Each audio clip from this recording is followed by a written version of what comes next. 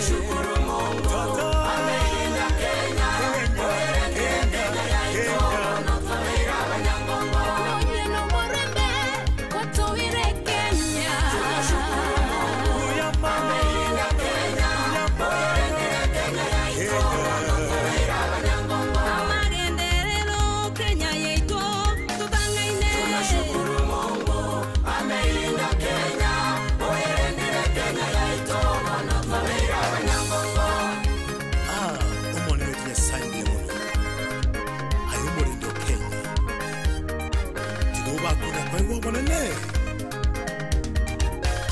Tuwakumbuke wote walioipigania Kenya.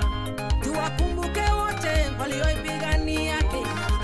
Waliomwaga damu yao Kenya tupate ukombozi.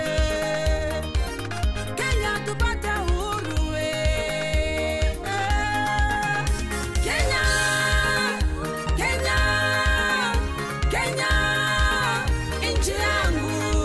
Awatai sabirense yaito abarandia tugende bitunwa to sabirense yaito abarai baito iya tumurara Baba tunashukuru maana umetupa afya, inji yetu ni nzuri, ndio maana tumekuja kwako tukisema upewe sifa.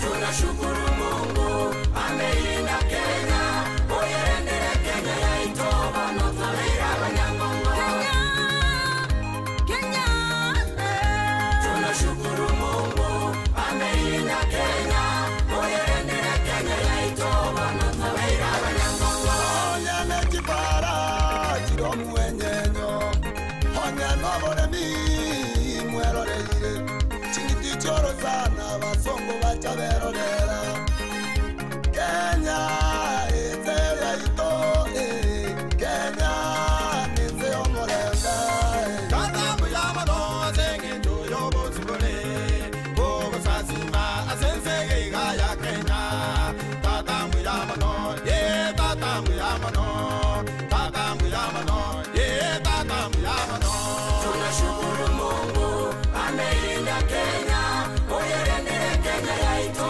na tawira abanyangongo Ano tobeira abanyangongo na tawira abanyangongo Ano tobeira abanyangongo na tawira abanyangongo Ano tobeira abanyangongo na tawira abanyangongo itwe n'abanyangongo na tawira abanyangongo kene tuna abanyangongo na tawira abanyangongo kene tuna abanyangongo na tawira abanyangongo Tena banyangongo. na tawira abanyangongo Tena banyangongo. na tawira abanyangongo Ene pinda banyangongo. na tawira abanyangongo tobira abanyangongo na tawira abanyangongo abanyangongo na tawira abanyangongo Kenya twese abanyangongo na tawira abanyangongo aki twese abanyangongo na tawira abanyangongo Simama Wakenya wote simama, simama wewe shujaa simama.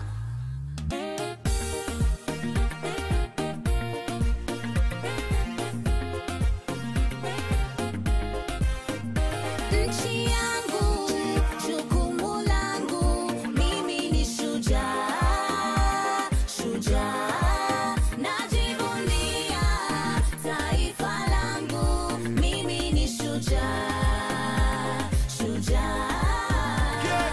Simama Wakenya wote simama, simama wewe shujaa simama.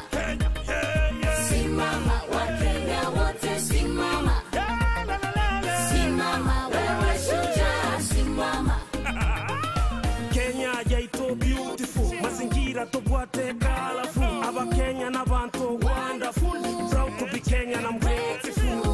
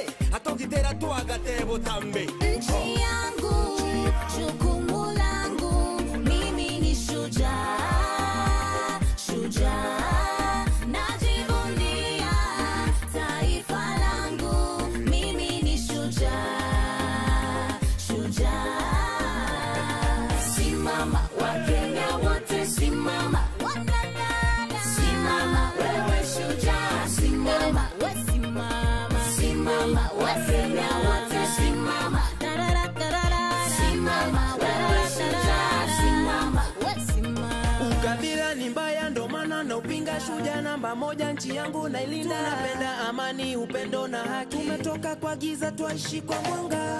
Wana muziki ni shujaa, walimu wote ni shujaa, madaktari ni shujaa, na wachimba migodi ni shujaa, wavuvi nao ni shujaa, wanariadha ni shujaa, wachezaji wote ni shujaa, bam bam bam bam ni shujaa, wewe dereva ni shujaa, wana boda boda ni shujaa, hata mama boga ni shujaa, askari nao ni shujaa, ni shujaa, ni shujaa, wanafanya bidii ni shujaa, wana biashara ni shujaa, shujaa. Nchi yangu, jukumu langu, mimi ni shujaa, shujaa. Najivunia taifa langu, mimi ni shujaa, shujaa. Simama, Wakenya wote simama. Songe pamoja. Simama, wewe shujaa, simama. Yelele, yelele, ya. Simama, Wakenya wote simama. Haya, Simama, wewe shujaa, simama. wewe shujaa.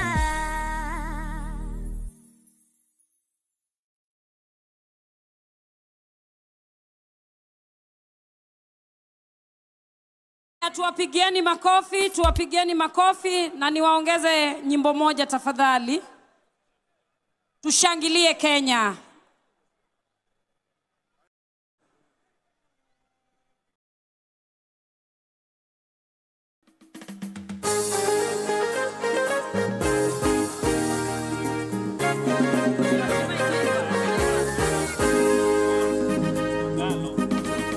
Tushangilie Kenya, taifa letu tukufu, Kenya tunayoipenda.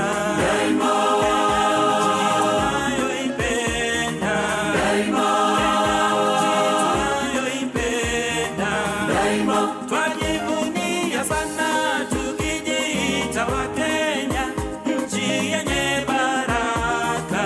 Daima nchi yenye baraka.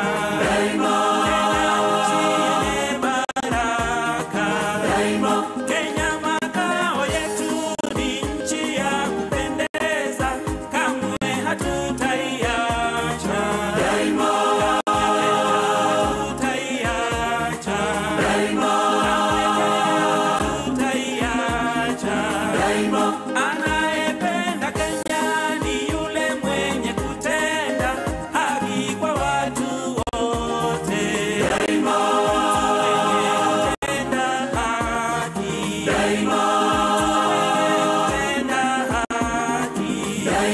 na ukipenda Kenya ujitengane na mambo yenye kuvunja amani. Kama unapenda Kenya, peperusha bendera jamani. Wacha nione bendera tu. Kenya kipenzi chetu. Kenya tutaiacha milele daima. Homa Bay. Kenya kipenzi chetu. Nionyeshe bendera. Tutaiacha milele daima. Kipenzi chetu, nchi yenye upendo, hatutaacha Kenya daima na milele.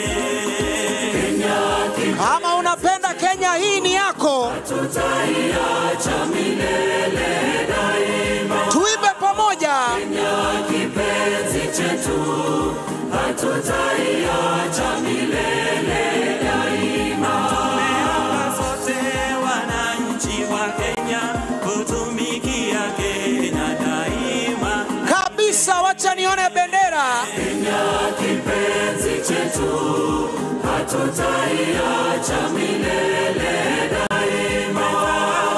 Kenya kipenzi chetu, hatutaiacha milele daima.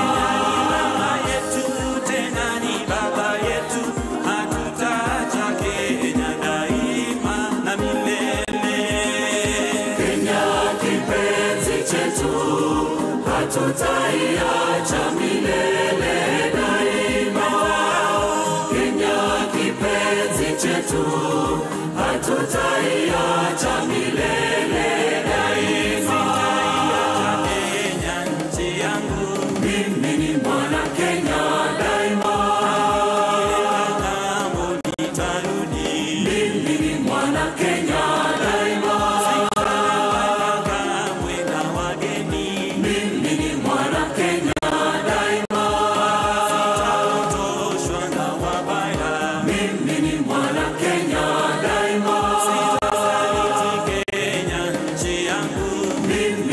mwana Kenya daima, wangu nitalinda. Mimi ni mwana Kenya daima. Asanteni. Kenya kipenzi chetu, hatutaiacha milele. Wale wanapenda Kenya nione bendera. Kenya kipenzi chetu, Homa Bay. hatutaiacha milele daima. Kenya taifa letu tukufu, Kenya tunayoipenda. Peperusha bendera, peperusha bendera. Twende. Daima. Wapi makofi ya State House Choir ikiongozwa na Director June. Twashukuru. Haya, asanteni sana. Jothuru auntie. Wapamne giuru wagosi galagala epa umaka uononi wapamne giuru. Ero urukamano. Studio tafadhali naomba clip ya Kirinyaga, kisha itafuatwa na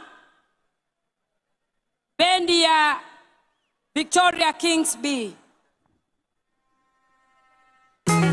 Jumala jok kwedo wele kolo, amine meso donga woro tibao.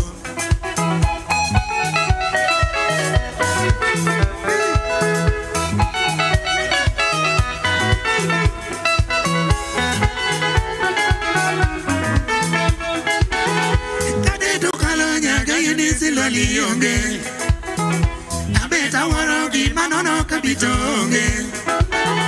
Buluto kao nyagale do pande malo, mano kowenga lichwe pidi nyajo. Dinane di kene nyaga yunika beti yora, yule mulalo yoro mandi kadir. Yakodera kale yula wero kolo.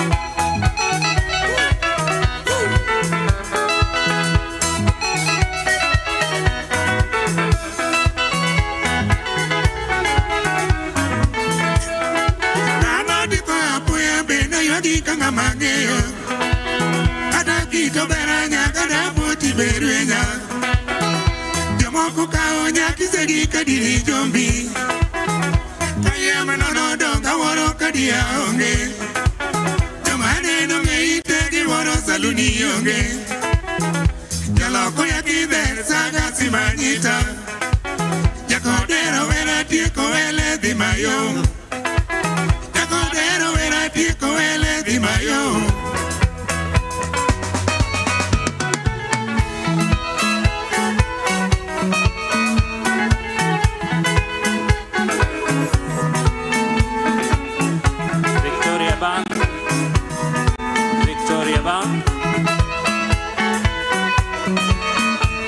Victoria Band. Asanteni sana.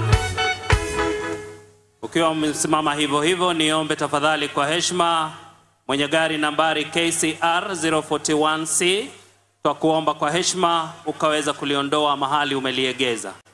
Niweze pia kutangaza kuwasili kwake gavana wa jimbo letu la Homa Bay, naye sio mwingine ila ni mheshimiwa Gladys Wanga. Wapi makofi ya gavana wetu hapa Homa Bay? Wapi makofi? Niwarejeshe tena wana Victoria King B kwa mchakato wa nyimbo tafadhali.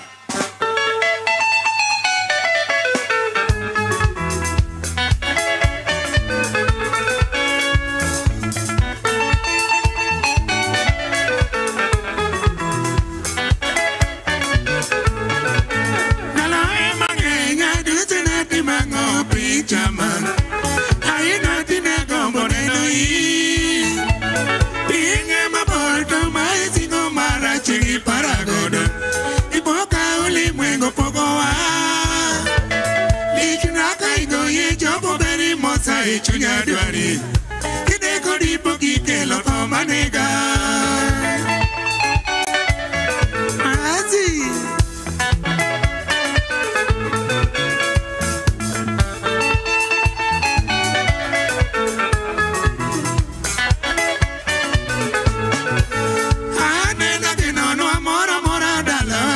Madam, you want that coti loco parani. Isaka kichano winga kapoda lemoni ngati mogen. Hakuwa ireta segarito di. Pimna nyagi joy ange machano chunyi no dame die paro. Hawina eri chutine chunya.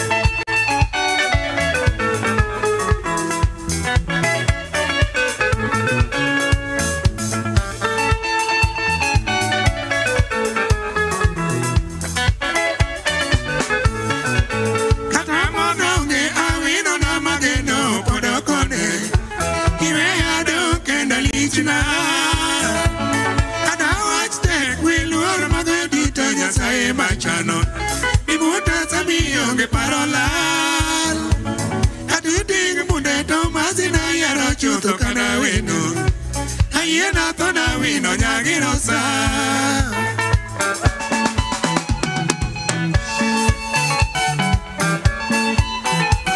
Mayo malika wino. Mosi urja mapera.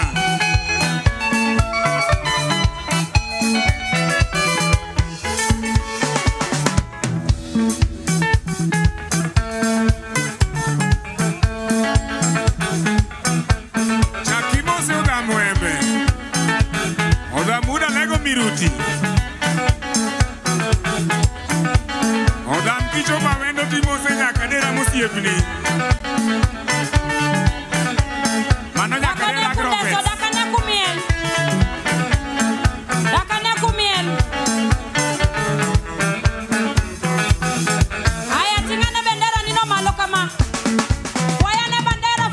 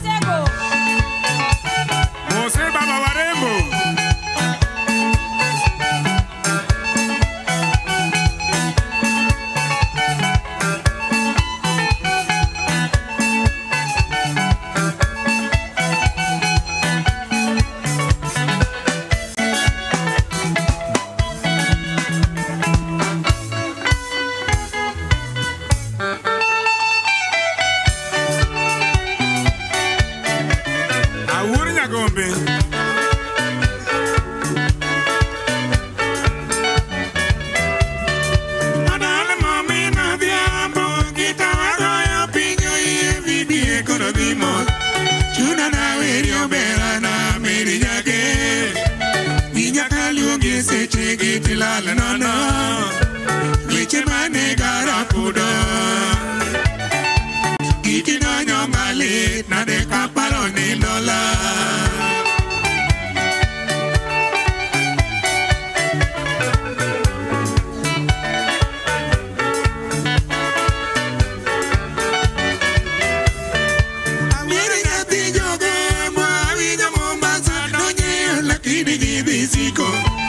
Amano yua igi tinga kimoke ipwani Kosona yua igi nyakalo no iduogo edalawa Wemi aparo mayore Dipo kako sembeleru lando wekelo sano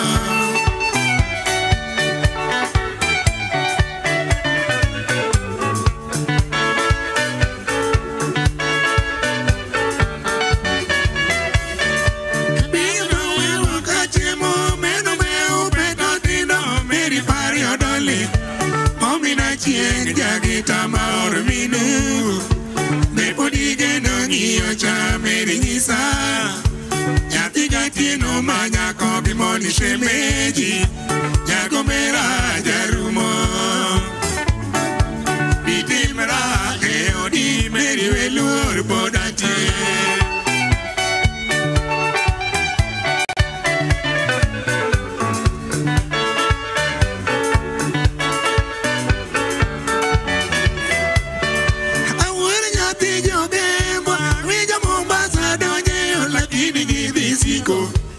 Amano yua igi tinga kimoke ipwani Kosona yua igi nyakalo ni duogo edalawa Emi aparo mayore Ipo kako sembeleru lando wekelo sano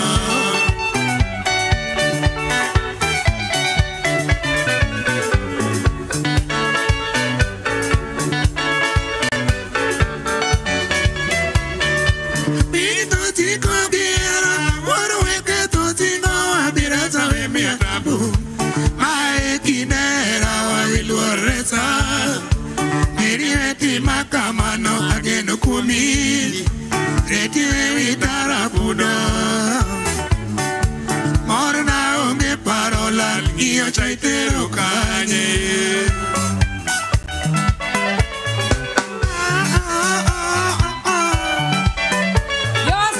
Joasego dakane Ere bendera uting bendera malo Wangiskini wana ihoma bay Wangiskini wane asego ka Ere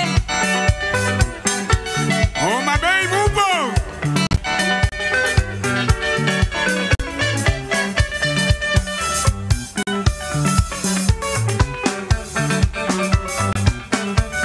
Udongo ineja kaguria Udigi Meli Udigi Morisi Arabare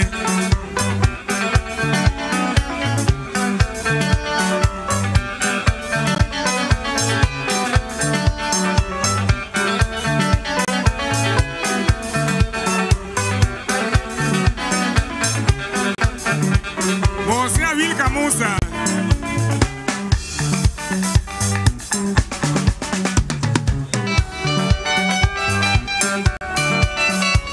Oda Mueme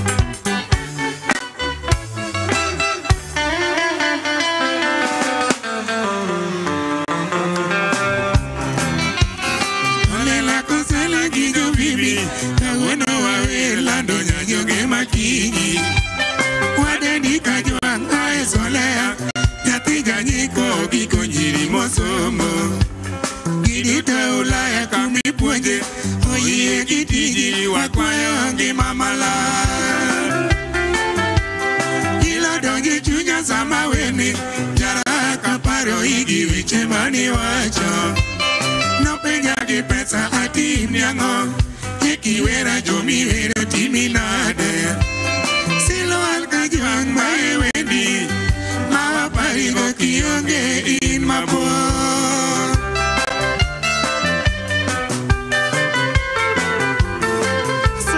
so leo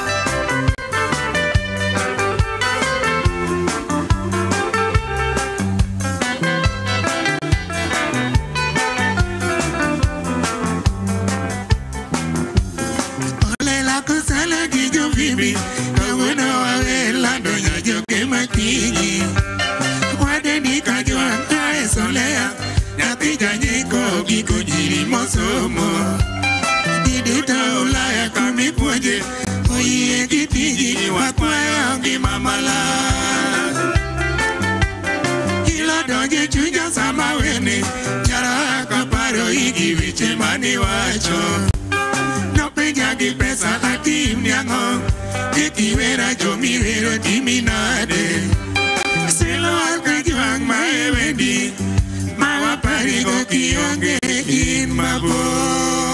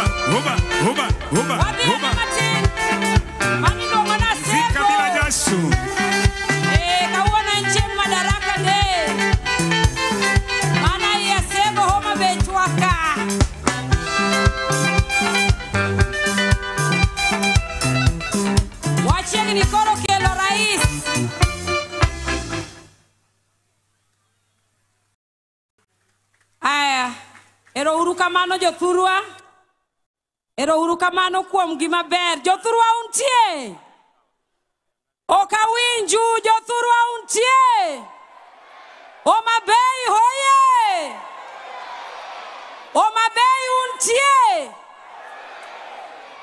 Bas, owinjore kendo ndisore kendo mit. Nitambue kufika kwake gavana wa Kisumu County ambaye ameungana pamoja nasi, Profesa Peter Anyang' Nyong'o. Wapi makofi ya profesa tafadhali? Nitangaze pia kufika kwake gavana wa Siaya, naye si mwingine ila ni James Bob Agri Orengo ambaye yuko pamoja nasi. Makofi ya gavana wa Siaya. Na kisha pia tuna gavana wa Migori, gavana Ochilo Ayako. Makofi kwa gavana wetu wa Migori.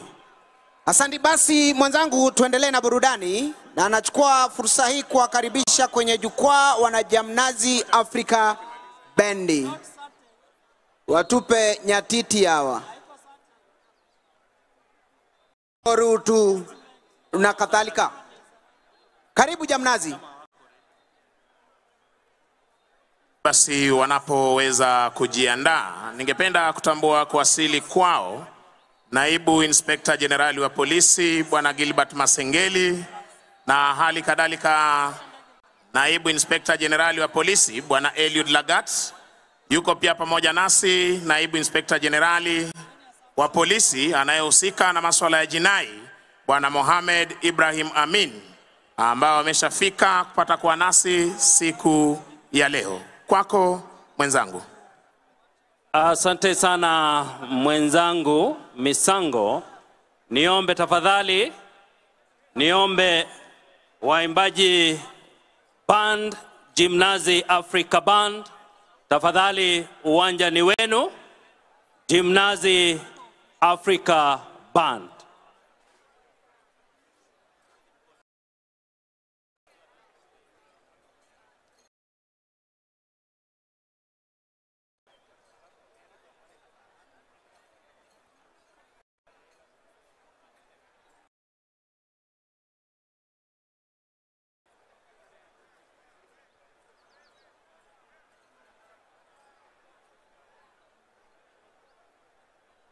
Wakati wanajimnazi wanapojitayarisha, niombe studio Homa Bay Akinyi tafadhali.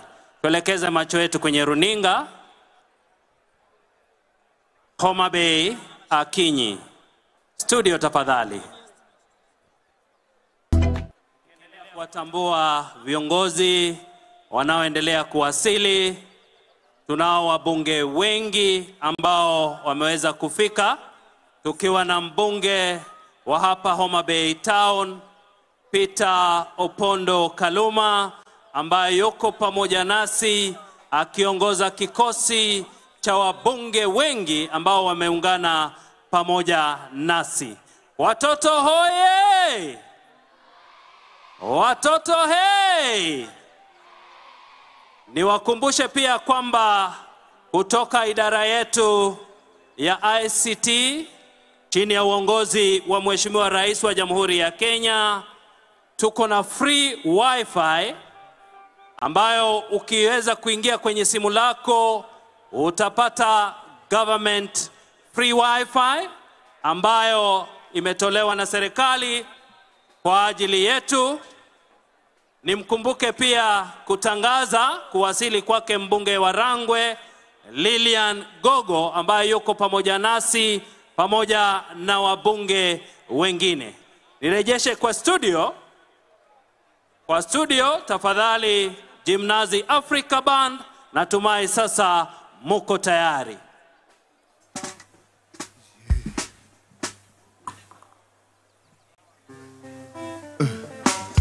Yeah.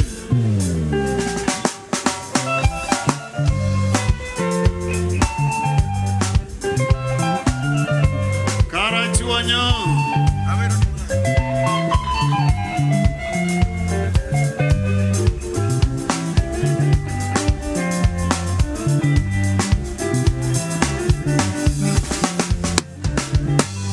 Kinube idalawa, Kanyasoro dalawa. Indube idalawa, Kanyasoro dalawa.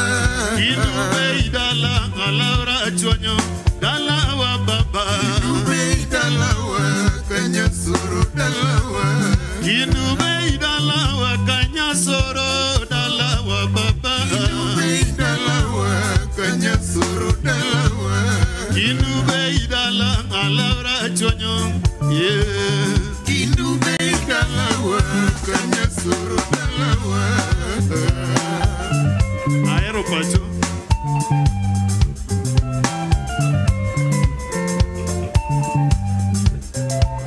Karachuonyo ere.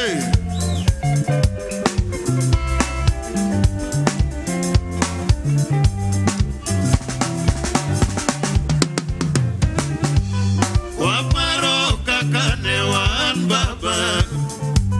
Waparo kakane wan baba. Newalupoto apuro baba. Newalupoto apuro baba. Wagoloko dikendo akomo baba. Wagoloko dikendo akomo baba. Newadoyoto akeyo baba. Newadoyoto akeyo baba. Watiyo matek jokanyana. Nyandu watiyaka milambo. Watiyo matek jokanyana. Nyandu watiyaka milambo.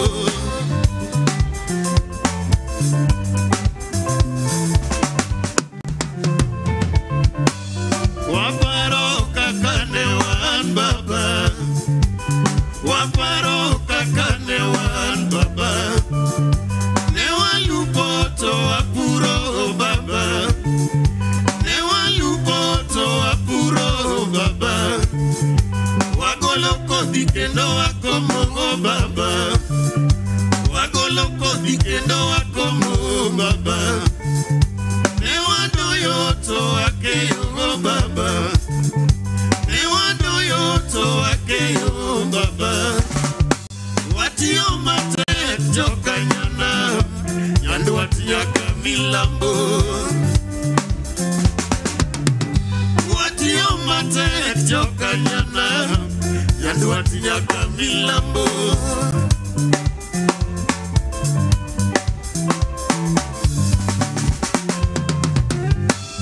Gimoro chando wiya. Inango. Wach moro chando chunya nganga. Gimoro chando wiya. Wach moro chando chunya nganga. Kotimbe luo manenenge. Kochike luo manenenge. Benadu soluo chokelo. Nalewa penjo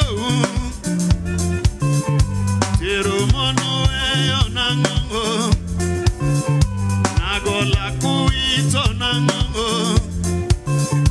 Omo nyuolo eyo nangongo Karachuonya penjo unukanye Karachuonya penjo unukanye baba Indube ya penjo unukanye Indube ya penjo unukanye Kanyira penjo unukanye baba Kanyira penjo unukanye Yokibiri ya penjo unukanye baba Yokibiri ya penjo unukanye Kanyipira penjo unukanye baba Kanyipira penjo unukanye Oma beya penjo unukanye Oma beya penjo unukanye Asego kanyada penjo unukanye Asego ritore penjo unukanye Yoko chia penjo unukanye Kochia kuoyo penjo unukanye baba Tiro mono eyo nangongo Nagola kuito nangongo Omo nyuolo eyo nangongo Omo nyuolo eyo nangongo Jorongo penjo unukanye Jorongo penjo un kanye baba. Kamagambo penjo un kanye. Kamagambo penjo un kanye. Migori penjo un kanye. Quiero mono onango. Nagola kuito nango. Mayo. Como nyolo onango.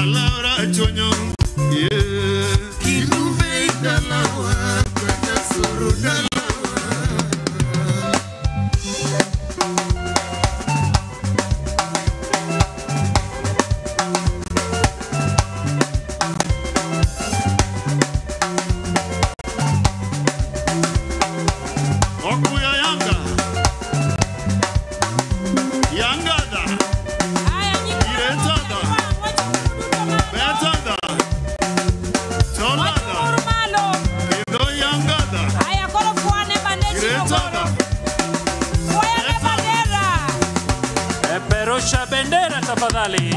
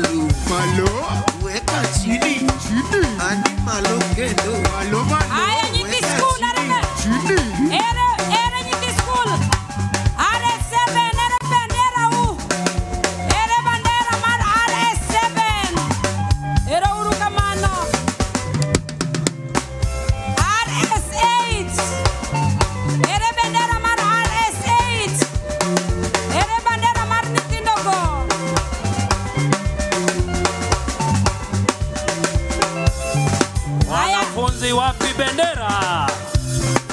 Peperusha bendera wanafunzi. Hey. Ah. Aha. Haya wamiano watekoro. Watio mate joka nyana. Nyandu watia kamilambo. Watio mate joka nyana. Nyandu watia kamilambo. Watio mate joka nyana. Nyandu watia kamilambo. Asante sana wana Jamnazi Afrika. Kabla ya wimbo mwingine tafadhali. Jamnazi, kabla ya wimbo mwingine uturuhusu tufanye matangazo mawili tafadhali kwa heshima. Mwenzangu Misango Mbae tafadhali. Asante sana mwenzangu. Ningependa kuwapa taarifa kidogo kuhusiana na usalama wetu. County Police Commander wa Homa Bay ameweza kuniarifu kwamba maafisa wetu wa usalama wako ange, na hii leo iwapo umekuja kupora hauna lako. Basi nafahamishwa kwamba hadi tunapoenda hewani wana simu 20 ambapo wenzetu kutoka DCI wameweza kuhakikisha kwamba wamekamata wale ambao wanaibia wenzao simu, na iwapo umepoteza simu uweze kuelekea stesheni ya Homa Bay ama ukipenda kituo cha polisi cha Homa Bay ili ukaweze kuulizwa mawili matatu, alafu utaweza kupewa simu yako. Kwako mwenzangu. Tangazo la pili pia, asante mwenzangu Misango. Nitangaze ya kwamba pale mwisho, tutakapofika mwisho wa hafla ya siku ya leo, tafadhali wananchi tunawasihi kwa unyenyekevu sana, msiondoke hadi tutakapotangaza itifaki ya kuweza kuondoka. Tafadhali wananchi, tutakapomaliza sherehe za siku ya leo, tutawaomba tubaki tumetulia hadi tutakapotangaza itifaki za kuondoka. Niwalete wenzangu tena Maslin ili akaweza kutukaribishia Jamnazi Afrika kwa wimbo wa pili. Maslin, uwanja ni wako. Haya, Jamnazi Band, tafadhali tupatie namba 1 tena. Ochola kamili janya katika sayaga Omina tieno Chafula ngengeye Ongoyo ochola ye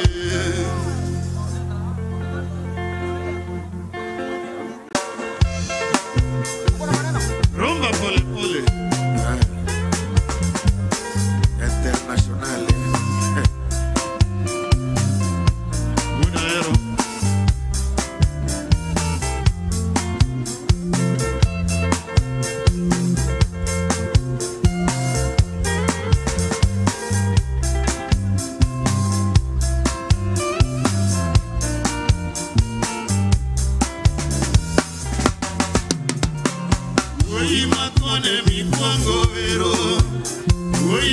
Ochola Kamili, Ochola Omin Carolina, Ayaye, Janya Katkasaye, Oimakone Mikongo Vero, Oisiro, Ochola Kamili, Ochola Omin Carolina, Ayaye, Janya Katkasaye, Winji Wendi Ochola yo.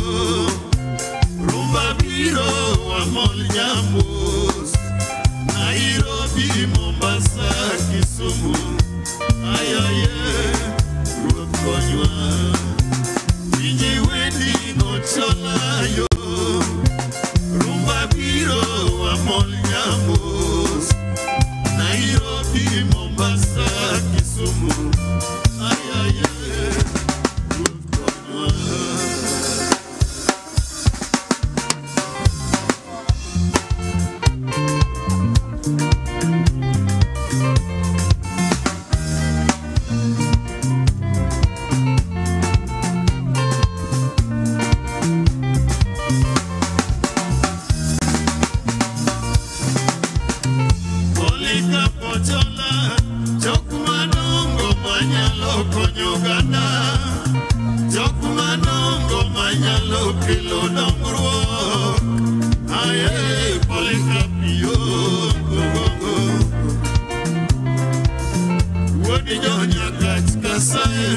Investor Maduonge Kenya, proprietor White House Security, Aye Polycarpio.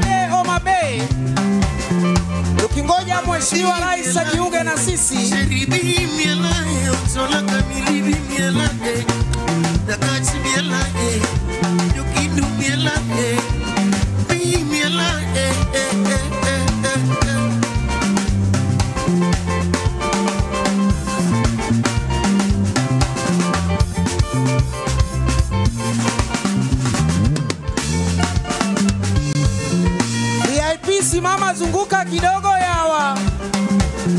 VIP yawa. Itakuwa mzuri tukiona mkitingisa kidogo yawa.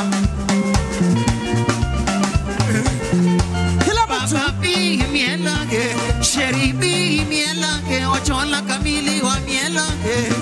Nyakachi mielage, Tokisumo City bi mielage. Bi mielage. Wa wa wa wa wa wa wa wa. Shamnasi Afrika.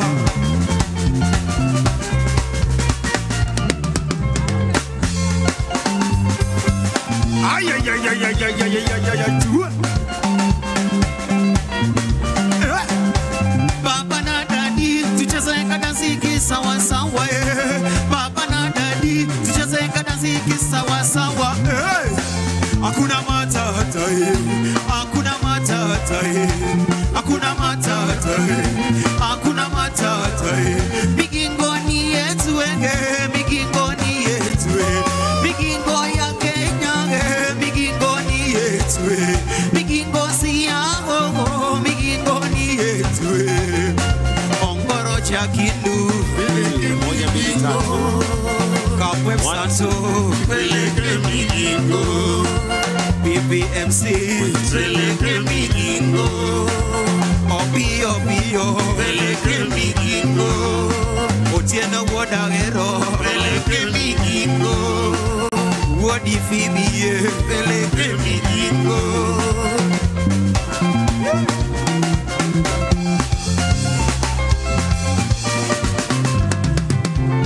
Badi malo, malo, weka chini, chini.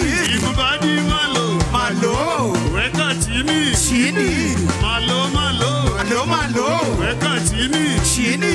Malo kendo, malo malo, weka chini, chini.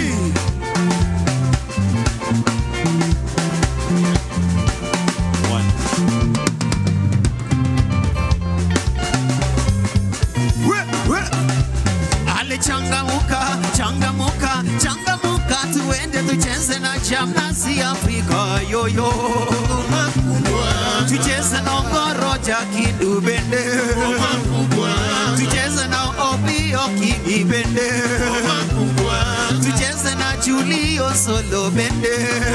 Haya basi, burudani. Asante sana, asante sana, asante sana, burudani ya mziki. Niombe sasa kuapisha wenzangu Sergeant Misango Mbae kwa sehemu nyingine. Asante sana. Asante sana Bwana Dan Mwangi pamoja na chipukizi wenzangu Marcelin na hali kadhalika ndugu Boni Musambi, bila kumsahau Beatrice Gatonye. Basi wakati wowote tokea sasa tutaweza kupokea gwaride rasmi hapa uwanjani, na niweze tu kuhakikisha kwamba wanafunzi upande ule wa pili mnanipata. Wanafunzi hamjambo? Homa Bay hoye! Wananchi wazalendo hamjambo? Basi wakati Mheshimiwa Rais ataweza kujiunga nasi rasmi, tutaomba sote kuweza kusimama kwa heshima ili kumkaribisha Mheshimiwa Rais hapa uwanjani, na baada ya hapo tutaweza kuwajuza wakati wa kuketi.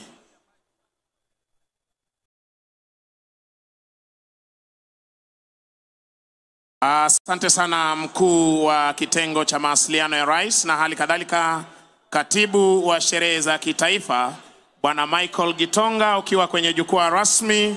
Niombe uweze kujaribu sauti ya microphone ulio nayo upande huo wa pili, kisha tuweze kuendelea. Bwana Mike Gitonga, tafadhali. Asante sana Bwana Misango, na naona ya kwamba Homa Bay ilikuwa imetarajia, imengoja kwa hamu na gamu, lakini siku imefika. Homa Bay mpo? Hebu niwasikie tena, mpo? Madaraka Day haitakuwa kama ya kawaida, iko Homa Bay. Fundi wa mitambo, naona ya kwamba tuko sawa, kama nyote mnanipata. Hivi karibuni Bwana Misango atatuelezea taratibu ambayo tutaifuata tukingojea kuanza sherehe yetu rasmi. Sote tunajua ya kwamba mgeni wetu wa heshima sio mwingine bali ni Rais wa Jamhuri ya Kenya, Daktari William Samoei Ruto. Akiingia vile tumeelezewa, sote tutasimama kwa heshima tukimkaribisha kwa shangwe, mbwembe, vifijo na nderemo. Bwana Misango, tuendelee na kazi. Asante sana. Upande ule wa pili tuweze kuapisha wenzetu kupokea bendera rasmi kwenye gwaride.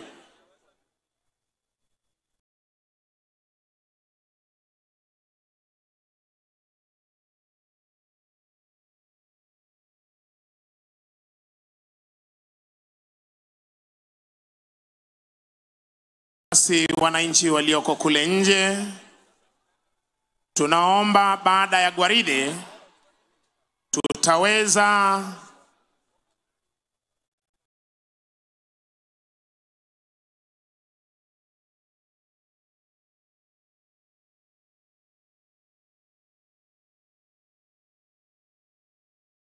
baada ya gwaride wanajeshi wetu kuweza kutumia uwanja, milango itaweza kufunguliwa na wananchi walioko kule nje mtaweza kuruhusiwa kuweza kuketi hapa ndani ili mkaweze kuzungumza mkaweze kusikiza rais wenu akizungumza nanyi, ambaye ndiye amiri jeshi mkuu wa majeshi yote ya ulinzi ya Kenya.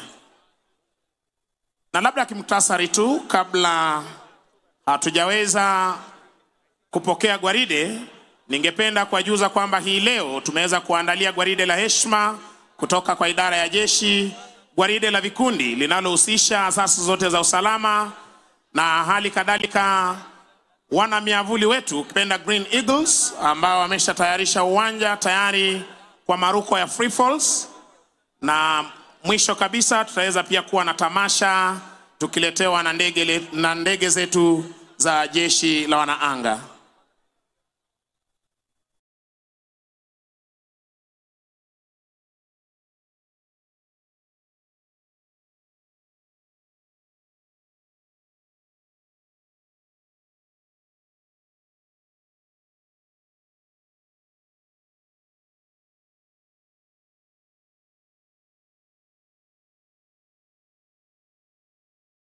Maroon Commandos muwe standby kuweza kumkaribisha Mheshimiwa Rais. Muwe standby.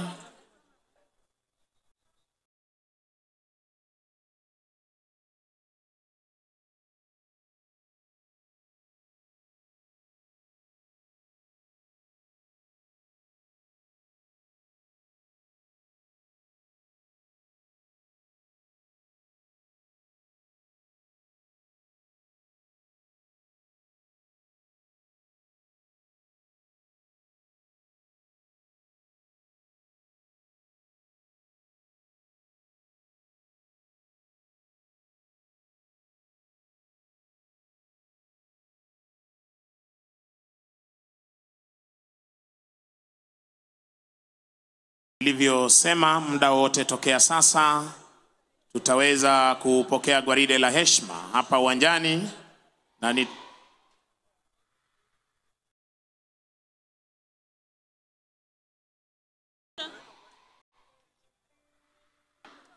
hao ni wanafunzi wetu. Nafahamishwa na Boni Musambi, hao watakuwa wanajeshi wa kesho. Kwa hivyo ni gwaride la watoto siku ya leo.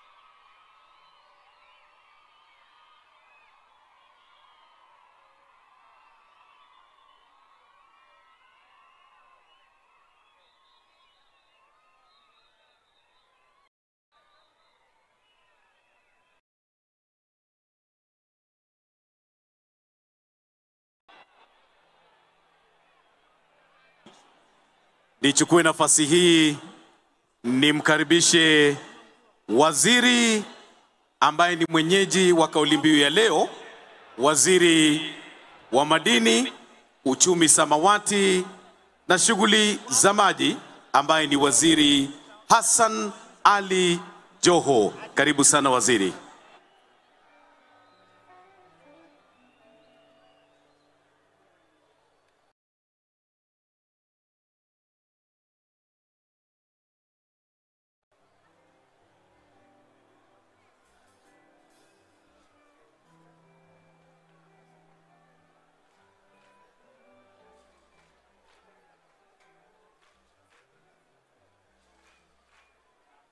Boni Musambi, si tufanye majaribio ya kumkaribisha Mheshimiwa Rais hapa uwanjani?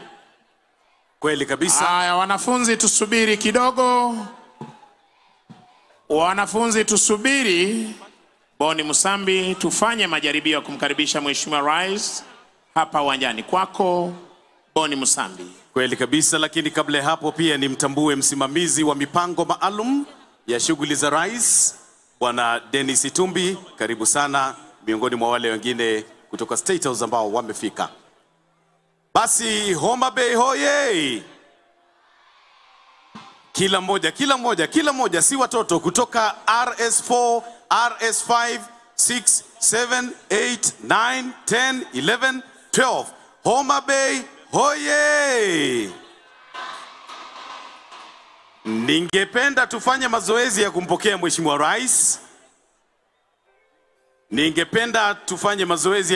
Mheshimiwa Rais. Na tutafanya tutakavyofanya akiingia. Kwa hivyo ningependa sasa sote tusimame ili tuanze mazoezi hayo. Rais atakapoingia pale tutasimama sote. Tusimame sote wananchi wa Homa Bay kwa heshima ya Mheshimiwa Rais wa Jamhuri ya Kenya. Haya, Maroon Commandos, twende kazi tufanye mazoezi. Basi wananchi tumkaribishe rais wetu. Makofi. Moja, moja. Karibu. Mheshimiwa Rais wa Jamhuri ya Kenya hapa Homa Bay. Karibu. Moja. Wapi vigelegele watoto? Kila moja peperusha mikono juu. Tumsalimie Mheshimiwa Rais. Moja. Makofi. Karibu. Mheshimiwa Rais, Raila Odinga Stadium. Utuongoze. Karibu. Utuongoze kwenye sherehe za madaraka. Makofi. Peperusha bendera. Asante sana Boni Musambi. Thank you Maroon Commandos. Kwa heshima naomba tuweze kuketi tafadhali. Niweze kumtambua pia waziri wetu wa hazina ya kitaifa, mtoto wa hapa nyumbani, Mheshimiwa John Mbadi.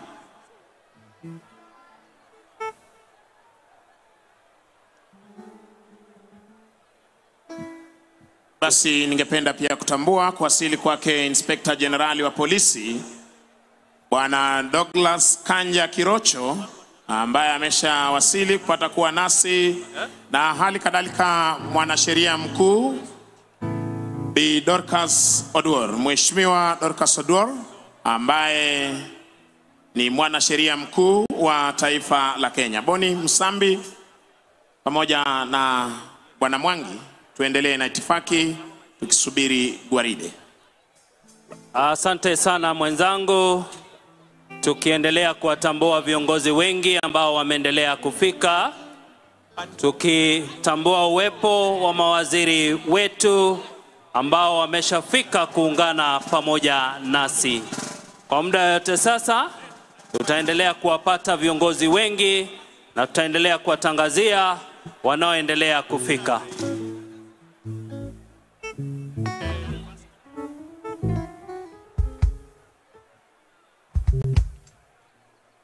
Spika wa Seneti, karibu sana Mheshimiwa Jefferson Amason Kingi.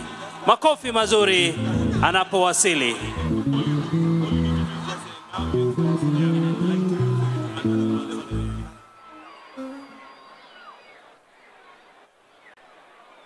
Itambue pia kuwasili kwake Spika wa National Assembly Moses Masika Wetangula, Papa wa Roma.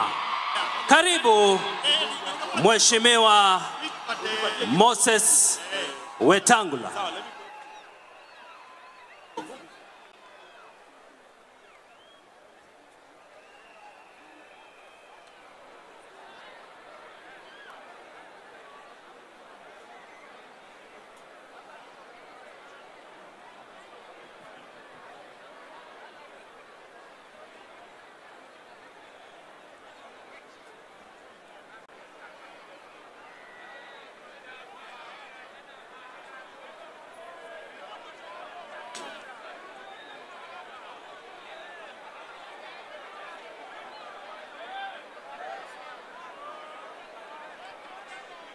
Maroon Commandos, mtupe burudani tafadhali, tunaposubiri gwaride hapa uwanjani.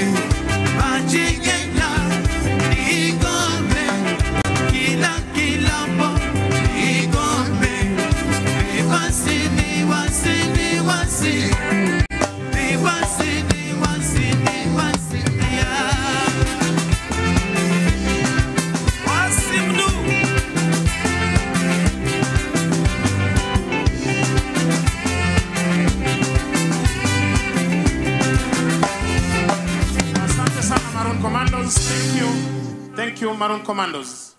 Basi wakati wote tokea sasa tutaweza kumpokea mkuu wa majeshi ya ulinzi pamoja na service commanders kuweza kupokea gwaride rasmi hapa uwanjani.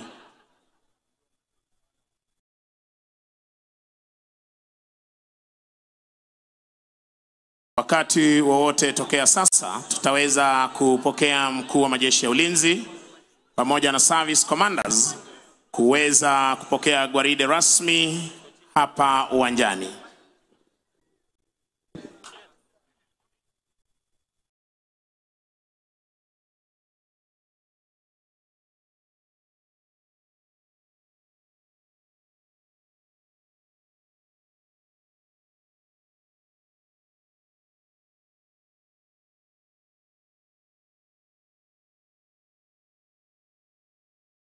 Kwenye jukwaa rasmi pia namuona Director General Kenya Coast Guard Services Bwana Bruno Siosho ambaye ameshawasili kupata kuwa nasi.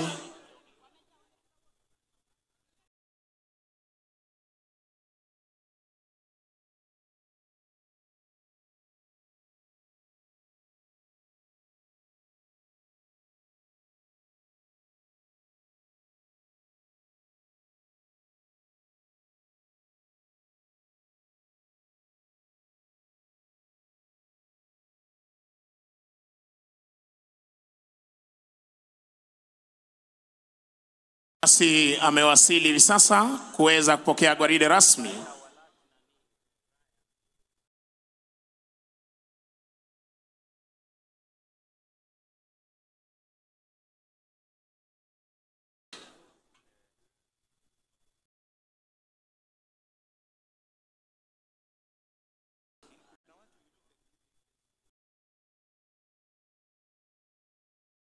Mkuu wa majeshi ya ulinzi Generali Charles Kahariri akiwa ameandamana na naibu mkuu wa majeshi ya ulinzi Luteni Generali John Garavayo Menda, kamanda wa jeshi letu la wanaanga Luteni Generali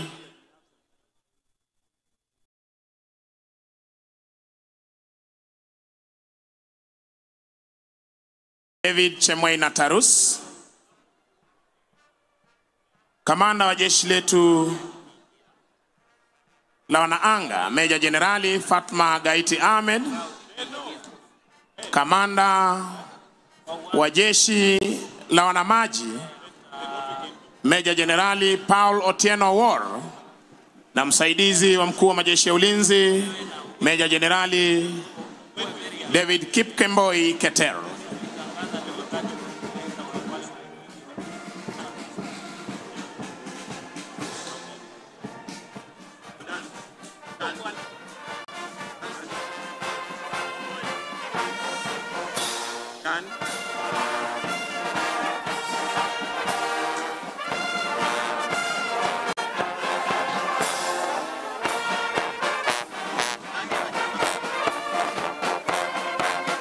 Kwa heshima wananchi, naomba sote tusimame kwa heshima ya bendera ya kikosi cha 7 kinachoandaa gwaride hili.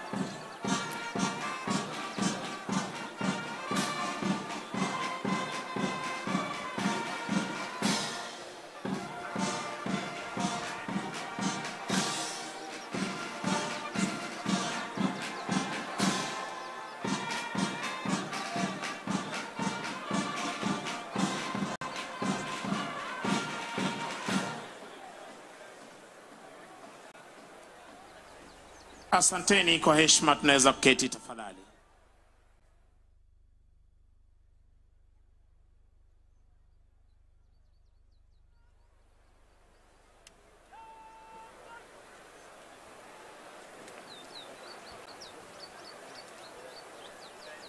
Asanteni kwa heshima, tunaweza kuketi tafadhali.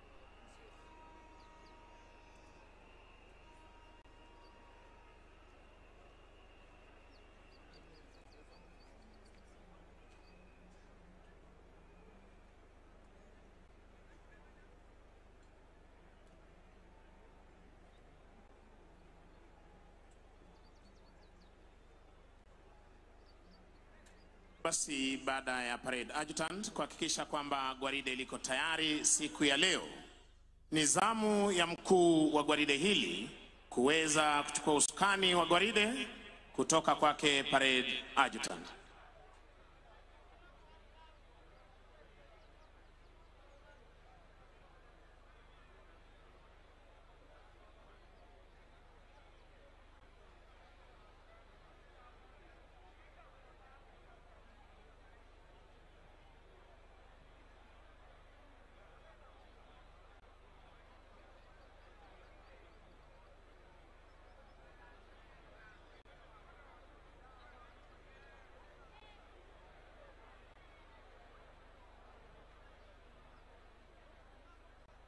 Naye baada ya kumkabidhi anaondoka kwa muda mfupi sana aliyoweza pewa ili akaweze kuchukua nafasi yake rasmi ndani ya gwaride hili.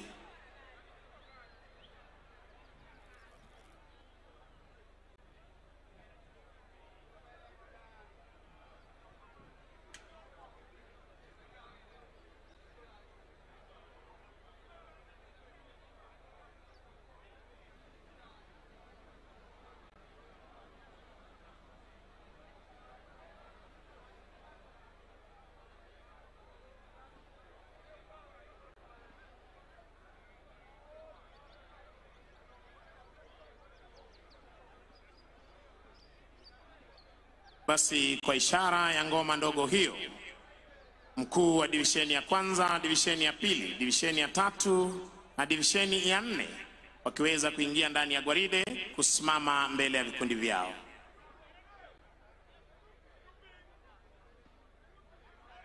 Sharti pia nao kuweza kuwekwa sawa.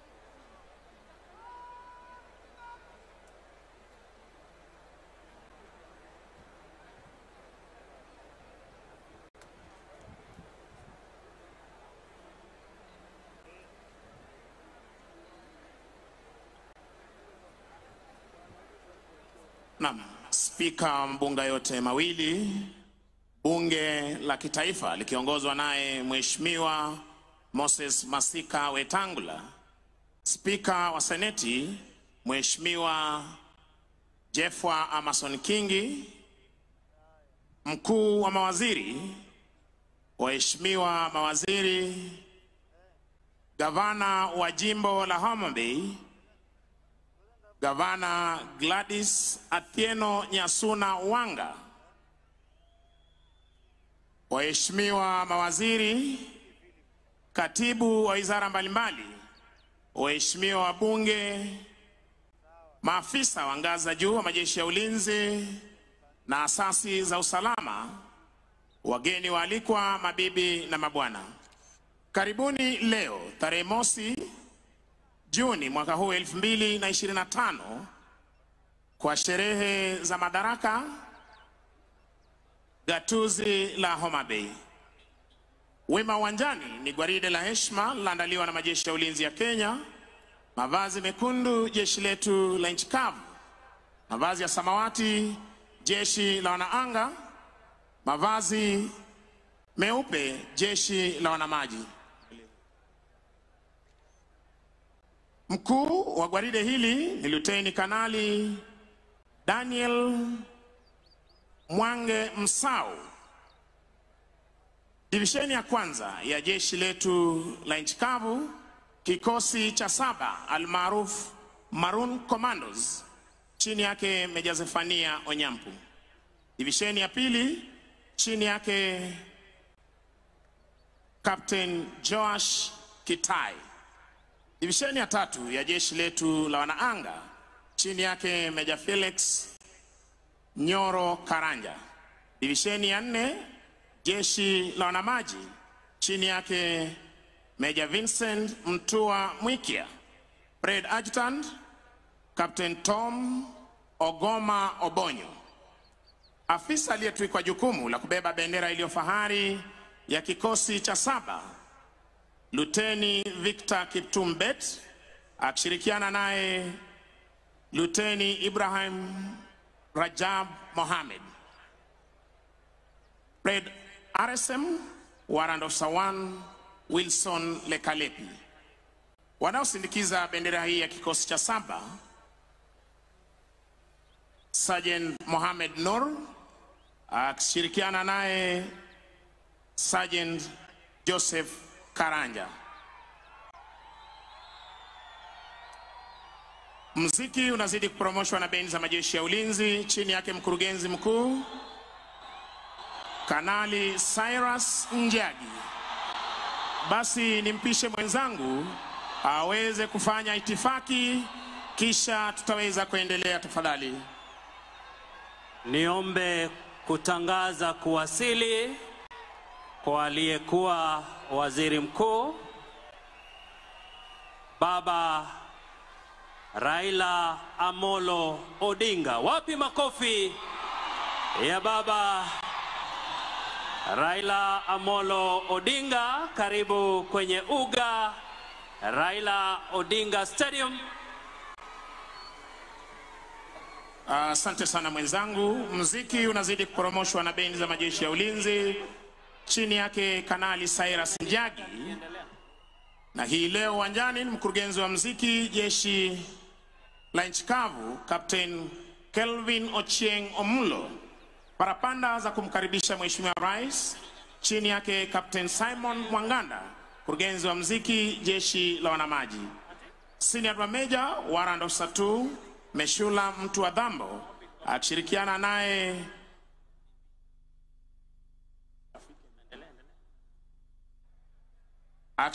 naye Senior Sergeant Patrick Mutisia, pamoja na Senior Sergeant Simon Masinde, Sergeant Van Basweti na Sergeant Moses Lemashon wa jeshi la wanamaji.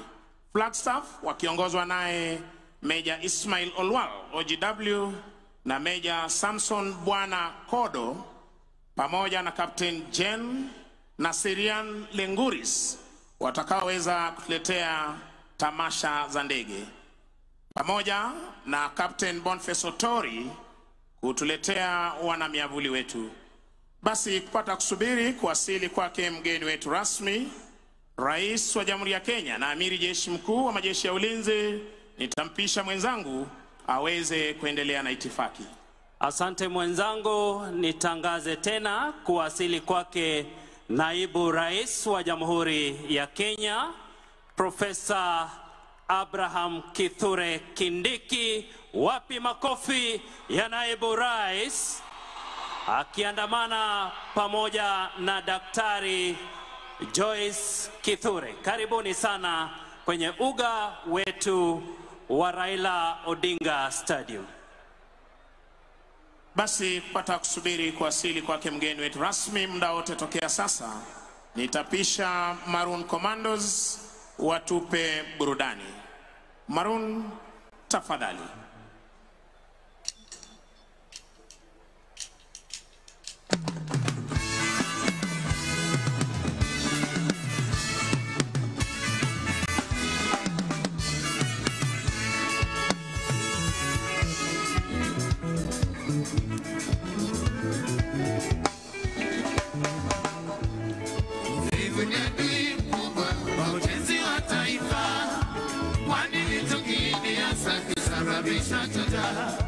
Ewe ndugu yangu, anga kumekucha, kama tajembe na panga, twende shamba.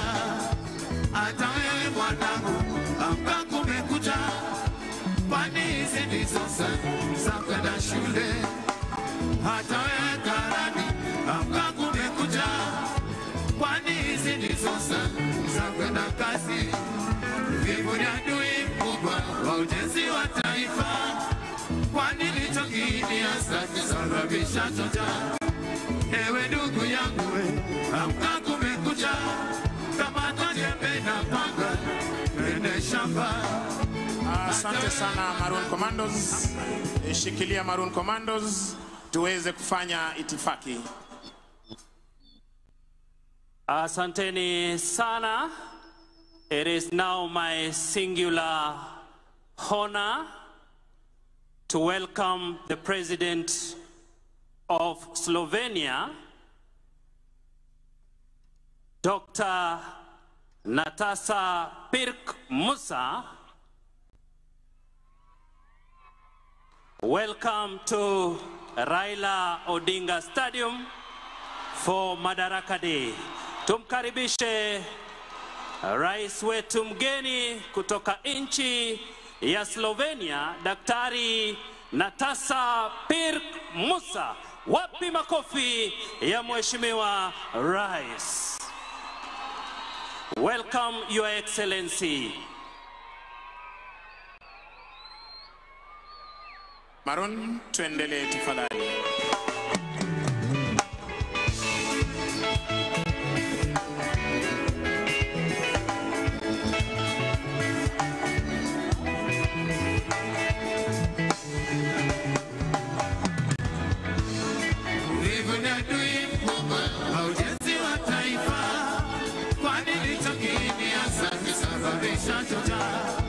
Ewe ndugu yangu, amka kumekucha, kama tajembe na panga, twende shamba. Hata wewe mwanangu, amka kumekucha, kwani hizi ndizo za kwenda shule. Hata wewe karani, amka kumekucha, kwani hizi ndizo za kwenda kazi. Uvivu ni adui wa ujenzi wa taifa, jiepushe na uvivu, jenge taifa. Ndugu yangu, amka twende shamba, jiepushe na uvivu, jenge taifa.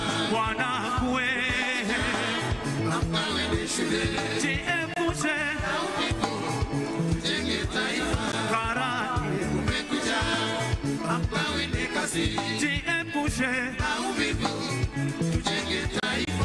Uvivu ni adui wa ujenzi wa taifa, jiepushe na uvivu, tujenge taifa. Ndugu yangu, amka twende shamba, jiepushe na uvivu, tujenge taifa.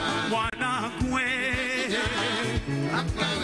Ndiyo elimu ya msingi wa maendeleo. Weka radie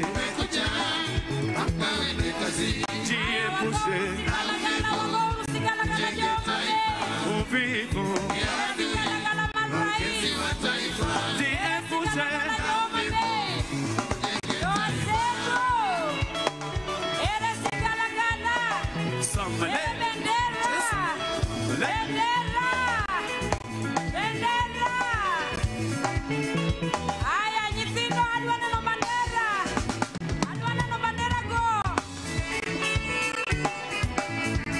wacha uvivu we.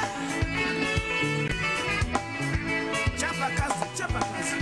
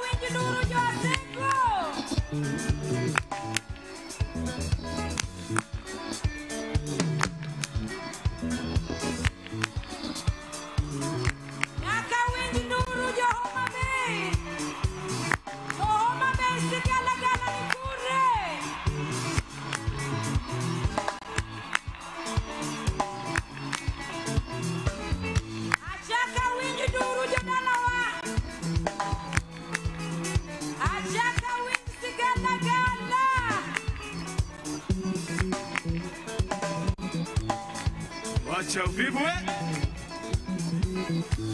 Asante sana Maroon Commandos, thank you.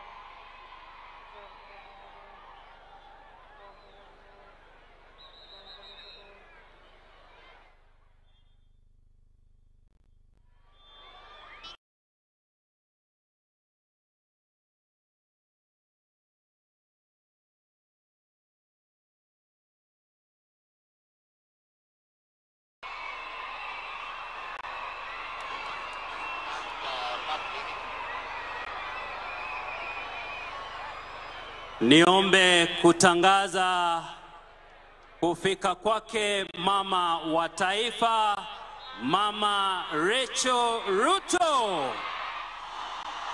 Karibu kwenye uga Raila Odinga Stadium tunapojitayarisha kwa sherehe za madaraka.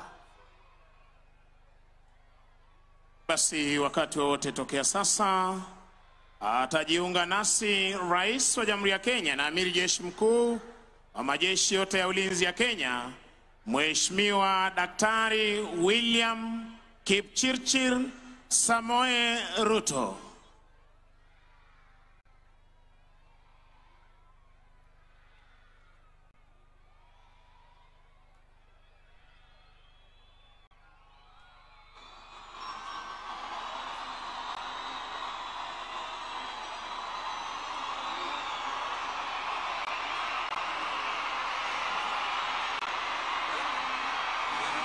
Basi kwa parapanda hizo ni dhahiri shahiri kwamba anajiunga nasi Mheshimiwa Rais wa Jamhuri ya Kenya, na niombe kwa heshima sote tusimame kumkaribisha Mheshimiwa Rais tukiongozwa na bendi yetu. Boni. Haya, wapi makofi Homa Bay. Karibu Mheshimiwa Rais William Ruto. Peperusha mikono wananchi. Bendera. Bendera. Bendera. Moja. Pili. Karibu Mheshimiwa Rais Homa Bay, utuongoze kwa sherehe za madaraka. Moja. Karibu. Peperusha bendera, kila moja peperusha bendera. Karibu Mheshimiwa Rais. Hapa Raila Odinga Stadium. Karibu. Tunakupenda. Tumesubiri, siku imefika. Wanafunzi, tupeperushe bendera juu kabisa. Karibu. Makofi. Makofi.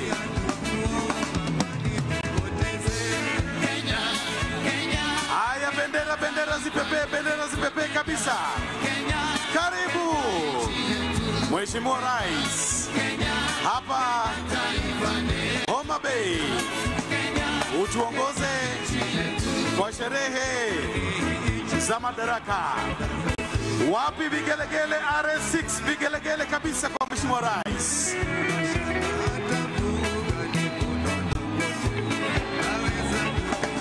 Karibu. Tumsalimie Mheshimiwa Rais, punga mkono.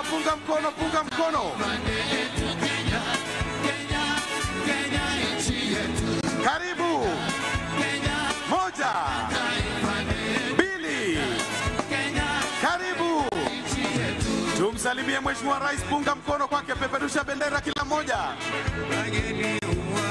Karibu Mheshimiwa Rais kwa sherehe ya leo. Kauli mbiu, maji yetu, thamani yetu. Karibu. Haya, tupeperushe mkono kabisa. RS4. Karibu. Moja. Pili. Karibu Mheshimiwa Rais Homa Bay, Raila Odinga Stadium, utuongoze kwa sherehe ya 62 ya madaraka. Karibu. Karibu. Wapi makofi na vigelegele kwa Mheshimiwa Rais wananchi? Karibu. Karibu Rais wetu, tunakupenda sana. Moja. Pili. Karibu Mheshimiwa Rais. Asante sana Maroon Commandos. Asante Maroon Commandos. Asante Maroon Commandos. Niombe kwa heshima tubaki tukiwa tumesimama kwa wimbo wa taifa na wimbo wa Jumuiya ya Afrika Mashariki.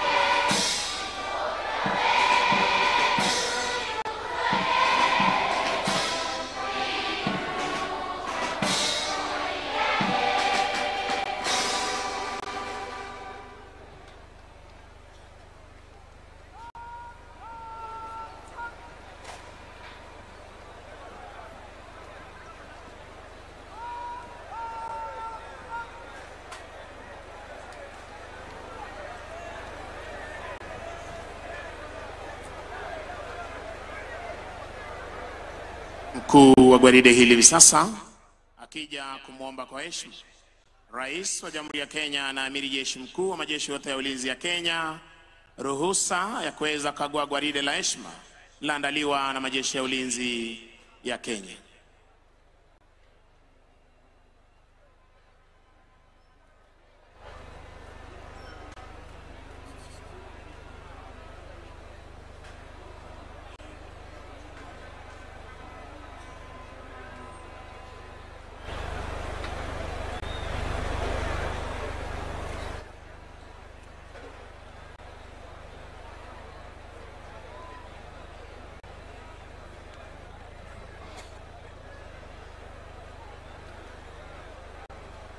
Asanteni kwa heshima, tunaweza keti tafadhali.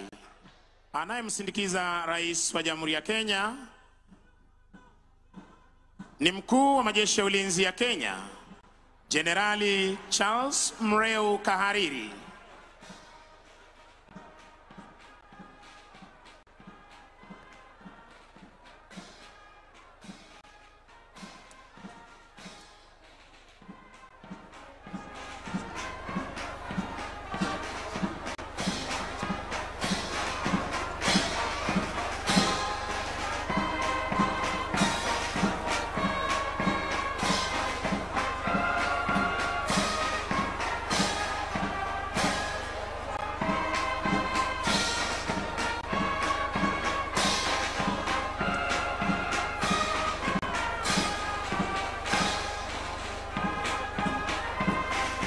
Bendera ya kikosi hupewa heshima ya hadhi ya juu, unavyoshuhudia hivi sasa Mheshimiwa Rais akipeana heshima zake kwa bendera ya kikosi cha 7 jeshi la nchi kavu.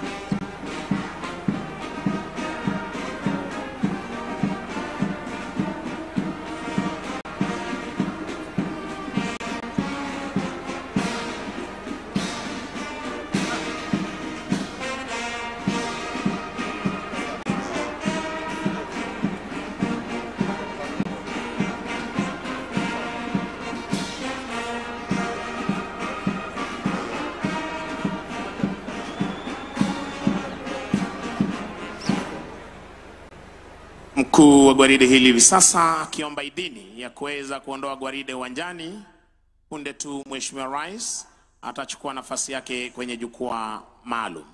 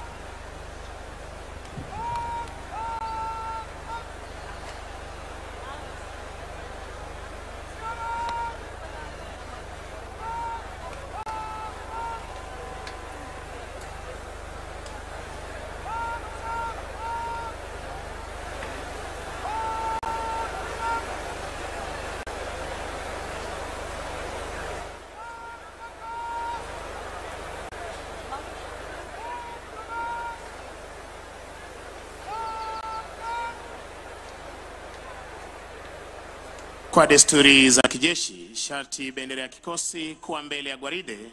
Unavyoshuhudia hivi sasa, Kala Officer na Parade RSM wakiweza kuchukua nafasi zao.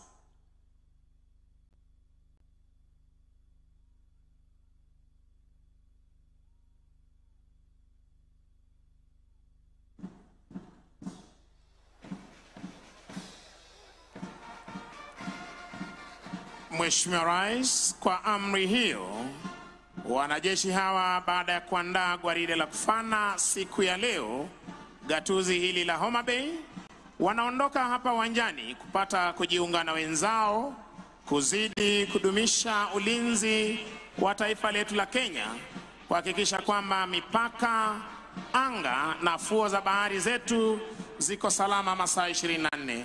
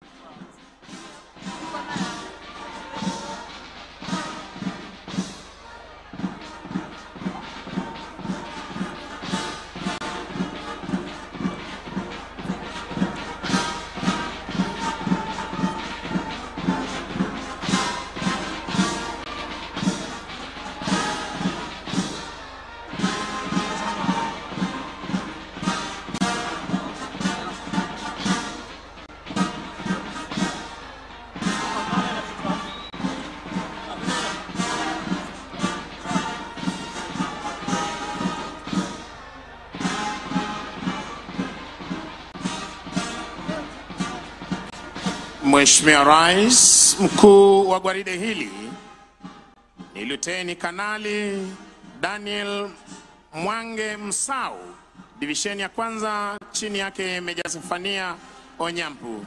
Afisa aliyetwikwa jukumu la kubeba bendera ya kikosi cha 7, Luteni Victor Kiptum Bet. Divisheni ya pili, jeshi letu la nchi kavu, chini yake Captain Joash Kitai, wakiwa katika mavazi yao rasmi ya sherehe. Divisheni ya 3, Mheshimiwa Rais, jeshi la wanaanga, chini yake Meja Felix Nyoro Karanja, wakiwa katika mavazi yao rasmi ya sherehe. Divisheni ya 4, jeshi la wanamaji, chini yake Meja Vincent Mtua Mwikia, wakiwa katika mavazi yao rasmi ya sherehe. Parade Adjutant Captain Tom Ogoma Obonyo, mwekalama jeshi la nchi kavu. Mheshimiwa Rais, litafuata gwaride la vikundi litakalohusisha asasi zote za usalama, na kwa mengi zaidi nimpishe mwenzangu Masi Chitai na Corporal Jeffwa waweze kuendelea. Mheshimiwa Rais, linafuata hivi sasa ni gwaride la vikundi likiongozwa na jeshi letu la nchi kavu. Kikosi cha 20 cha wanamiavuli wetu A Company wakiwa wamebeba miavuli yao, wakiwa chini yake Meja Victor Machanule. Company CSM afisa mtolezaji la pili Jackson Muse Simboi. Kikundi cha kwanza chini yake Luteni Dennis Kimeli CTNA wakiwa wamebeba miavuli yao. Kikundi cha pili chini yake Luteni Lee Mbabu wakiwa wamebeba miavuli yao. Na kikundi cha 3 chini yake Luteni Esekon Elimlim wakiwa wamebeba miavuli yao. Wanafuata hivi sasa, Mheshimiwa Rais, ni D Company wakiwa katika magwanda yao mepesi ya kivita, chini yake Meja Lekarsia Kevans. Company CSM afisa mtolezaji la pili Mwinyi Haji Matano. Kikundi cha kwanza chini yake Luteni Hassan Abdi katika magwanda yao mepesi ya kivita. Kikundi cha 5 chini yake Luteni Kevin Cheruiyot wakiwa katika magwanda yao mepesi ya kivita. Nacho kikundi cha 6 chini yake Luteni Maxwell Madheka katika magwanda yao mepesi ya kivita. Mheshimiwa Rais, wanafuata hivi sasa ni polisi wa kitaifa Kenya Police Service chini yake Superintendent Julius Kemoi akisaidia na Chief Inspector Christopher Cheronges. Kikundi cha kwanza chini yake Inspector Samuel Poloman katika magwanda yao rasmi ya sherehe. Kikundi cha pili, kikundi cha kinadada chini yake Chief Inspector Monica Onyango akisaidiana na Inspector Susan Kihenjo katika mavazi yao rasmi ya sherehe. Wanafuata hivi sasa Mheshimiwa Rais ni GSU chini yake Chief Inspector Peter Kamoiro akisaidiana na Inspector Vincent Korir wakiwa katika mavazi yao rasmi ya sherehe. Wanafuata hivi sasa ni GSU katika mavazi yao mazito ya kikazi chini yake Inspector Samuel Birigan.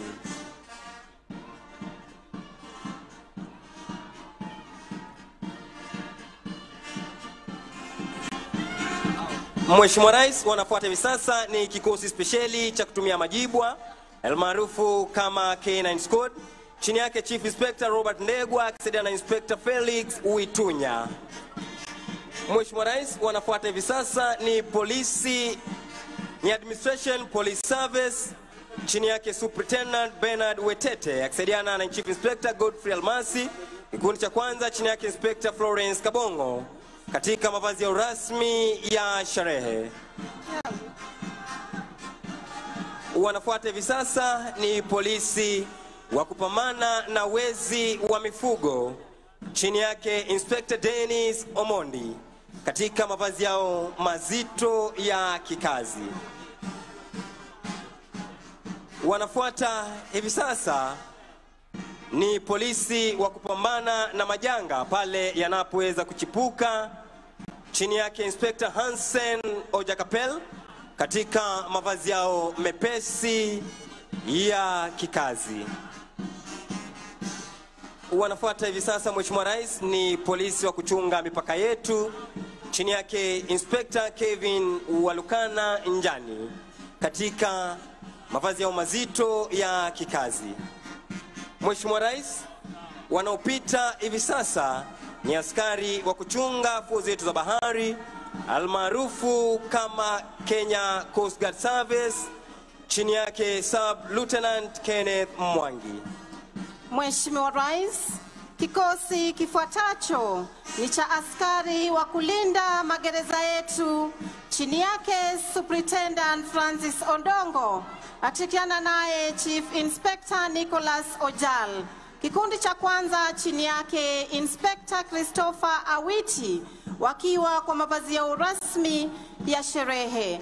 Kikundi cha pili, kikundi cha kinadada chini yake Chief Inspector Florence Nyanchama akishirikiana naye Inspector Rose Longit wakiwa kwa mavazi yao rasmi ya sherehe. Wafuatao ni askari wa kupambana na ghasia magerezani chini yake Inspector Eric Omolo. Mheshimiwa Rais, wafuatao hivi sasa ni askari wa kulinda mbuga zetu za wanyama chini yake Warden 2 Anthony Otieno akishirikiana naye Assistant Warden 1 Jennifer Putunoi wakiwa kwa mavazi yao mepesi ya kikazi.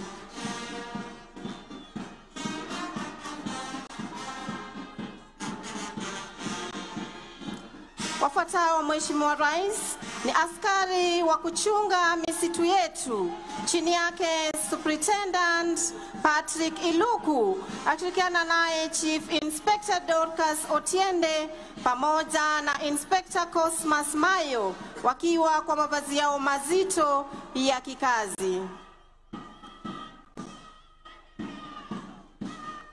Wafuatao ni vijana wa huduma kwa taifa, chini yake Superintendent Priscilla Andeo akishirikiana naye Chief Inspector Silas Wanyama. Kikundi cha kwanza chini yake Inspector Matthew Longojine wakiwa kwa mavazi yao rasmi ya sherehe.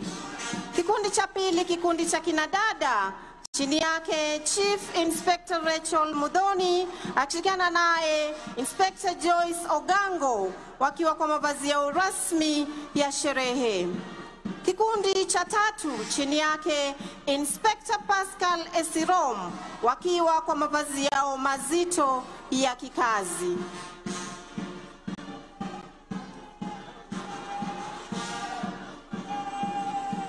Kikundi cha nne, kikundi cha kinadada, chini yake Inspector Masi Mude wakiwa kwa mavazi yao mazito ya kikazi. Mheshimiwa Rais, kwa kutufungia gwaride hili la vikundi ni askari wa gatuzi la Homa Bay. Kikundi cha kwanza chini yake Superintendent Nasser Ooko akishirikiana naye Inspector David Olum wakiwa kwa mavazi yao rasmi ya sherehe. Kikundi cha pili, kikundi cha kinadada, chini yake Assistant Superintendent Lohama Juma akishirikiana naye Inspector Evelyn Omulo wakiwa kwa mavazi yao rasmi ya sherehe. Tuwasindikize askari hawa wa gatuzi la Homa Bay kwa makofi tafadhali kwa kazi nzuri wanayoifanya. Mheshimiwa Rais, nizamu ya bendi za majeshi ya ulinzi hivi sasa kuweza kuondoka uwanjani. Chini yake mkurugenzi wa muziki Captain Kelvin Ochieng Omulo, Senior Drum Major Warrant Officer 2 Meshula Mtuadhambo akishirikiana naye Senior Sergeant Simon Masinde, Sergeant Vine Basweti na Sergeant Moses Lemashon wa jeshi letu la wanamaji. Baada ya kuletea burudani la muziki uliopangwa ukapangika, Mheshimiwa Rais, litafuata tamasha la ndege zetu za kivita tukiletewa na jeshi letu la wanaanga, na kwa mengi zaidi nimpishe mwenzangu. Basi Mheshimiwa Rais, linafuata sasa ni tamasha la ndege za majeshi ya ulinzi. Kikundi cha kwanza hewani ni ndege aina ya Group 120 Alpha, leo hii zikiwa chini ya overall formation pilot Major Ivanda Ocheng Amonde, zikiwa ni ndege za mafunzo kwa rubani wa kijeshi za chuo cha mafunzo kwa rubani Aviation Center of Excellence. Tuwapigie makofi marubani hawa tafadhali kwa kuweza kutuletea onyesho, ndege hizi zikiwa katika 3 ship Vic formation. Sasa ndege zitakazofuata Mheshimiwa Rais ni zamu ya ndege zetu za kivita, ndege aina ya Tiger Air5, ndege ambazo zina uwezo wa kupaa kwa kasi zaidi ya kasi ya leo. Sababu kuu leo hii ni kutuonyesha maonyesho angani. Tunaweza shuhudia ndege hizi Mheshimiwa Rais, 6 ship Vic formation. Tuwape makofi marubani wetu wa ndege za kivita leo hii zikiwa chini ya lead pilot Major Alois Kemboi. Mheshimiwa Rais, marubani hawa wakiweza kuachana moja baada ya mwingine ili waweze kutuletea maonyesho ya moja kwa moja hapa angani, wao kutuonyesha jinsi wao hukabiliana na adui angani, ardhini na kwenye fuo za bahari. Onyesho la kwanza Mheshimiwa Rais, rubani atatuletea onyesho lijulikanalo kwa kimombo kama roll of top, onyesho ambalo rubani atapaa kwa kasi kisha kuinua ndege kupaa ikiwa wima. Inapofika upeo wa kubaa, pasi itaweza kulaswa chali na kurudi mahali ambapo imetoka. Onyesho la pili, 4-point roll, onyesho ambalo litatufungulia maonyesho yetu rasmi siku ya leo. Rubani wetu akiweza kujiweka tayari kabisa kuweza kugeuza ndege mara 4 digrii 90 kila mara, kisha anapokamilisha digrii 360 basi kurejesha ndege wima. Tushuhudie angani anapopaa kwa kasi mara ya kwanza, ya pili, ya tatu, ya 4 na kurejesha ndege wima. Onyesho la pili, roll of top, rubani kupaa kwa kasi kama tunavyoshuhudia hivi sasa, kisha kuinua pua la ndege kama tunavyoshuhudia, kupaa juu kabisa, ndege ikiwa wima, kulaza ndege chali akifika upeo wa kupaa na kurudi mahali ambapo ametoka. Tumpe makofi tafadhali. Aileron roll, rubani kupaa na ndege kwa kasi, kuinua pua la ndege na kutupa mizunguko ya kushoto kwa haraka pasipo kubadili mkondo wa ndege. Onyesho la tatu, Mheshimiwa Rais, roll of top, rubani kupaa kwa kasi kama tunavyoshuhudia hivi sasa, kuweza kuinua pua la ndege kwa umaridadi kabisa, kufika upeo wa kupaa na kurudi mahali ambapo imetoka. Vertical roll, rubani kupaa juu kabisa huku akitupa pia mizunguko ya kushoto kwa haraka pasipo kubadili mkondo wa ndege. Basi Mheshimiwa Rais, kutufungia maonyesho ya ndege zetu za kivita, rubani huyu atatuletea onyesho lijulikanalo kama high speed pass, onyesho ambalo atapaa kwa kasi zaidi ya kasi ya sauti, ikiwa ndio sababu kuu ya ndege hii kuacha sauti yake mbali. Wengi husikia sauti lakini ndege huwa hawezi kuiona.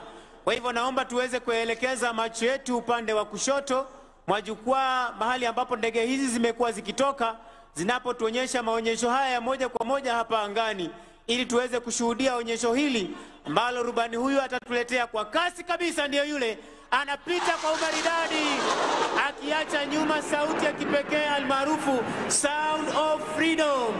Tuwape makofi marubani wetu wa ndege za kivita.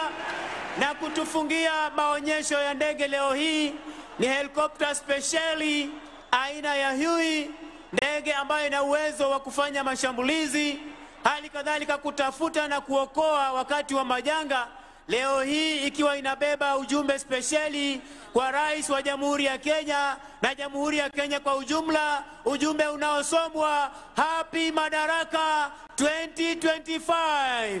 Tuwape makofi marubani wetu kwa kazi nzuri wanayofanya kuhakikisha ya kwamba taifa letu liko salama masaa 24. Basi onyesho litakalofuata Mheshimiwa Rais ni kutoka kwa wana Green Eagles ambalo watakuwa wanatua hapa kwa mnyavuli speciali, na kwa mengi nimkaribishe mwenzangu Sergeant Misango Mbae akaweze kuendelea. Kwako Misango Mbae. Asante sana mwenzangu. Mheshimiwa Rais, angani hivi sasa upande wangu wa kulia ni ndege aina ya Skytrack ambayo imebeba wana miavuli wa jeshi letu la Kenya ambao wataweza kutua mahali hapa kutuonyesha maruko ama ukipenda free fall jumps kwa lugha ya Kimombo. Mheshimiwa Rais, kimuktasari niweze wa kwanza, wa pili, wa tatu wakianza kuchomoka kwenye ndege ile, ukiweza kushuhudia kwenye runinga zetu. Mheshimiwa Rais, nitaweza kupa kimuktasari historia ya wana miavuli wetu ambacho kikosi hiki kiliweza kuanzishwa mnamo mwaka 1988, kikundi cha kwanza kikiweza kupokea mafunzo yao kule Uingereza. Wana miavuli hawa Mheshimiwa Rais hutumika hususan wakati wa operesheni kalikali, na operesheni hizi huweza kufanyika usiku wa manane ambapo wao huweza kumpata adui kwa ghafla. Mheshimiwa Rais, kikosi hiki hivi sasa kiko chini yake Brigadier Ahmed Ali Saman, na wakati wowote tokea sasa tutaweza kushuhudia wana miavuli hawa wameshatoka, wa kwanza, wa pili, wa tatu wakiweza kuja mahali hapa. Mheshimiwa Rais, tutakao kuwa tunawatarajia Mheshimiwa Rais siku ya leo ni Warrant Officer 1 Obadia Midibe akiwa yeye ndio jump master na kiongozi wa wana miavuli hawa. Wa pili atakuwa ni Senior Sergeant John Njoroge kutoka Brigade Speciali ya jeshi letu la nchi kavu. Wa tatu tutakaye kuwa tunamtarajia ni Warrant Officer 1 Paul Aluku Omasaja kutoka jeshi letu la wanaanga, wakishirikiana naye Senior Sergeant John Kide ambaye atakuwa amebeba bendera ya taifa letu la Kenya, Senior Sergeant Steven Irungu akiwa amebeba bendera ya majeshi ya ulinzi ya Kenya, Sergeant Boniface Kiama akiwa amebeba bendera ya jeshi la nchi kavu, Warrant Officer 2 Paul Mbogo jeshi la wanaanga akiwa amebeba bendera ya jeshi la wanaanga Sergeant John Kizongona akiwa amebeba bendera ya jeshi la wanamaji akiwa anatoka jeshi la wanamaji. Na baada ya hapo, Mheshimiwa Rais, tutaweza kuwa naye Koplo Kelvin Kipande, Sergeant Patrick Kuria, na tutaweza kuwa naye afisa mteule daraja la kwanza Ronald Bichanga kuweza kubeba bendera ya gatuzi la Homa Bay. Kisha Mheshimiwa Rais, tutaweza kuwa naye Senior Sergeant Joseph Okeo ambaye ataweza kutufungia onyesho hili. Uwanjani hivi sasa, Mheshimiwa Rais, Dropson Safety Officer ambaye anahakikisha kwamba wana miavuli hao wanatua salama wa salmin, akiweza kuwapa ishara ya moshi, ndiposa wana miavuli wetu wakaweze kuzidi kusoma mahali pa kutua. Afisa mteule daraja la pili Kali Mwema akihakikisha kwamba wana miavuli hawa wanatua mahali hapa salama wa salmin, pamoja na afisa anayewasimamia Captain Boniface Otori. Mheshimiwa Rais, ukitazama angani naweza kuiona bendera ya taifa letu la Kenya ikipepea angani hivi sasa. Ndiposa Mheshimiwa Rais, kila wakati huwa tunasema tunaondoka uwanjani kwenda kwa ulinzi wa taifa. Angani tuko sawa, kwenye fuo za bahari tuko sawa, na utaona Mheshimiwa Rais wakitua mahali hapa, mipaka yetu iko sawa masaa 24. Tazama Mheshimiwa Rais anapopinda miguu yake kama mwewe na kuanza kusoma mahali atakapotua. Moja, akifunga break ya kwanza, ya pili. Tumshangilie kwa makofi mwana mwavuli huyu tafadhali. Akija kwa umaridadi kabisa, Warrant Officer 1 Obadia Midibe, desired point of impact. Mheshimiwa Rais akiweza kuipata, akipata desired point of impact, mahali hapo ndipo adui alipo na ameweza kuanguka mahali pale. Wa pili, Mheshimiwa Rais, tazama anapokuja kwa umaridadi na kufunga break yake, makofi kwake. Watatu, makofi. Basi Mheshimiwa Rais, ukitazama kule angani, anayebeba bendera ya taifa letu la Kenya Senior Sergeant John Kide akisoma upepo kwa upole, kwa utaratibu, ujasiri tulio nao Mheshimiwa Rais wa kulinda taifa letu. Tazama Mheshimiwa Rais, katika mafunzo yao wao husema every jump is a new jump. Makofi kwake. Senior Sergeant John Kide akitua mahali hapa salama wa salmin. Mheshimiwa Rais, Mheshimiwa Rais, wakija bado wanasoma anga, ambapo hii leo anayebeba bendera ya majeshi ya ulinzi, jeshi ya nchi kavu, akitua hapa salama wa salmin, akisoma upepo na kutua salama wa salmin. Mheshimiwa Rais, tumpe makofi Mheshimiwa Rais. Anayebeba bendera ya majeshi ya ulinzi Senior Sergeant Steven Irungu akiweza kutua mahali hapa salama wa salmin. Mheshimiwa Rais, jeshi akitua salama salmin. Mheshimiwa Rais, basi Mheshimiwa Rais, ukiweza kutazama upande wangu wa kulia, anayebeba bendera ya jeshi la wanamaji ambaye ni Marine Commando Sergeant John Kizongona akisoma upepo kuja kwa utaratibu. Mheshimiwa Rais, kuweza kutua mahali hapa siku ya leo. Tazama Mheshimiwa Rais kwa weledi na ujuzi walio nao. Tumshangilie kwa makofi anapotua mahali hapa. Sergeant Kizongona, fika salama salmin.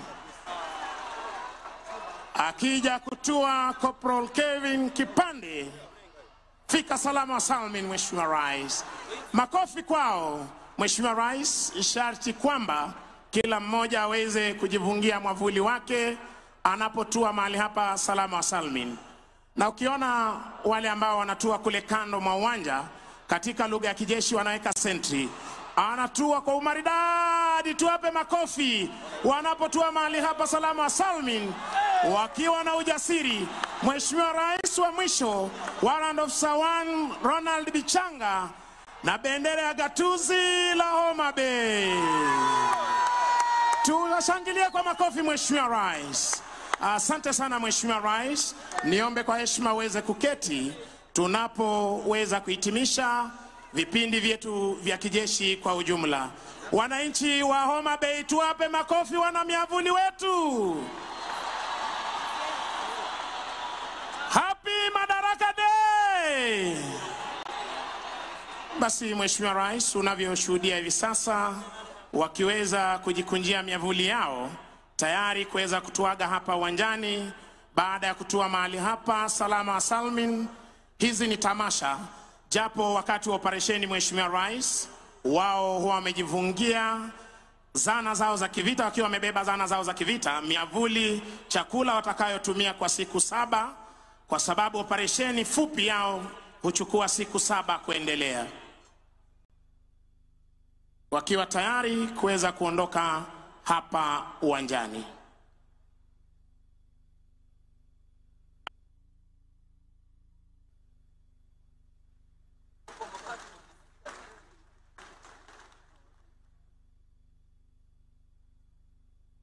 Kauli mbiu ya chuo cha mafunzo yao ikiwa knowledge dispels fear.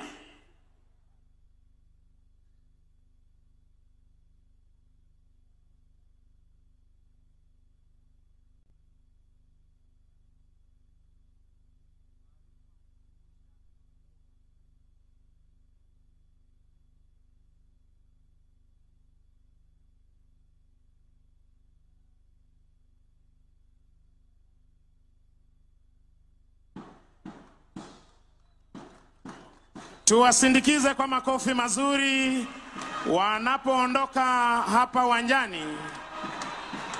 Maarifa hufurusha uoga, ikiwa ni kauli mbiu yao.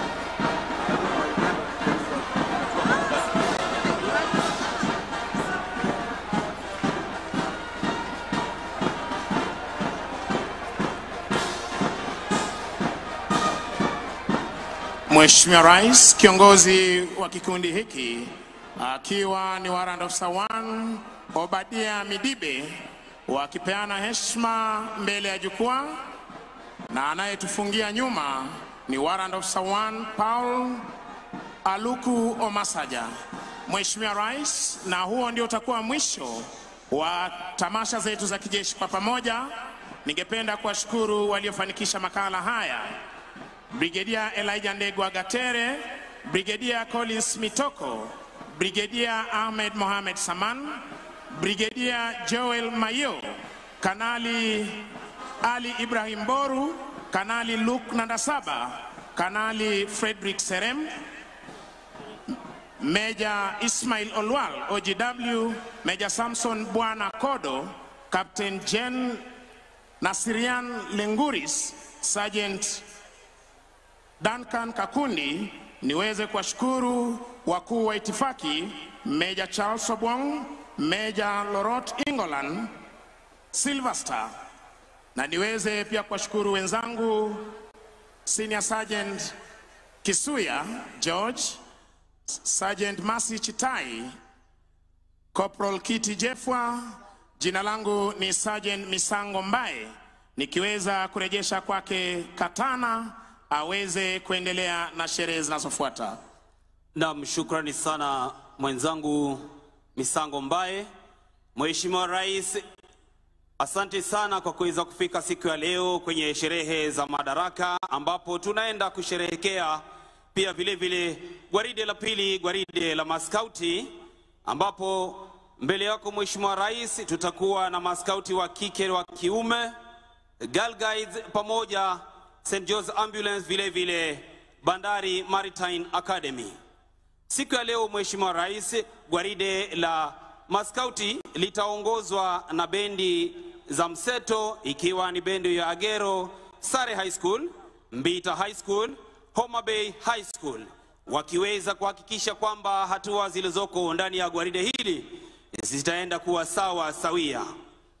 Mheshimiwa Rais, ikiwa wewe ndiye baba mlezi wa vikosi hivi vya maskauti wa kike na wa kiume, kunaye Chief Scouts ambaye ni Professor Jacob Kaimenyi, pia vile vile Chief Commissioner Mr. Vincent Rodadi, Chief Executive Officer Bwana Moses Ndada, wakiwa tayari kabisa kutuletea gwaride hili la maskauti siku ya leo.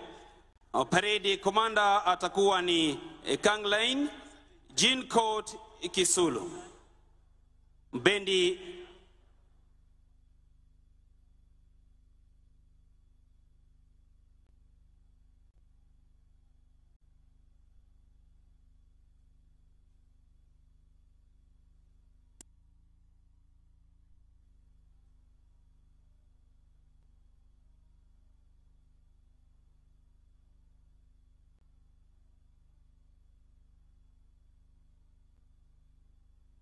Mheshimiwa Rais, bendi zetu zitaenda kutupromoshea miziki ya kizazi kipya, miziki ya awali na pia vile vile miziki ya dini, ili kuweza kushika katika nyanja zote za ukuaji wa binadamu.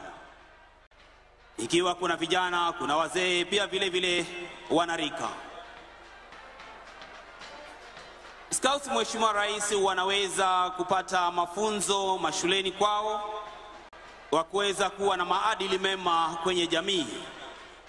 Ni katika ile hali ya kuweza kukuza watoto ambao wataenda kurithi kwenye maisha ya kibinadamu. Hivyo basi wana skauti wako na takriban wafuasi 4.4. Girl Guides pia naye vile vile wakiwa wanaweza kufunzwa mafunzo ya kuweza kuishi na kuweza kuwa na dhamana mbele ya umati, wakiwa na takriban wafuasi 200,000. St. John's Ambulance hali kadhalika Mheshimiwa Rais wakiwa na wafuasi takriban 1,500. Hawa wanafunzwa huduma ya kwanza ili kuweza kuhudumia wananchi wakati wa majanga. Girl Guides vile vile Mheshimiwa Rais wako chini ya himaya zake mama mlezi Mheshimiwa B. Rachel Ruto, mama taifa, mwenyekiti wa kitaifa akiwa ni Teresia Chebet Maina, kamishina mkuu akiwa ni Rose Kioko, kaimu afisa mtendaji wa taifa akiwa ni Claire Opio, naye vile vile mwenyekiti wa bodi wa dhamani akiwa ni Honorin Kiplangat. Kikundi cha kwanza Mheshimiwa Rais cha Scouts hawa ikiwa ni Sungura, wakiwa wamevalia skefu ya rangi ya manjano, wanasema do your best, miaka 6 hadi 11, wakisherehekea nasi sherehe za madaraka. Kikundi cha pili kinachofuata Mheshimiwa Rais ni kikundi cha chipukizi, wakivalia skefu ya rangi ya kijani kibichi, miaka 12 hadi 15, wakisema be prepared.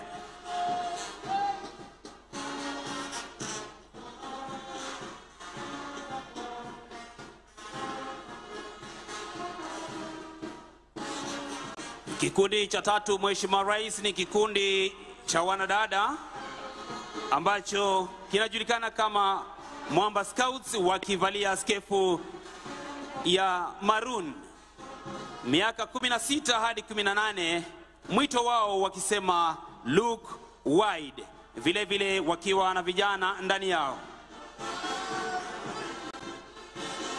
Mheshimiwa Rais, kwa kutamatisha gwaride la maskauti ni kikundi jasiri wakivalia rangi ya chungwa, miaka 19 hadi 26, wakisema service. Kwa kutufungulia Girl Guides, Mheshimiwa Rais, ni watoto wadogo kabisa wa miaka 3 hadi 6, shule ya chekechea, wanajulikana kama Rainbow, wakirusha mkono mbele na nyuma. Wapi makofi yao wananchi tafadhali? Vile vile kikundi kinachofuata Mheshimiwa Rais ni kikundi Brownie, miaka 7 hadi 9, shule ya msingi.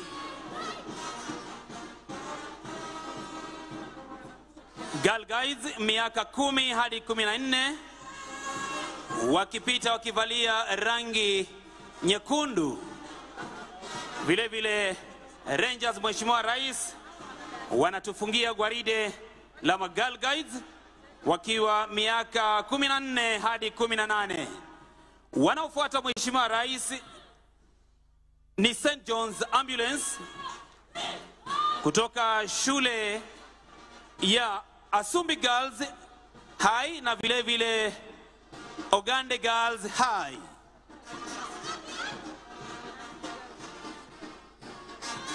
Wakiwa katika vikundi vyao vitatu, Mheshimiwa Rais,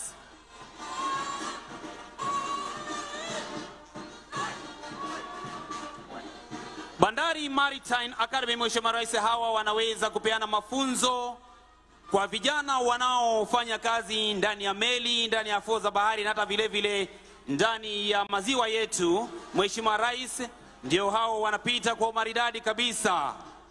Iwapo mmoja wao anatamani kwenda kufanya kazi ndani ya meli, yani unalipwa ukisafiri ndani ya maji, basi Bandari Maritime wanatufungia gwaride la maskauti wa kike na wa kiume, Girl Guides pamoja St. John's Ambulance, vile vile Bandari Maritime. Bendi yetu wanapotoka uwanjani, ambayo ni bendi ya mseto Agero Sare High, Mbita High School, Homa Bay High School, wakifunga gwaride hili. Mheshimiwa Rais, ningependa kuwashukuru walioweza kutusaidia kukamilisha gwaride hili, ikiwa ni Rispa Omala, Rachel Imwani, Catherine Njuguna, Captain Kazungu, na mie Wilfred Katana Iha, nikiweza kuwaletea matangazo haya moja kwa moja ili tuweze kusherekea siku za madaraka. Asante sana bendi kwa kuweza kututamatishia gwaride hilo. Asante sana bendi. Ningeomba kurudisha kwake usukani huu Mheshimiwa Rais kwa mkuu wa kitengo cha matangazo ya Rais, Bwana Michael Gitonga, aweze kuendelea na ratiba ifuatayo. Kwako Michael Gitonga. Asante sana. Tuwapigie makofi tafadhali kwa yale ambayo ametuandalia hapa. Mheshimiwa Rais, naomba sasa tuweze kutulia kwa maombi, na niwaalike watakaotuongoza kwa maombi siku ya leo. Nimwalike Bishop Bernard Okumu Ondiek, akifuatiliwa na Sheikh Ali Abdullahi, alafu atakayetufungia ni Abednego Adiembo. Twende kwa maombi tafadhali. Our dear Heavenly Father, Maker of heaven and earth, we thank you for this Madaraka Day, a day that marks our nation's journey towards self-governance, unity and purpose. Lord, I lift the President of the Republic of Kenya, His Excellency Dr. William Samoei Ruto. May you grant him divine wisdom, strength and vision as he leads this nation.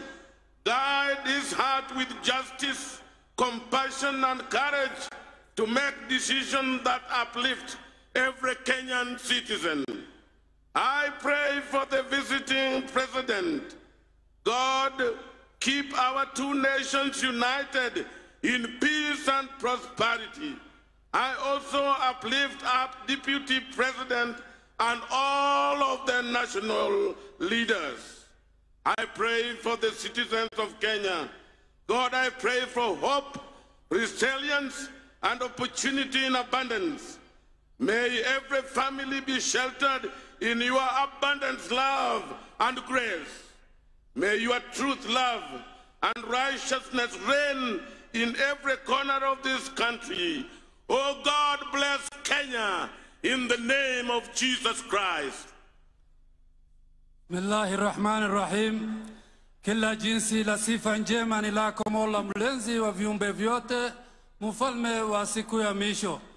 Ni wewe tu ndio tunakuabudu na ni wewe tu ndio tunakuomba msaada. Ya Allah, ambaye aliyeumba mbingu na ardhi, udumisha taifa letu amani, upendo, umoja, undugu na maendeleo. Ya Allah, tuliosanyika hapa kwa siku muhimu ya Wakenya wote, na hii madaraka tumepata kwa uwezo wako kwa kupitia wazee wetu waliotangulia, ndio leo sisi tunavujivunia. Ya Allah, tunakushukuru kwa hiyo. Tunazidi kukuomba, ya Allah, umjalie kiongozi wetu mheshimiwa Dr. William Samoei Ruto, umpe afya na maisha marefu pamoja na baba Amolo Odinga. Ya Allah, uwajalie viongozi wetu yote. Ya Allah, umjalie rais mgeni ambaye alitutembelea hafla hii. Umjalie mama wetu Gladys Wanga Nyasuna, umpe afya na maisha marefu. Ya Allah, ili watumie madaraka hii kwa manufaa ya kuinua taifa letu na kwa manufaa ya kuinua nchi yetu. Ya Allah, uko na uwezo, umjalie Kenya yetu, umjalie kaunti yetu. Amina ya rabbal alamin. Katonda omluswe kyalo ne bigiri nyakyanga owire warero no wiro unene wa Wakenya batukira nabo obukanga sibo kulinde kyalo kyabu. Katonda tukolotio abagaka balwanire kyalo kina bamala kugona twamukono gawo ne migizigi yabu ganyo barinde kayuwa omanyere Kenya ni serikali erindwe no munene kandi mukulundo munene Daktari William Samoei Ruto okole mirmogeza Kenya kweno wolu kandazo geganda zio nate ikole mirmalala tusabira omwiko ifu president oze kutuwa no mugeni oganyo murinde kumira gaza kubanu Katonda sawa county zifu pirangwe na brio zikole mirmogeza kandi Homa Bay Mama Gladys Wanga arinde Homa Bay no wolu wazoga watu wae kusawa ni kusasama Katonda nitola Kenya tamakono gao ganyo warre awariari abagala kureta erioga mukialo ganyo wareta lala tukolemiri malala Kenya kikome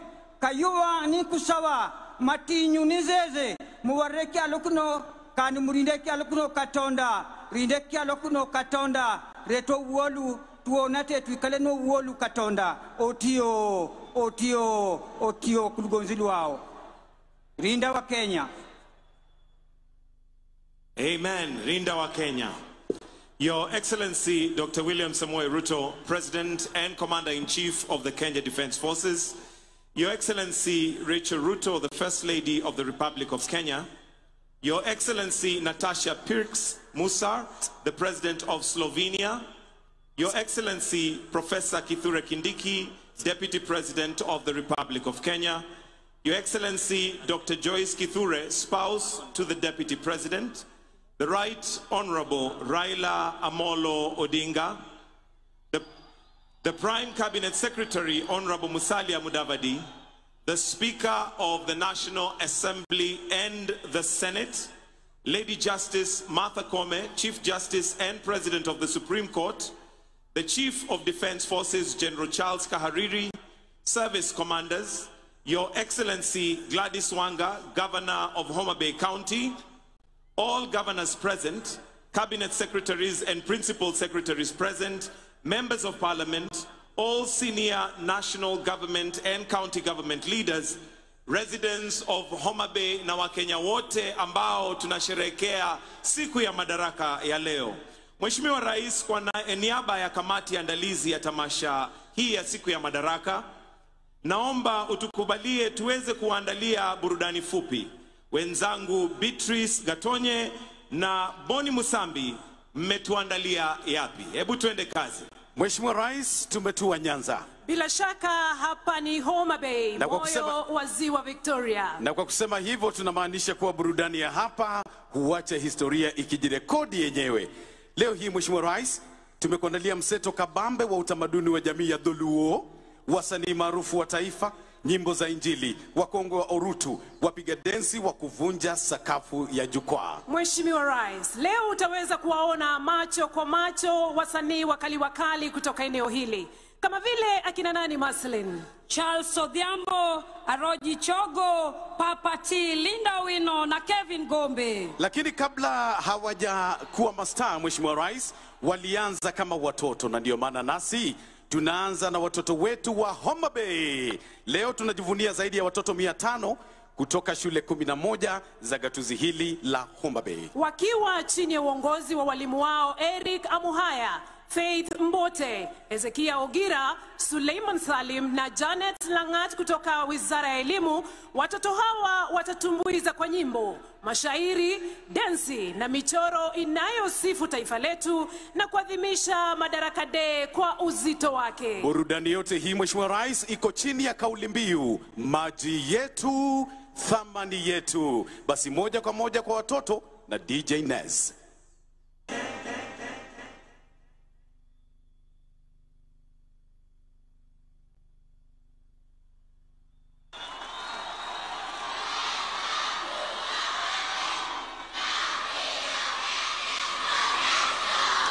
Wameunda jina Homa Bay, County of Endless Potential. Wapamne giuru wagone nithindogo sigala gala jo Homa Bay.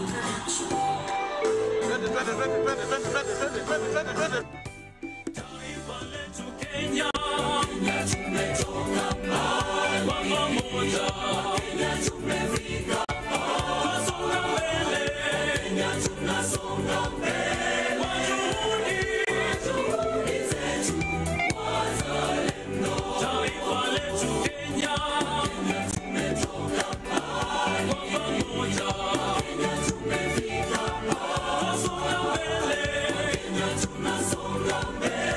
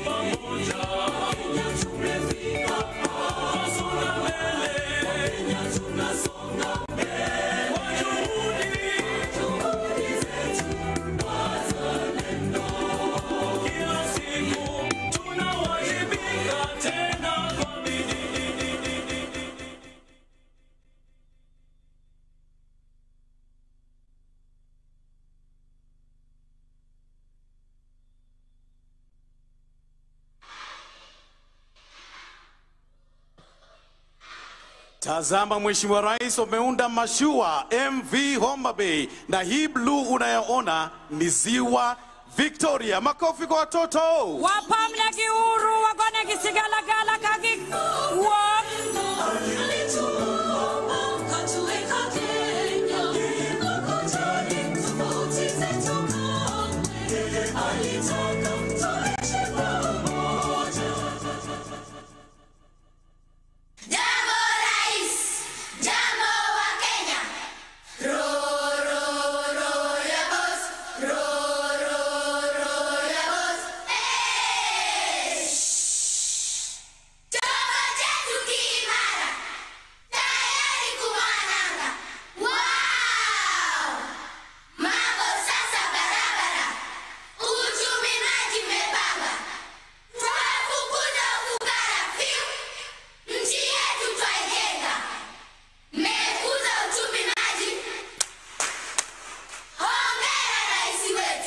Hongera rais wetu kwa kukuza uchumi maji. Makofi kwa Mheshimiwa Rais. PMC Production.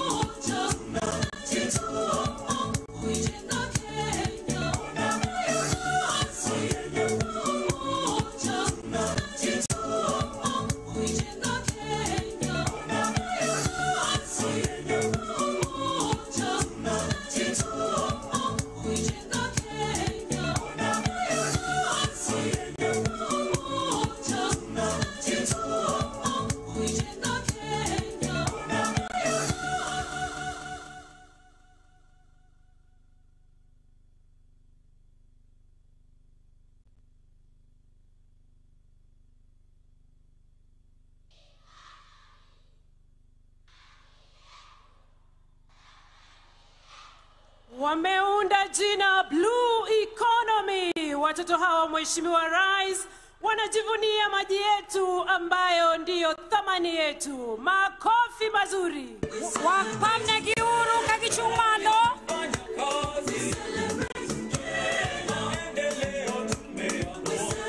Wanaoingia sasa Mheshimiwa Rais ni wavuvi na wauzaji samaki.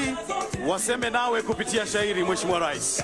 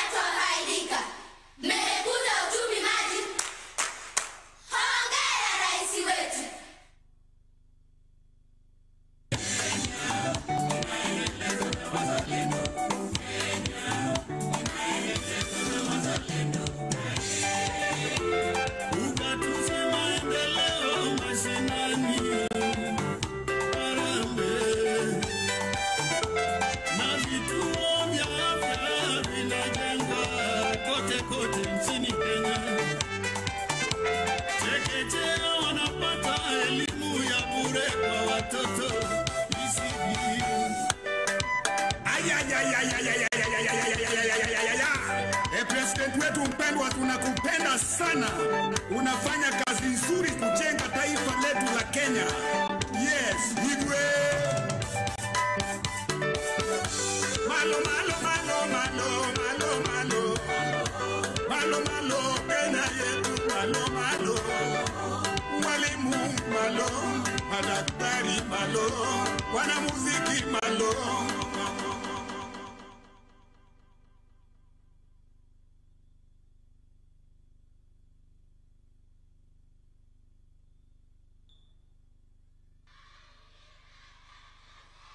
Ona maajabu Mheshimiwa Rais, wameunda samaki. Mkono wa kushoto ni kichwa, mkono wa kulia ni mkia. Na kwa vile umeshusha bei ya unga wa ugali, mlo umekamilika Mheshimiwa Rais.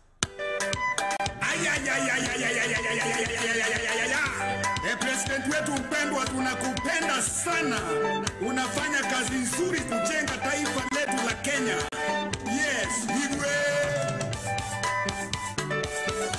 Malo malo malo malo malo malo. Malo malo Kenya yetu malo malo.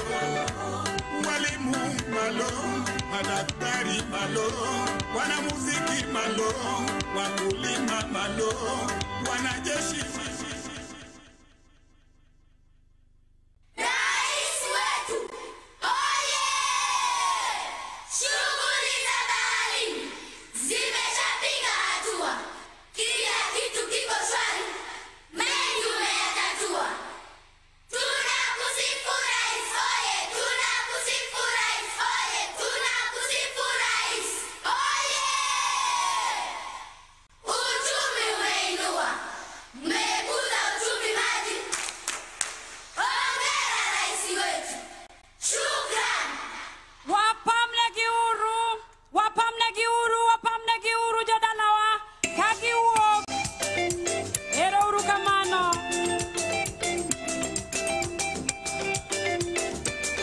Basi kwa ishara hiyo, Mheshimiwa Rais, tunahitimisha burudani bunifu kabisa ya watoto na kuwakaribisha wasanii mashuhuri, tukianza na nyimbo za kitamaduni. Suba Cultural Group, Kagan Kochia Cultural Dancers, Ratonyo Traditional Dancers.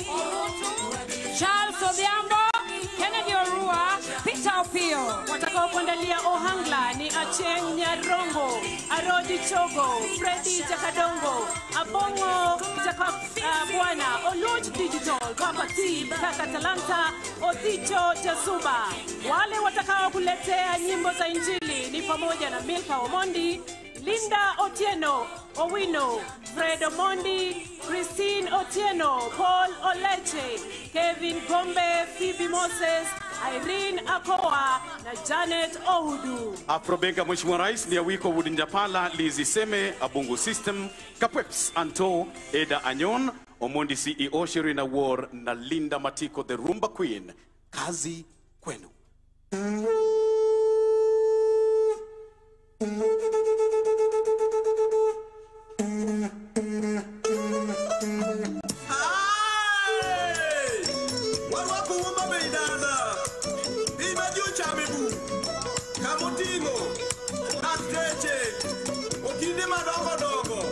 Professors, engineers, Sani Wane Progress Government, Mitanua, Nakumia Waya.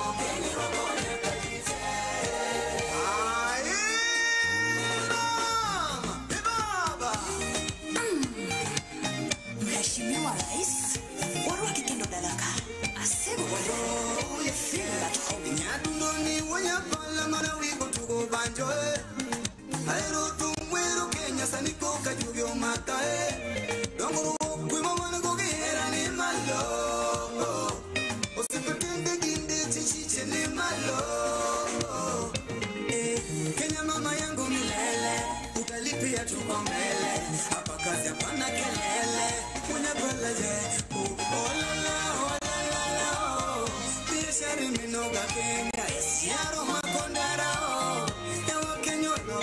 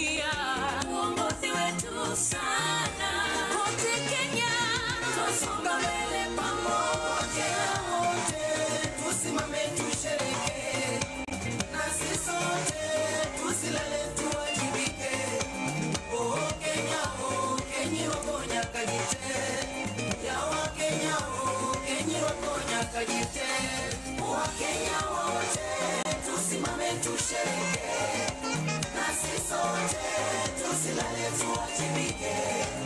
Oh Kenya, wako nyakajite, ya Wakenya, Kenya wako nyakajite. Kenya yetu taifa bora, wanawake wanang'aa kwenye biashara na uongozi, wanang'aa teknolojia nayo sana, wanang'aa kwa bidii na hekima, wanajenga taifa bora. Oh Kenya, tuko mbele. Kanya mwapa chodo ngagwelo dala, anayonda kubona sigalagala. Kenya nchi yangu ninayoipenda sana, Luanda mara Afrika dongienga. Oh Kenya bena, oh Kenya bora, Kenya marwa afya bora, maisha bora. Hospitali kote hadi mashinani, matibabu yameimarika katika kila pembe ya nchi yetu. Wauguzi wote baraka tele, heko kwa wizara ya afya, mbele tuzidi. Ahero piny nyalo luonga CEO Chakanya mwango mabei mano piny mipuoyo ugatuzi kelo dongruok miwuoro kila county kelo something esan awacho san mashinani pongo san jo down pia industry jo dala puro farm jo moko timo mining jo lupo nie nam kila county kelo something na Kenya na combine kwa dhie pap jo adula nie pap jo rugby kelo sifa jo ng'wech medo ga jua kali gero piny jo office loso plan kila ng'ato kelo something na Kenya na combine. Usalama wetu sisi upo mikononi mwetu sote, uanze na mimi na wewe na yeye. Maafisa wetu wako imara kama simba, mipaka zetu zote kweli wamelinda. Viongozi wetu wote pamoja na raia, alitamakwe wabelgikwe ebinywani nyanwa na kamilambo. Kabungu tumtopokna ayira wero tuwa selefu wetu kitwa dala warwako welo wabiro dio nyime kwa makolwelo riuo engi magare jo Kenya wameduru gikina kawatio mate wabiro kelo loko. Usalama wanza na mimi na wewe. Usalama tunadumisha usalama sisi wa Kenya.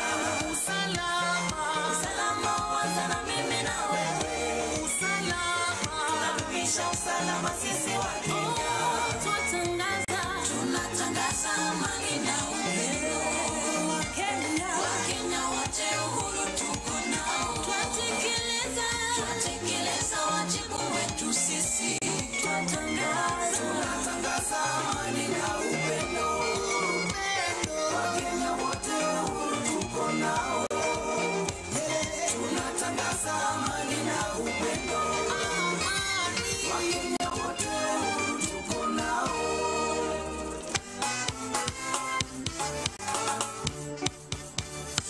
BBMC Production.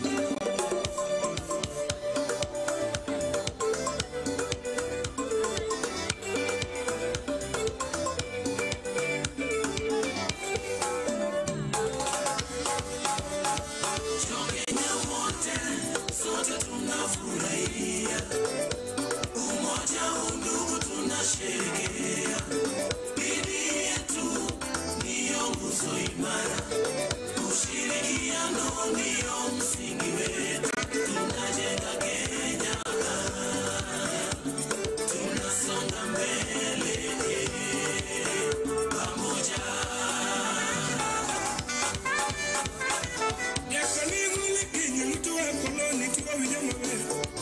Yakanedwe kutele luto ganda wa tuwari ngore. Kenya gere sami wade gikwe kuchume dok na yo. Kiepa yuro mabere chok Kenya mate. Viongozi wetu wote tushikamane kwa pamoja, tujitume kila siku,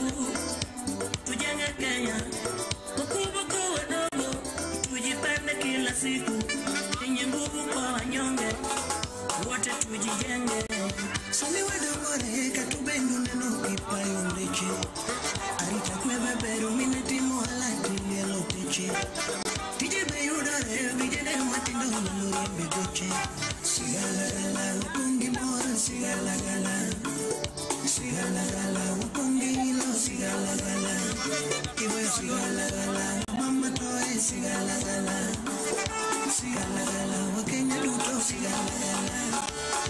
Kenya mote, sote tunafurahia, umoja undugu tunasherehekea. Dini yetu ndiyo nguzo imara, ushirikiano ndiyo msingi wetu. Tunajenga Kenya, tunasonga mbele pamoja. Kakanyemina wanywa kuru nwetwa Kenya waka Kanato. Umoja ni nguvu, utengano ni udhaifu. Shuturua wareke kwa gore wale kumwendu. Unesi binaima, the beauty of Kenya. Juturua kunenya mbongo, the beauty of Kenya. Kata kidwaro neno flamingo, sopna Ivasha Kenya. Ruma mbuga ya wanyama. Pia iko Kenya ho. Tunapenda Kenya, nchi yetu yenye upendo. Tunapenda Kenya, nchi yetu yenye mavuno. Tunapenda Kenya, nchi yetu yenye amani. Sherekea kwa pamoja Kenya yetu, tujivunia kuzaliwa sote Kenya. Hatubabaiki, ujasiri tunayo, nchi yetu imebarikiwa.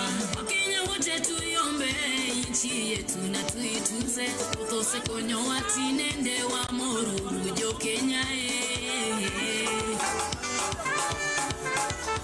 Kenya nchi yangu, hakika naipenda. Elimu bora tunao, itindo yudoriego, andora malero waloso. Dungi wage mutuche, viwanda bora tunavyo. Uganda yudoti, Kenya mena. Biudi nunga matalo rais. Uganda biudi nunga matalo Kenya marwa. Namatalo rais talo yopi. Namatalo Kenya marwa talo yopi. Yetelo ile kiongozi marwa. Rais ile kiongozi marwa. Itumisi timo nenore elela. Ili Uganda wadutu pinyu moru kodi. Bogo migepe Kenya kai wa moru kodi. Tunasema asante rais wetu, Mungu akubariki. Yakidoki wadasi wadianga na moro Kenya. Amoro Kenya, awuna moro Kenya. Yiteme chunguru, chunguru fana yupi. Yambesi chunguru, chunguru mbili yupi.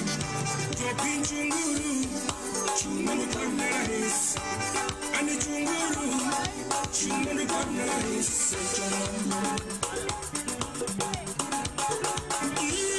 Kabulu dogi moro magundo, pinyete waneno kamoro.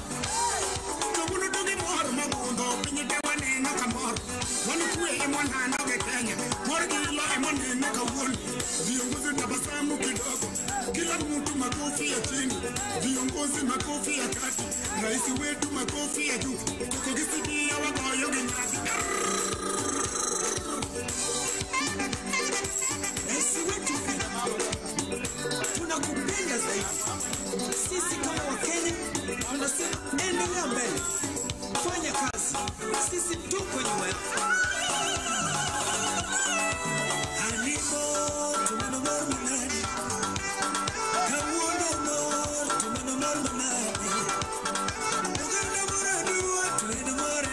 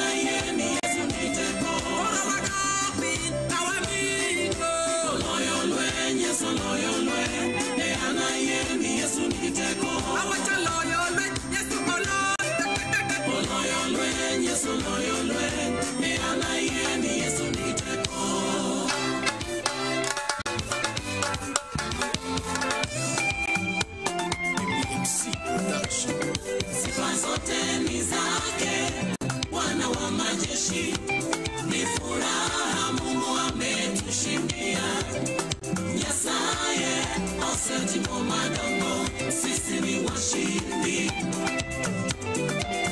sisi ni washindi. Isemi awalo chkodanyalo giteko rabi, ikelonwa kwero tudongi miyo wangime. Aluongi raba, Jehova mochango pinywa, Ebeneza, ine mimiyo wanka, kawuono agoni thuma, weuna bagie jawa, yanda winja to koro aneni gi wanga. Ere ng'ama loyi, pok aneno gi wanga. Onge ng'ama loyi baba na dendi gi ngimana te. Wan gimoro achiel, Nyasaye oherowa kendo waherore. Osetimo madongo kendo wanene lela. Twasherehekea yale Mungu ametenda. Asante kwa kubariki Kenya. Erokamano wote mawagoyo mio. Kwa nguvu zako umetuongoza, neema yako imetutosha. Beni Yesu, Roma mwanani baba, ouma oingana.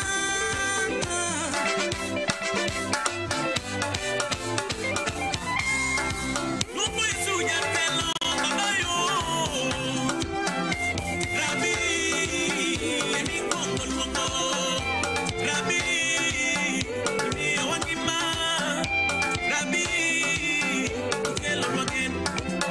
Owilayo, okolamowa. Kuongo dogni, Yesu jatelo. Erokamano, agoyoni. Yesu kende, yudo duong'.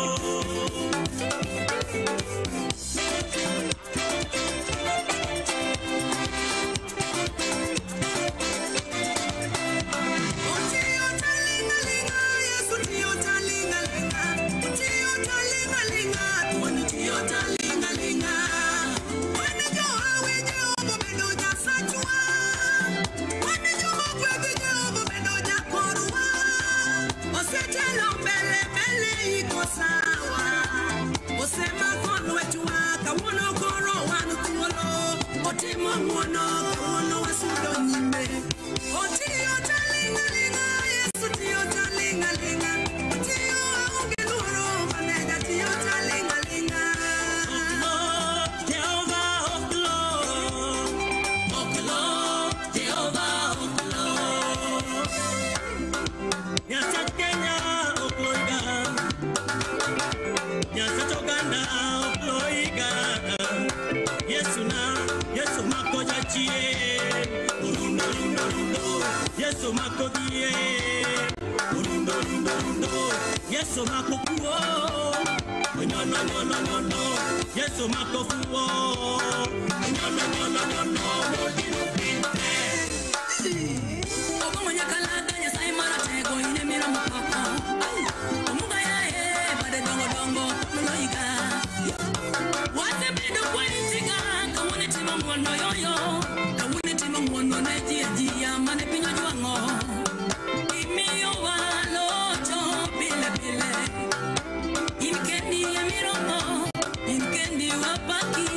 Mama chalo kodi onge ine miduo. Mama bimo kodi onge usana ngima. Pake gongeng, ayaye. Wata pake gibum, ayaye. Wata pake gasil, ayaye.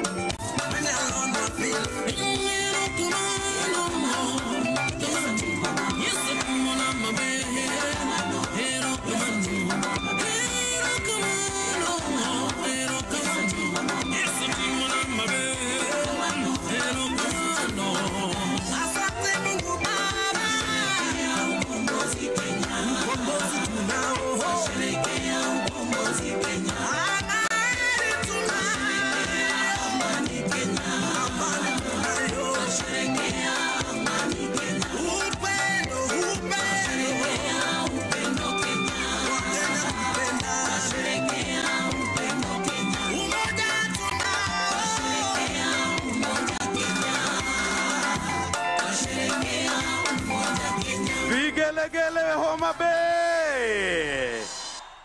Mheshimiwa Rais, tunafika mwisho sasa wa burudani na tunaomba tuwasapoti wasanii hawa kwa kuwa follow katika mitandao yao ya kijamii.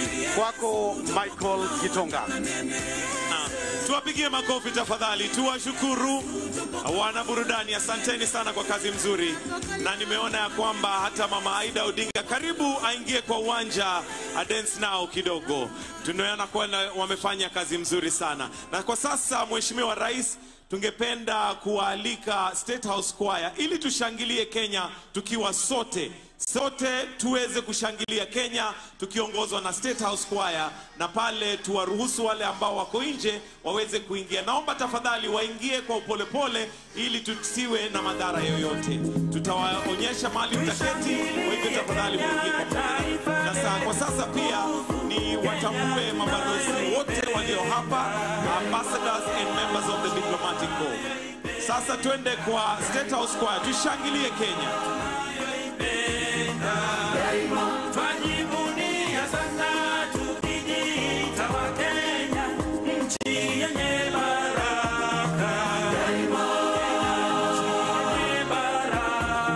Wananchi walio nje tafadhali wanaomba kuingia. Chiefs, tuwaruhusu wananchi waweze kuingia.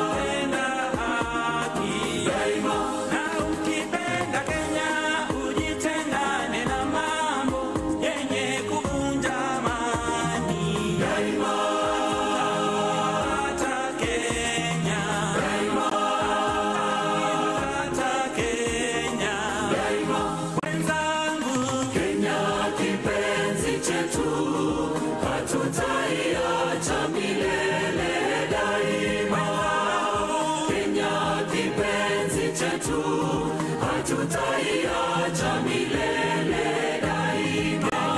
Kipenzi chetu, nchi yenye upendo, hatutaacha Kenya daima na milele. Kenya kipenzi chetu, hatutaiacha milele daima.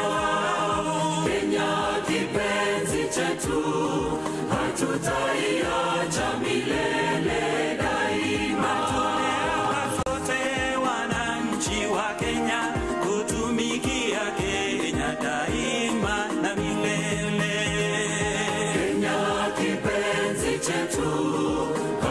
Hatutaiacha milele daima.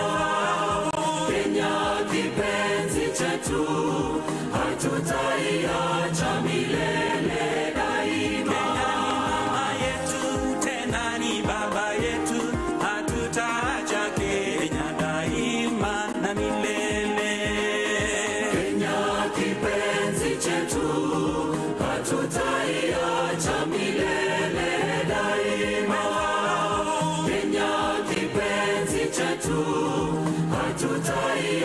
cha milele daima. Sitaiacha Kenya nchi yangu, mimi ni mwana Kenya daima. Nikienda ng'ambo nitarudi, mimi ni mwana Kenya daima. Sitadanganywa kamwe na wageni, mimi ni mwana Kenya daima. Sitapotoshwa na wabaya, mimi ni mwana Kenya daima. Sitasaliti Kenya nchi yangu, mimi ni mwana Kenya daima. Majirani wangu nitalinda, mimi ni mwana Kenya daima. Wenzangu, Kenya kipenzi chetu, hatutaiacha milele daima. Kenya kipenzi chetu, hatutaiacha milele daima. Tushangilie Kenya, taifa letu tukufu, Kenya tunayoipenda daima. Kenya nchi tunayoipenda daima. Kenya nchi tunayoipenda daima.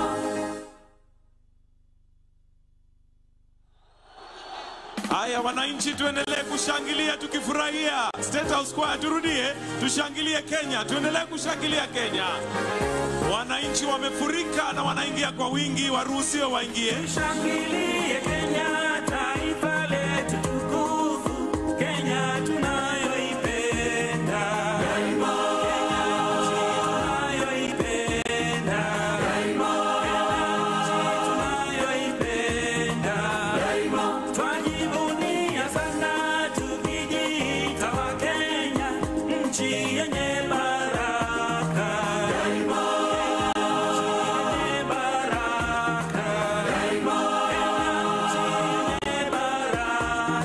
daima. Kenya makao yetu ni nchi ya kupendeza, kamwe hatutaiacha daima. Hatutaiacha daima. Hatutaiacha daima. Anayependa Kenya ni yule mwenye kutenda haki kwa watu wote daima. Tupenda haki daima. Tupenda haki daima. Na ukipenda Kenya ujitengane na mambo yenye kuvunja amani daima. Hata Kenya daima. Hata Kenya daima. Wenzangu, Kenya kipenzi chetu, hatutaiacha milele daima. Kenya kipenzi chetu, hatutaiacha milele daima. Kipenzi chetu, nchi yenye upendo, hatutaacha Kenya daima na milele. Kenya kipenzi chetu, hatutaiacha milele daima. Kenya kipenzi chetu, hatutaiacha milele daima. Tumeapa sote wananchi wa Kenya kutumikia Kenya daima na milele. Kenya kipenzi chetu, hatutaiacha milele daima. Kenya kipenzi chetu, hatutaiacha milele daima. Kenya ni mama yetu, tena ni baba yetu, hatutaacha Kenya daima na milele. Kenya kipenzi chetu, hatutaiacha milele daima. Kenya kipenzi chetu, hatutaiacha milele daima. Sitaiacha Kenya nchi yangu, mimi ni mwana Kenya daima. Nikienda ng'ambo nitarudi, mimi ni mwana Kenya daima. Sitadanganywa kamwe na wageni, mimi ni mwana Kenya daima.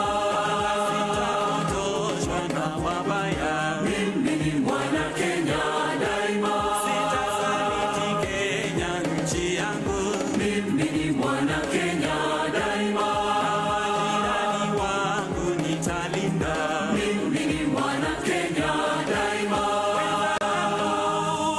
Wenzangu, Kenya kipenzi chetu, hatutaiacha milele daima.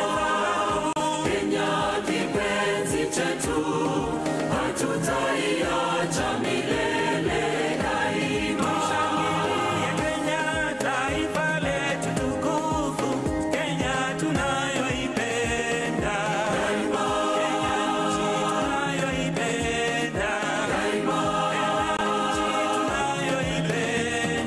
daima.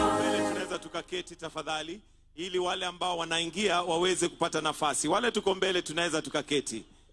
Haya, State House kawa tutaendelea, na pia DJ kama unaweza tupatia wimbo Kasongo tutafurahia. Lakini wale ambao wanaingia tafadhali tukiwe kwa upole pole. Kuna nafasi ya kila mtu, kwa hivyo tusisukamane tafadhali.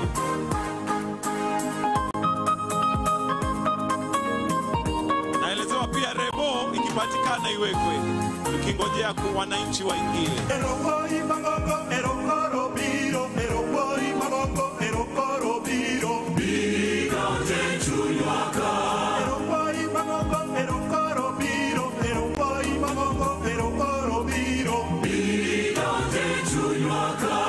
Wale tayari tuko na nafasi, tunaweza tukaketi ili tuwaruhusu wale wako nyuma waweze pia kuona. Wale tuko mbele tukiketi.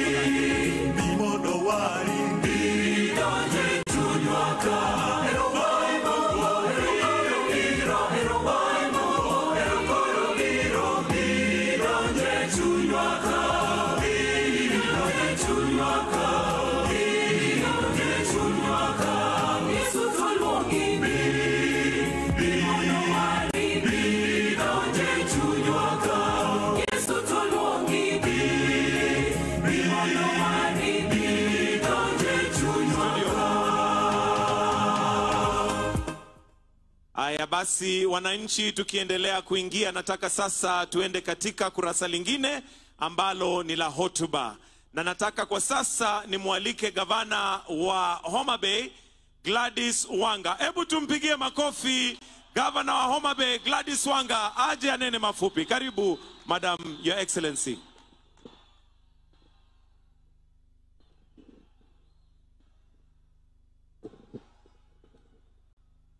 The President of the Republic of Kenya, His Excellency Dr. William Samoei Ruto, the First Lady of the Republic of Kenya, Her Excellency Rachel Ruto, our guest president, the President of the Republic of Slovenia, Her Excellency Natasha P.S. Musar, Your Excellency Right Honorable Raila Amolo Odinga, Her Excellency Mama Aida Betty Odinga, Deputy President of the Republic of Kenya, His Excellency Professor Abraham Kithure Kindiki, and Dr. Joyce Kithure.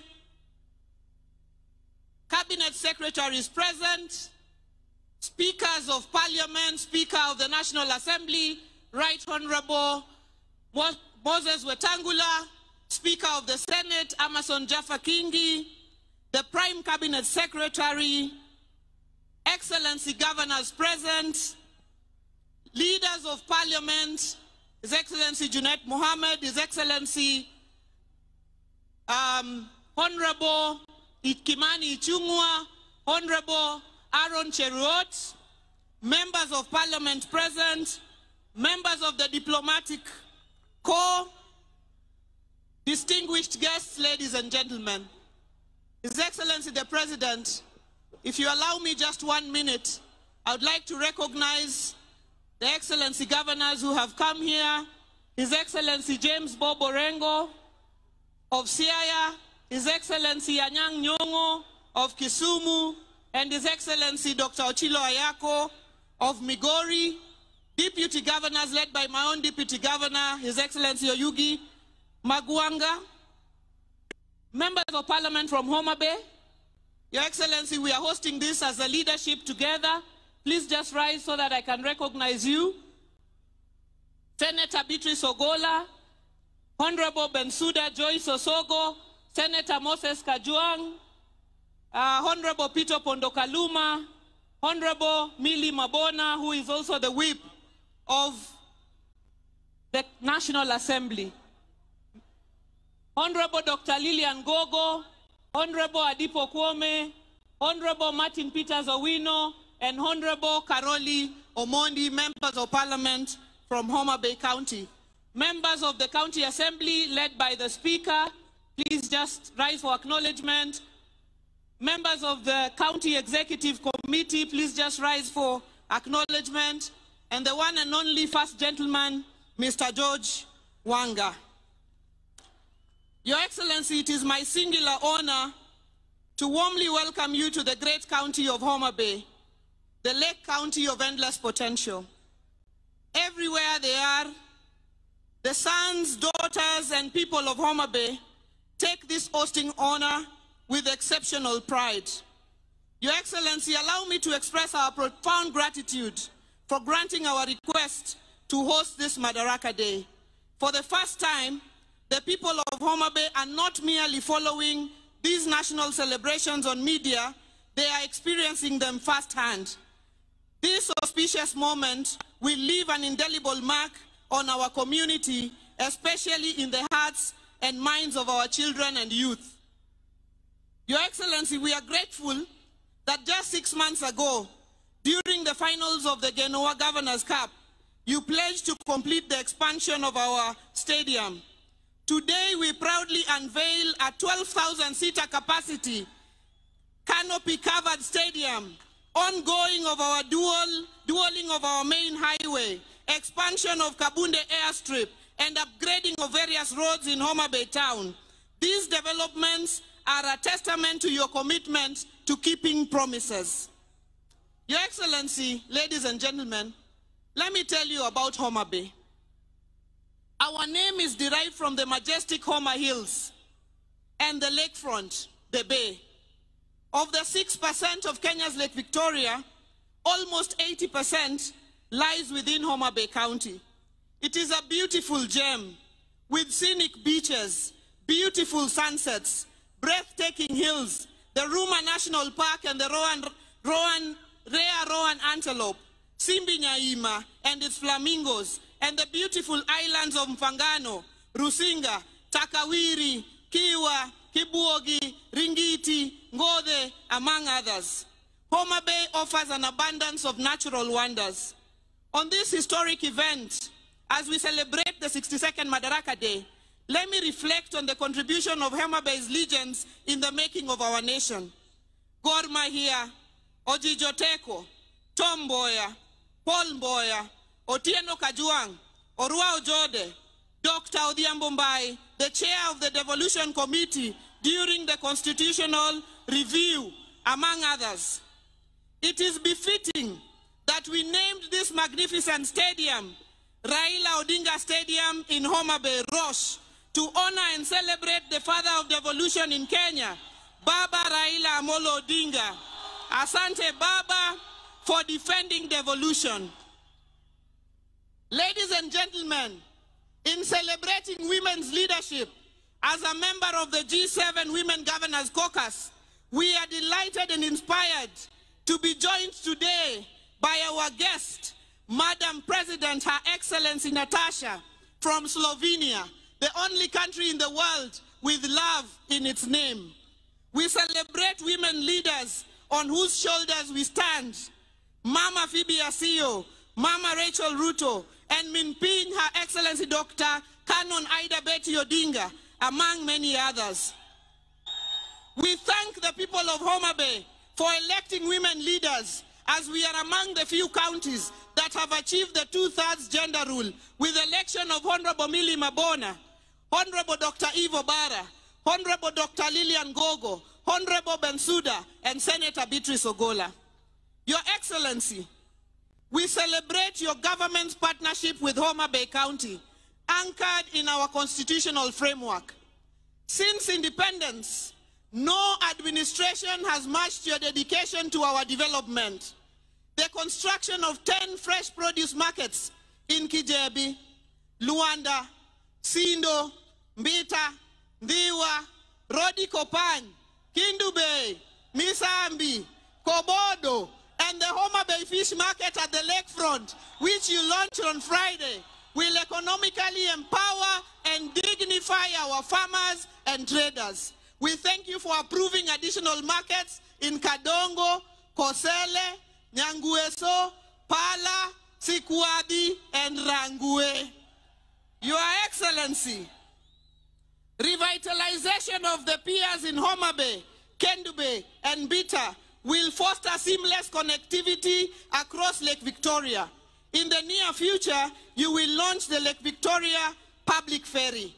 Your Excellency, in line with this year's theme of the Blue Economy and Maritime Affairs, we request your government to support the setup of the Blue Economy Center of Excellence at the Tom Mboya University, lake safety for our fisherfolk, support for our beach management units, and inclusion of women and youth to attain the 52,000 potential blue economy jobs in Kenya. We applaud the commencement of construction of critical road networks, including the Mfangano Ring Road, Rusinga Ring Road, Mbita Sindo Magunga Sori Road, Kadel Kanyadiang Road or the Ojijoteko Road, Rangwe Oboke Nyaburu Road, Rangwe Ndiru Road, Kadongo Gendia Road, Nambakaraboka Diedo Road, the Gor Mahia Ring Road, Wahambla Imbo Road, La Laruga Road. The Gor Mahia, which you launched just the other day. These projects will enhance connectivity and drive economic growth for our people. Your Excellency, as a county, since coming into government 2.5 years ago, we have raised our on-source revenue by over 700%, from 191 million to over 1 billion shillings. Using this enhanced on-source revenue, we are constructing a 5-story accident and emergency block in our Homa Bay Teaching and Referral Level 5 hospital, which will serve as our referral hub, our commitment to a healthier and wealthier county. We are aggressively addressing infant and maternal mortality and combating the triple threat of gender-based violence, HIV, and teenage pregnancies. Your Excellency, following cutbacks in foreign assistance, we call on your government to assist county governments in recruitment, in financing recruitment of healthcare workers and regularization of UHC staff. Showcasing our boundless agricultural potential, according to the KNBS, Homa Bay is the leading producer of fish, sunflowers, sweet potatoes, and peanuts in Kenya, the second largest producer of cotton, and the top 3 millet and sugarcane producer, not forgetting our sweeted pineapples from Olare in Kochia. The establishment of the Riwa Special Economic Zone and the County Aggregation and Industrial Park, in partnership with your government, will facilitate value addition, agro-processing, industrial growth, wealth, and job creation. The setting up of the fish processing plant by Victory Farms aligns with our vision for private sector partnerships. We call on more private sector players to set up at the Riwa Special Economic Zone in areas of cotton ginning, edible oil processing, sweet potato pelleting, among other value chains. We request your government, Your Excellency, to support us with the horizontal infrastructure at the Riwa SCZ. Your Excellency, we are committed to education. We have built 241 classrooms under a program dubbed Dondoa Kaunda in the last 2 years. Our Fundi Mangula Vocational Training Scholarship, Fins to Swim Scholarship, and bursary program support over 20,000 beneficiaries every year. We thank all our partners for their support across various sectors. Joturuawa Mabor, Tokendo Wadi Mabor. The construction of our new county headquarters in partnership with CPF is now nearly complete, and it will provide a one-stop shop for all government services, complete with a Huduma Center. This project is part of a broader vision to transform Homa Bay into a vibrant economic hub and a gateway to East Africa. We are relocating administrative offices to open up the lakefront for investment, tourism, and hospitality. Our larger vision is to have a Homa Bay city in a decade, the Cape Town of Kenya. Your Excellency, on behalf of the people of Homa Bay, let me thank you for appointing our sons, CS National Treasury, Honorable FCPA John Mbadi, and the PS Interior, Dr. Raymond Omolo, to critical dockets in your government. Your Excellency, let me celebrate our unity in progress. The success of Homa Bay has been achieved by working together in our quest for development as captured in the ODM 10-point agenda. I thank you, Mr. President, and Your Excellency Baba, for coming together to ensure that no Kenyan is left behind through this broad-based arrangement. This is how we will tackle the challenges confronting us, by having everyone on board the Kenya prosperity ship: the men, the women, the youth, the persons with disability, the elderly, the marginalized, and all 47 counties. As we celebrate 62 years of self-rule, let us recommit ourselves to national unity, progress, and development. In closing, Your Excellency, I take this opportunity to warmly invite you all back to our county for the Devolution Conference in August 2025 and the World Food Day in October 2025. And tomorrow, as we host the Mashebeji Derby for the first time outside Nairobi at this same stadium, the home of Engineer Michael Olunga. God bless Homa Bay County. God bless Kenya. Ero uruka mano jothurua. Ero uruka mano kuamrua kowelo. Makofi ya Governor tafadhali. Thank you, Your Excellency. Your Excellency, sir, before Her Excellency invites the Deputy President, allow me to give PS Hinga a few minutes to give us an update on where we are with affordable housing. Tumpigie makofi PS Hinga akija kunena machache.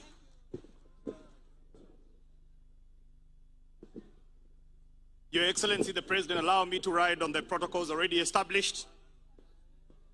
Mahatma Gandhi once said that nation's greatness is not defined by its economic power or military strength alone, but rather by how it treats its most vulnerable members. Another great, Nelson Mandela, says, "What matters in life is not the mere fact that we lived. It is what difference we make to the lives of others that will determine the significance of the lives that we lead." Your Excellency, as we celebrate Madaraka Day, we need to ask ourselves the question, 62 years later, are we free yet? I dare say that we are heading in the right direction because, Your Excellency, this morning or this afternoon, there are 3 Kenyans who represent a growing list of the new homeowners that you are going to present with their right to home ownership. Your Excellency, freedom from indignity, freedom from living in squalor, freedom from having to pay to use a toilet, freedom where someone doesn't have to pay 172% more for water. That is true freedom. Your Excellency, allow me to invite the 3 that represent the new homeowners. I have Damaris Adoyo Ochele. Damaris. Your Excellency, Damaris is a county administrator in the county of Homa Bay, and she is a homeowner. I would like to request that, Your Excellency, you come in front with your permission so that you can be able to present her with her right to home ownership. Damaris, come on, tuwapigie makofi Damaris tafadhali. Damaris, asante sana, utangoja hapo pia. Your Excellency, ngoja tu hapo. The next person I want to invite is Victor Okoyo. Victor ni ule jamaa unasema wakubonyeza kompyuta dola inaingia. Victor is also able-bodied differently, and that means, Your Excellency, that we are still taking care of the most vulnerable people in our society. Victor is a new homeowner. Thank you so much. Makofi kwa Victor. Last but not least, we have Helen Osala. Your Excellency, that face I'm sure is familiar because Helen Osala is Mama Samaki. She's one of the ladies that had the pleasure of cooking for you fish the other day. She is a true testament of what you talked about bottom up. when you talked about you're going to build serikali na mama mboga na watu wa boda boda. Asante sana for dignifying Helen.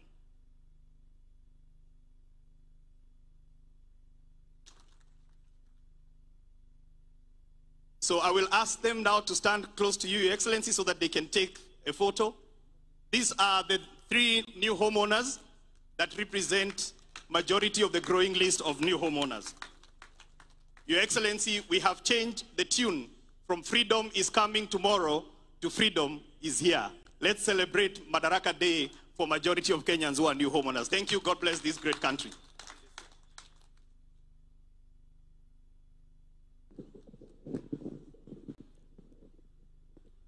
Your Excellency, allow me to invite now His Excellency, the Deputy President of the Republic of Kenya, Professor Abraham Kithure Kindiki. Yothurwa warwak jatelo. Mheshimiwa Rais, allow me to ride on the protocols which have already been laid out. Mheshimiwa Rais, naomba kwa heshima kubwa, kabla sijakualika kwa sababu leo tungetaka tukusikie, naomba niambie wananchi Rais ameniuliza kwa heshima nimsaidie kwa kumuita rafiki yake, kiongozi wetu ambaye ni mwanasiasa ambaye amekuwa na ushawishi mkubwa sana katika siasa zetu za Kenya. And therefore, I feel greatly honored to request with a lot of humility His Excellency Raila Amolo Odinga to say jambo before I can invite the President. Wapi nduru ya baba jameni?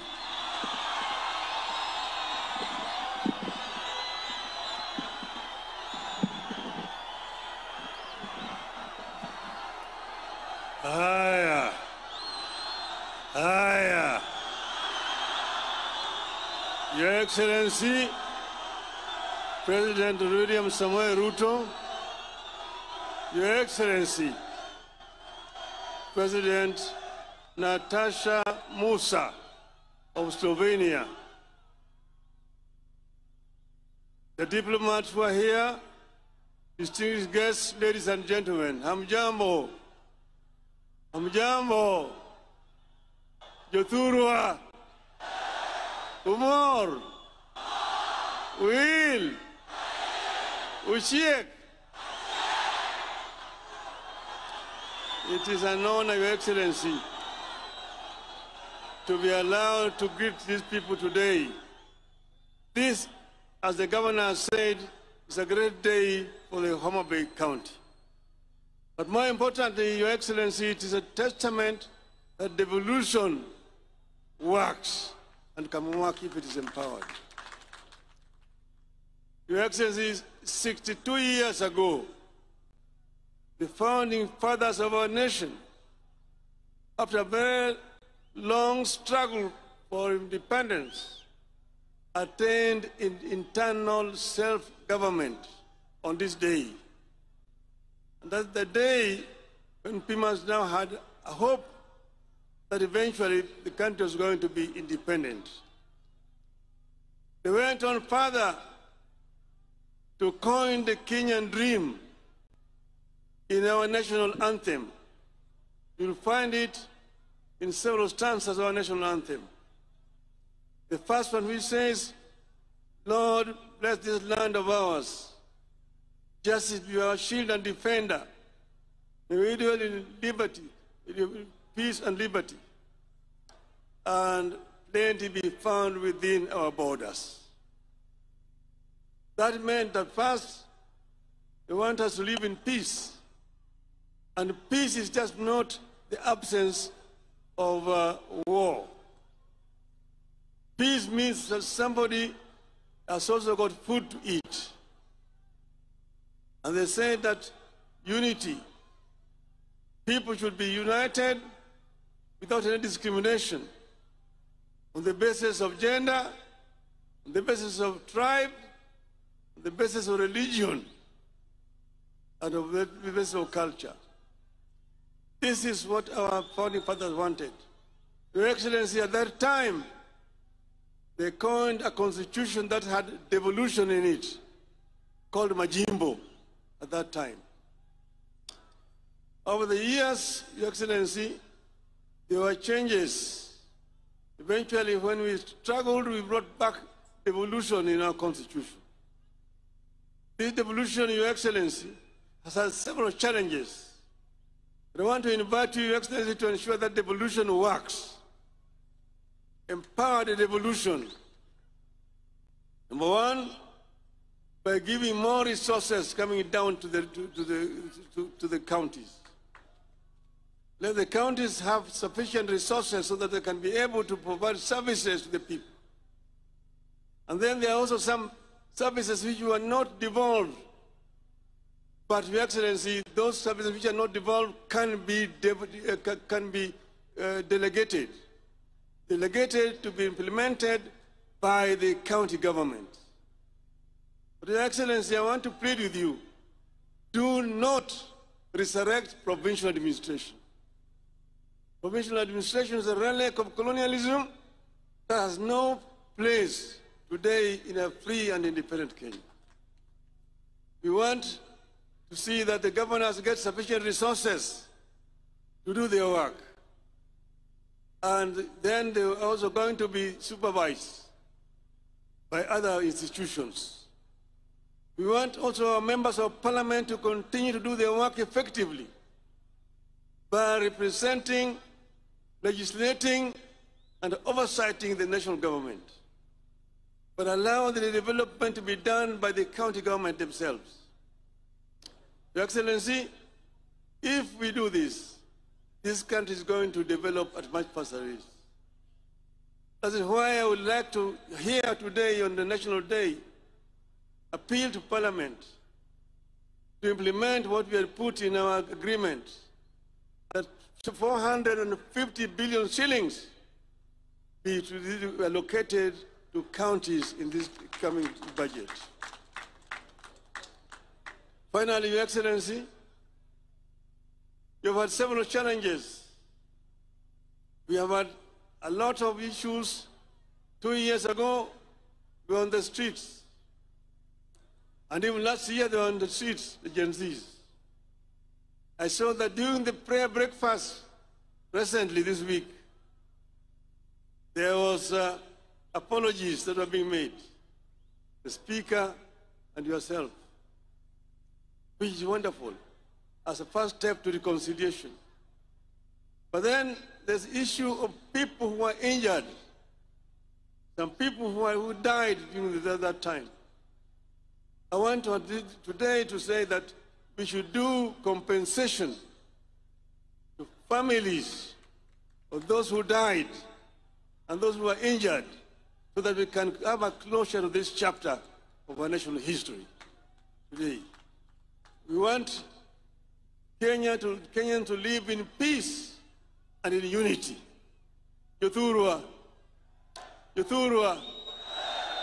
Unenogi wanenoni. Wija maber. Uroko welu. Uroko welu.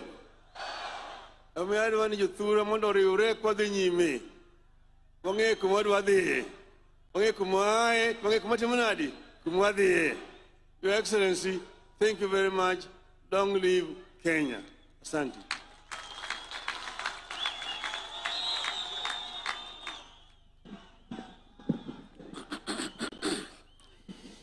Your Excellency, before I invite you, allow me just to say this in a minute. That this generation owes the generation that fought for the political freedom of Kenya,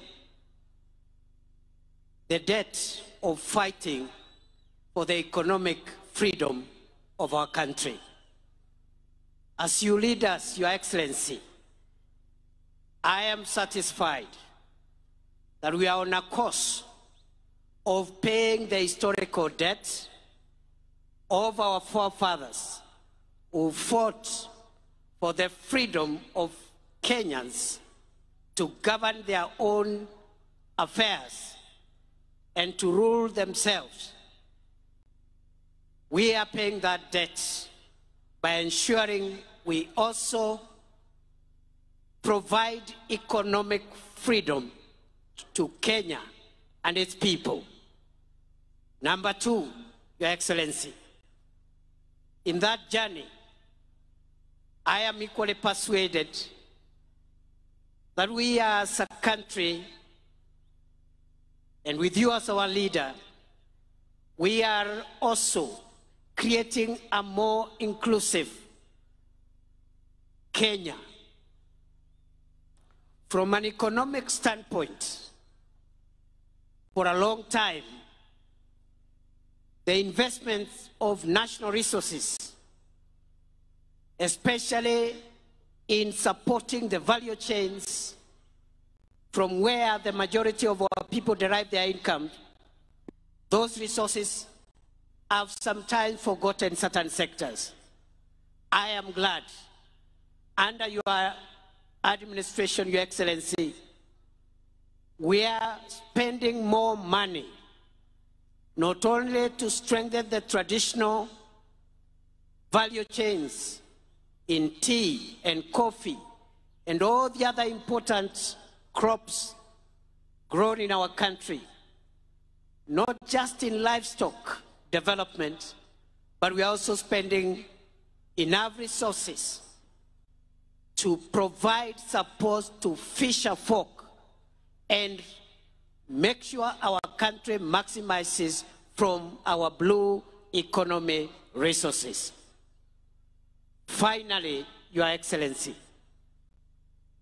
as we live and travel this journey, it is also clear on us that between yourself and His Excellency Raila Odinga, you are speaking to our nation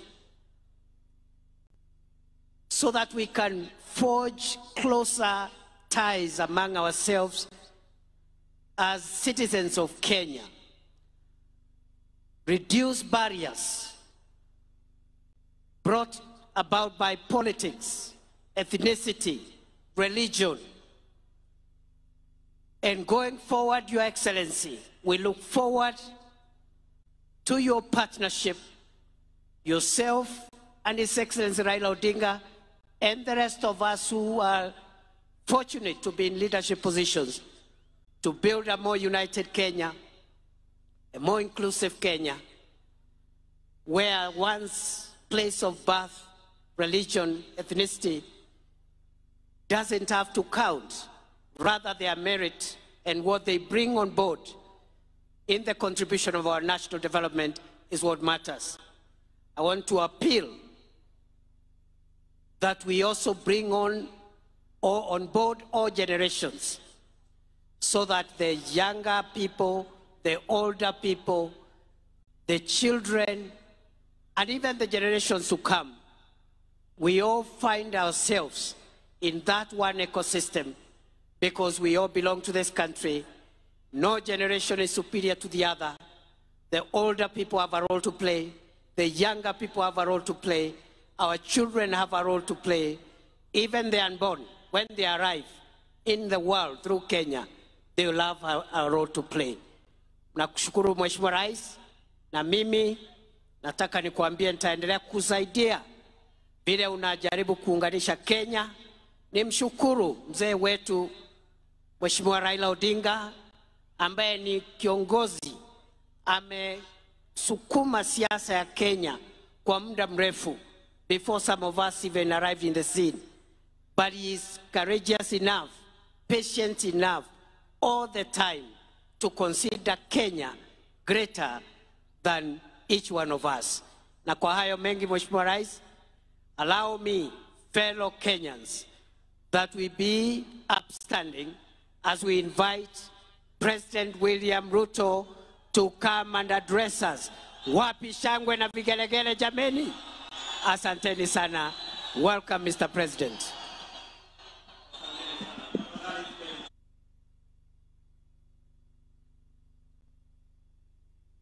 Your Excellency, President Natasha Pirsi Musa from Slovenia, our special guest in this 62nd Madaraka Day here in Homa Bay. Your Excellencies, honorable members, distinguished guests, ladies and gentlemen, the great people of Homa Bay and Kenya, hamjambo. Homa Bay hoye. Amoso jodurwa. Jodurwa untie. Jodurwa umor. Jodurwa oil. Bwana Yesu asifiwe. Asanteni sana.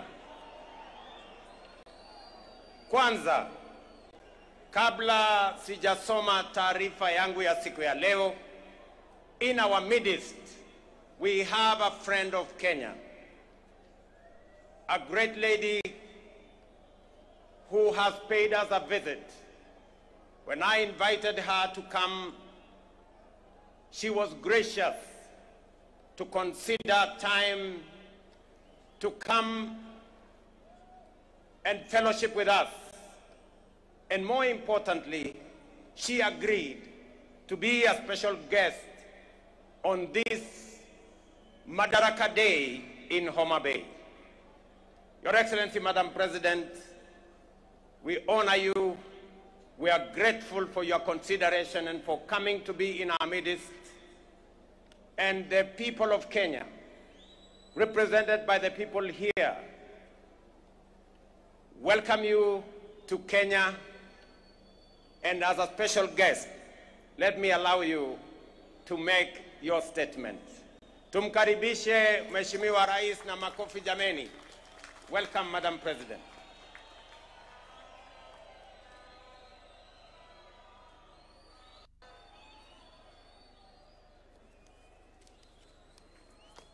Hello, everybody.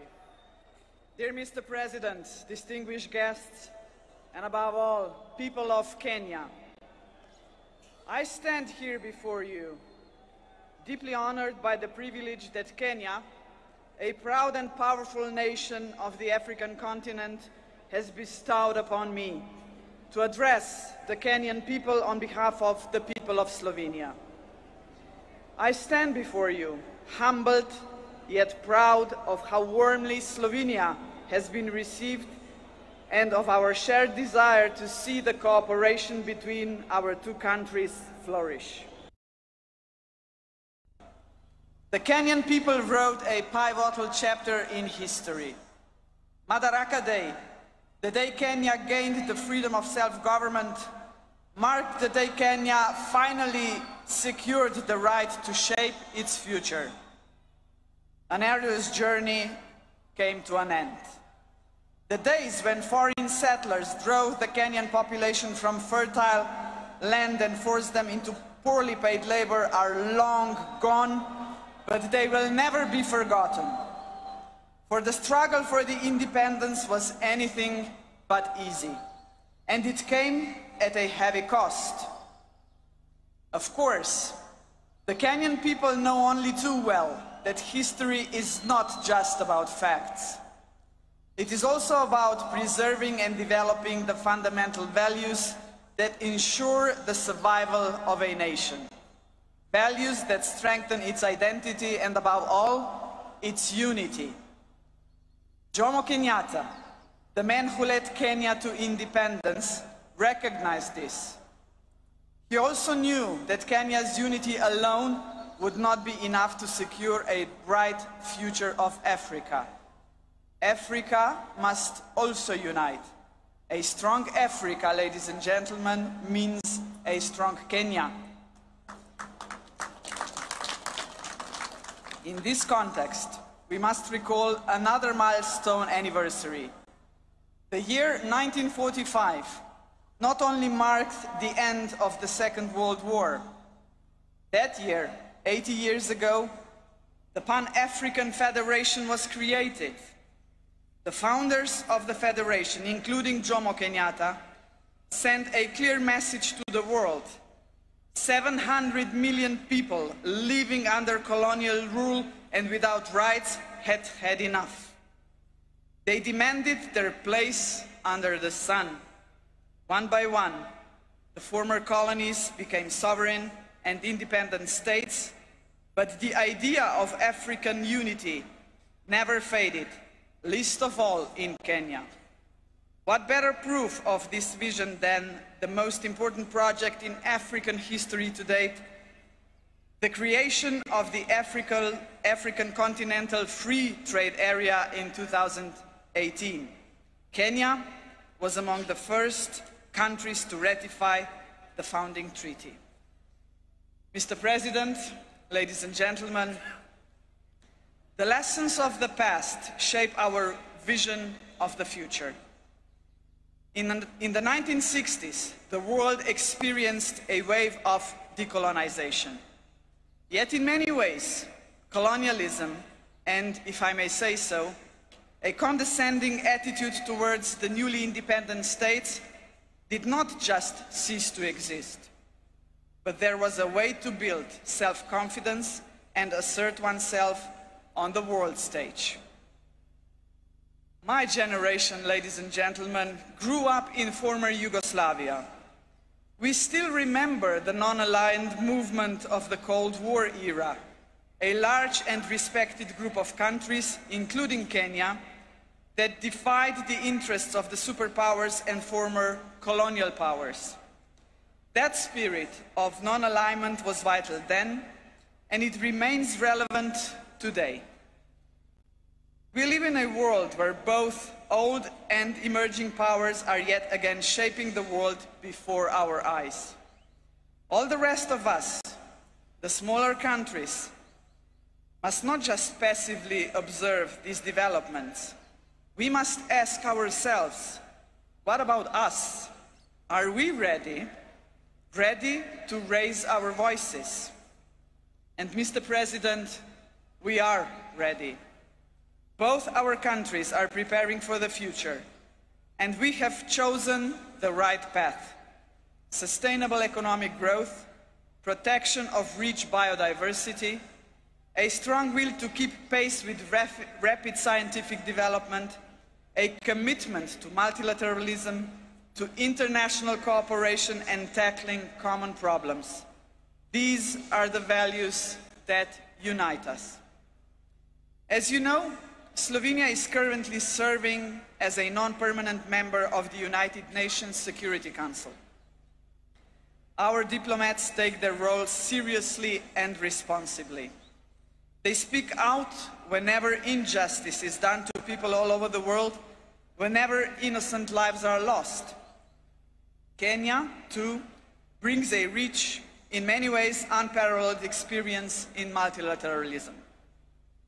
The international importance of the country is reflected in the fact that several United Nations agencies are based here.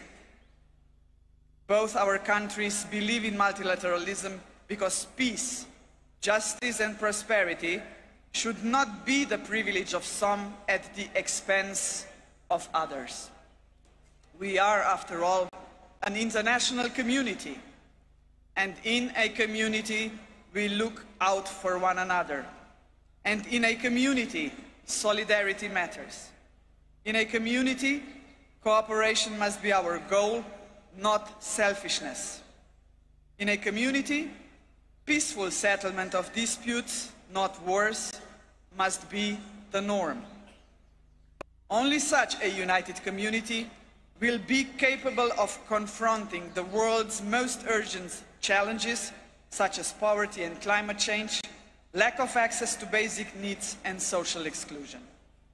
This is why we should be proud that there are several projects in which Kenya and Slovenia are working together to support each other in tackling this kind of challenges. Dear Mr. President, dear people of Kenya, The Slovenian people celebrate Madaraka Day with you. We are a young country, but we too have our own story of struggle for independence. We celebrate with you because we are both proud and confident nations, nations that revere the past yet look firmly to the future. We must not be discouraged by the troubled world in which we live. We should look for opportunities that lead to a strong economy, scientific progress, innovation and environmental protection. Unity and determination have brought us this far. They will take us even further. As late Kenyan and African literature giant Ngugi wa Thiong'o had said in his Dreams in a Time of War, believe in yourself is more important than endless worries of what others think of you. Value yourself and others will value you. Validation is best that comes from within. Happy Madaraka Day. Asante sana.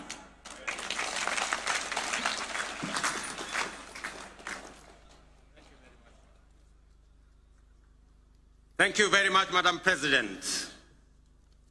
And thank you very much for that statement. Ladies and gentlemen, it gives me immense joy to be back in this county of limitless potential, Homa Bay. It has been 62 eventful years since we took this historic step towards full independence through our hard work, determination, and self-belief. We have defied odds, surmounted challenges, triumphed over adversity, and emerged as a modern democratic state whose government and economy are energized by the restless ambition of confident citizens. Our forefathers knew, as we do, that we, the people, are the foundation, the pillars, and the engine of this nation, and that only we can do the work of building the Kenya we want. More critically, we understand keenly that this country is our home and we have no other.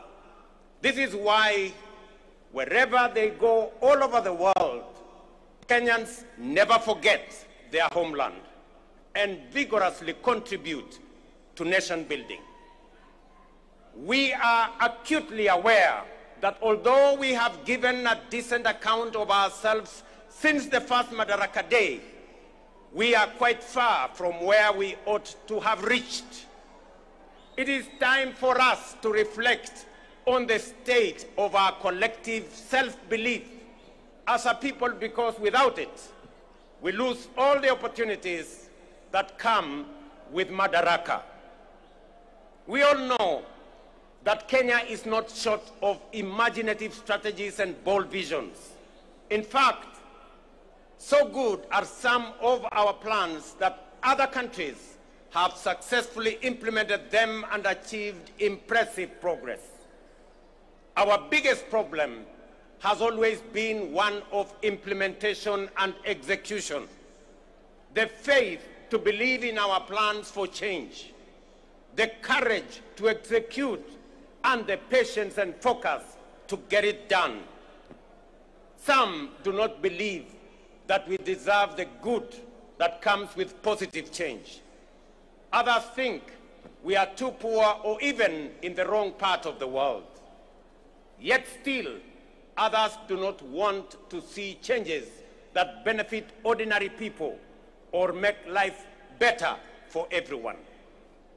Today, ladies and gentlemen, I want to persuade the doubters that no one else is going to bring change except us, and that the only way to build the Kenya we want is by embracing change, however uncomfortable it may seem at first, and that we must possess the self-belief individually and collectively to approach our tasks boldly, confidently, and with determination in order to deliver new, more and better, sooner rather than later.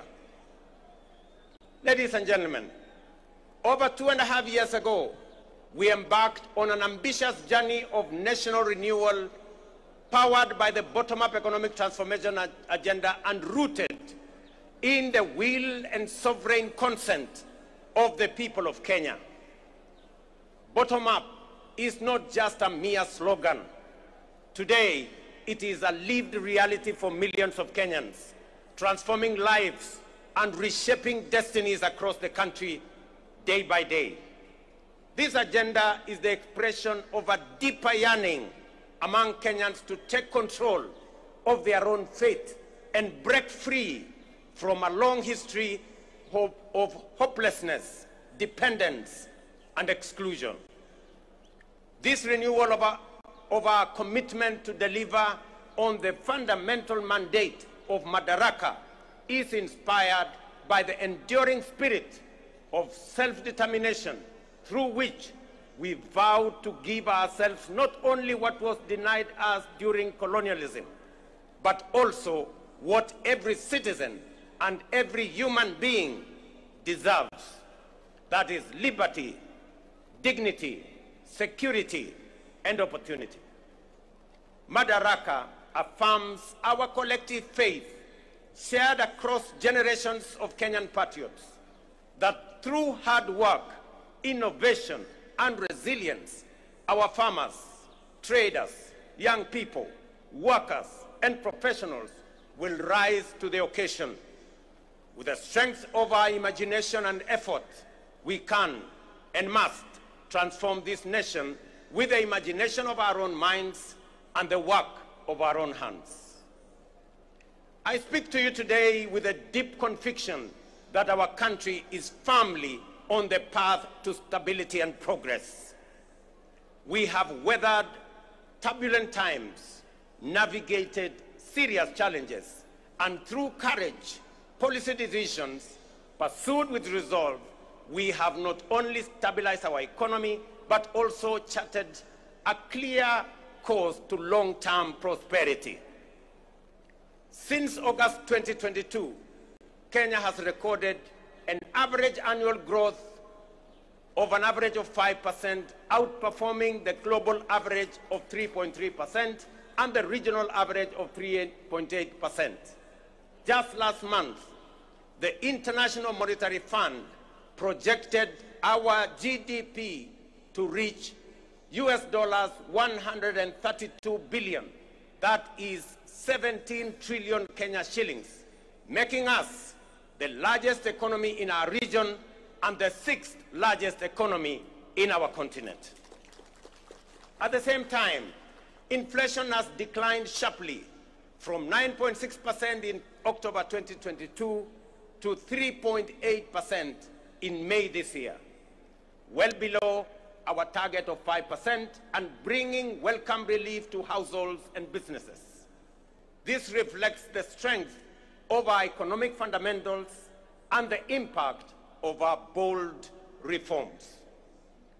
During the same period, the shilling appreciated by nearly 20% against the US dollar, from Kenya shillings 162 to Kenya shillings 129, making it one of the best performing currencies in the world. The central bank rate has decreased from 13 to 10%, lowering the cost of borrowing and spurring private sector activity.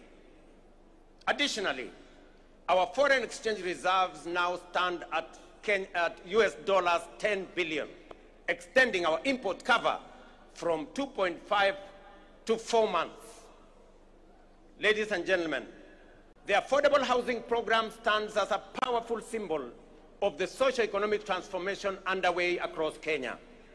Last week, I had the privilege of handing over keys to the first 1,080 social housing units in the new Mukuru estate in Nairobi.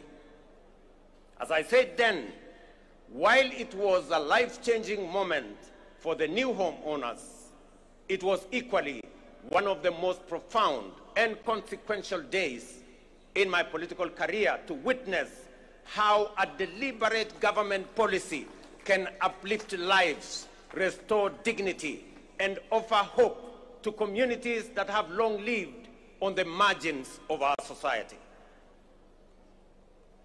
Vulnerable, forgotten, and neglected. It also marked a proud milestone for Kenya and demonstrated that ambitious national programs can be successfully implemented to deliver tangible benefits to ordinary citizens and fundamentally reshape our understanding of meaningful change. To see families move from the hardship of overcrowded slums to the relative comfort of permanent homes, complete with electricity, running water, and clean cooking gas, was a powerful reminder of what pro-people policies can deliver and the great things we can achieve together when we focus our thoughts and energy on possibilities and action rather than obstacles and doubt. A little over 2 years ago, many were skeptical when we said that ordinary Kenyans can begin owning homes through a rent-to-own model using the same amount they pay in rent.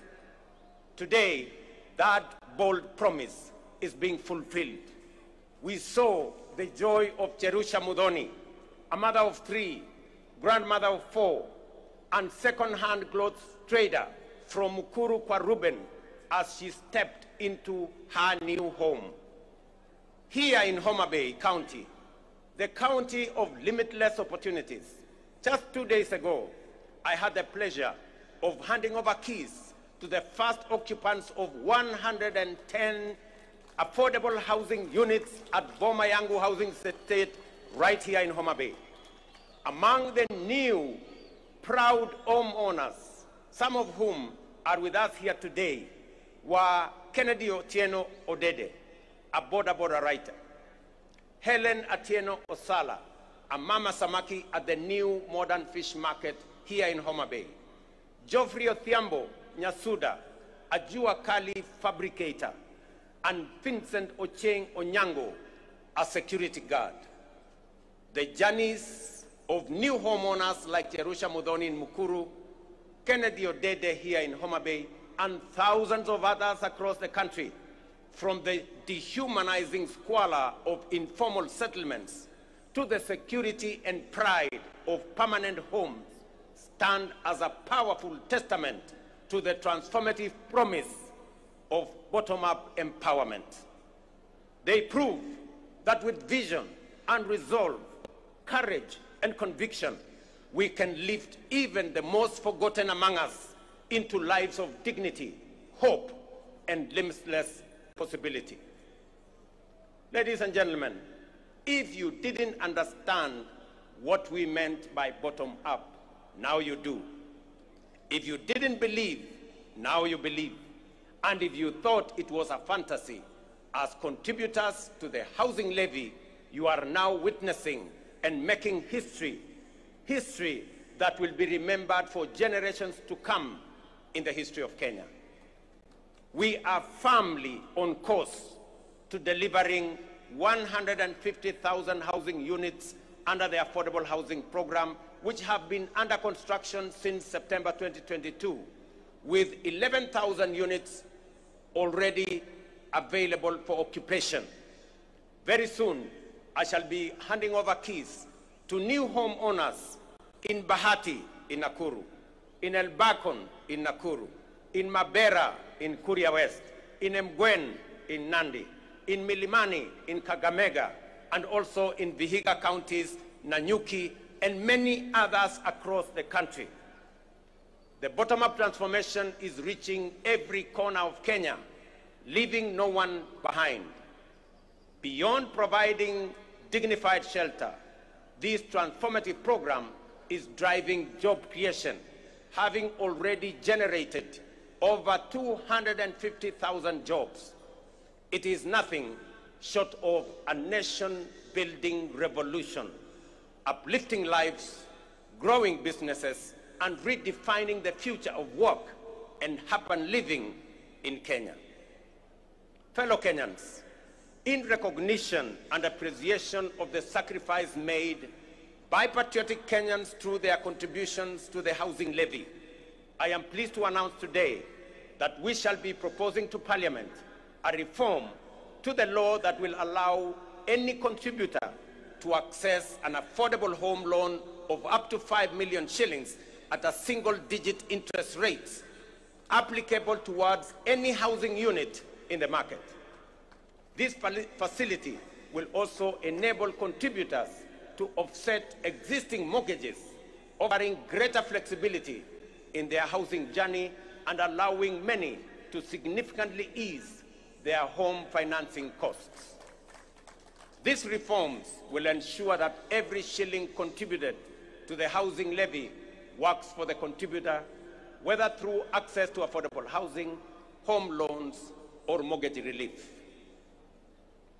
Ladies and gentlemen, word is beginning to get out throughout the nation that SHA is working, by which citizens mean that the transition challenges and teething problems are now behind us, and universal health coverage is now serving Kenyans and leaving no one behind. Since the rollout of Taifa Care in October 2024, 23 million Kenyans have so far registered with the Social Health Authority, a resounding vote of confidence in our reformed healthcare model. We are now recording an average of 50,000 new registrations every day, a clear testament to the fact that Kenyans have embraced a system designed to guarantee access to quality, affordable, and dignified healthcare for all of us.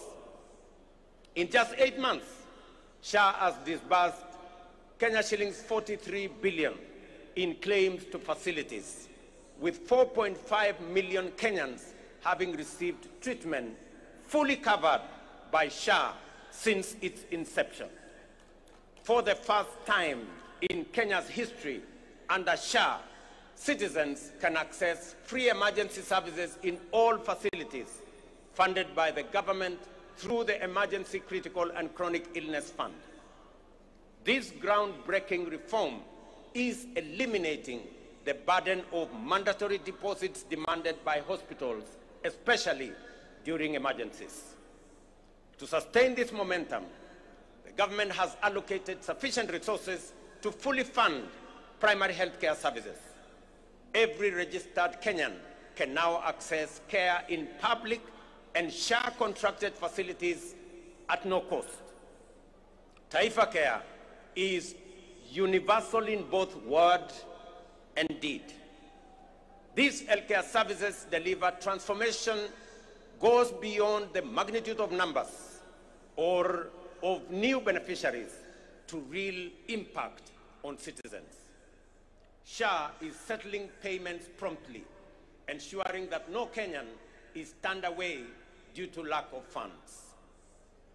Additionally, to expand access to comprehensive inpatient care, the Social Health Authority is prioritizing the enrollment of all Kenyans with a particular focus on those in the informal sector, many of whom were previously excluded under the now defunct National Health Insurance Fund. Although informal households account for approximately 80% of the population, they have historically faced significant barriers to access health insurance. So far, 1.7 million informal sector households have successfully enrolled and paid for social health insurance, a record achievement representing the highest number of informal sector enrollment in a single year in the history of Kenya. To address persistent challenges such as irregular premiums and other contributions among informal sector workers, we are introducing an innovative and inclusive payment solution called Lipa SHA Pole Pole, or Lipa SHA Mos Mos.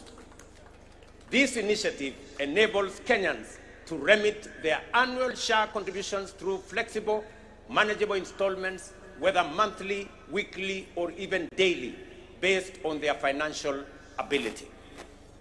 It ensures families maintain continuous health coverage without financial strain, while simultaneously promoting the sustainability of the health insurance fund. Lipa Sha Pole Pole has been made possible through a strategic partnership between the Ministry of Health, the Ministry of Cooperatives and MSMEs, mobile network operators, and financial institutions through the Hustler Fund. The system is simple and accessible to citizens. Citizens can dial *147# and follow the prompts to enroll and begin their contributions immediately.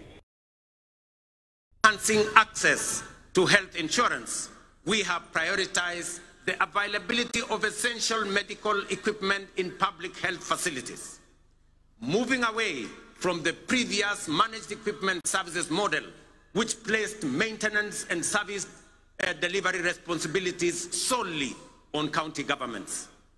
We have adopted a more efficient approach under the National Equipment Supply Program. Under this new model, the national government, working in collaboration with county governments, engages directly with equipment manufacturers and suppliers to deploy critical medical equipment based on county-specific needs.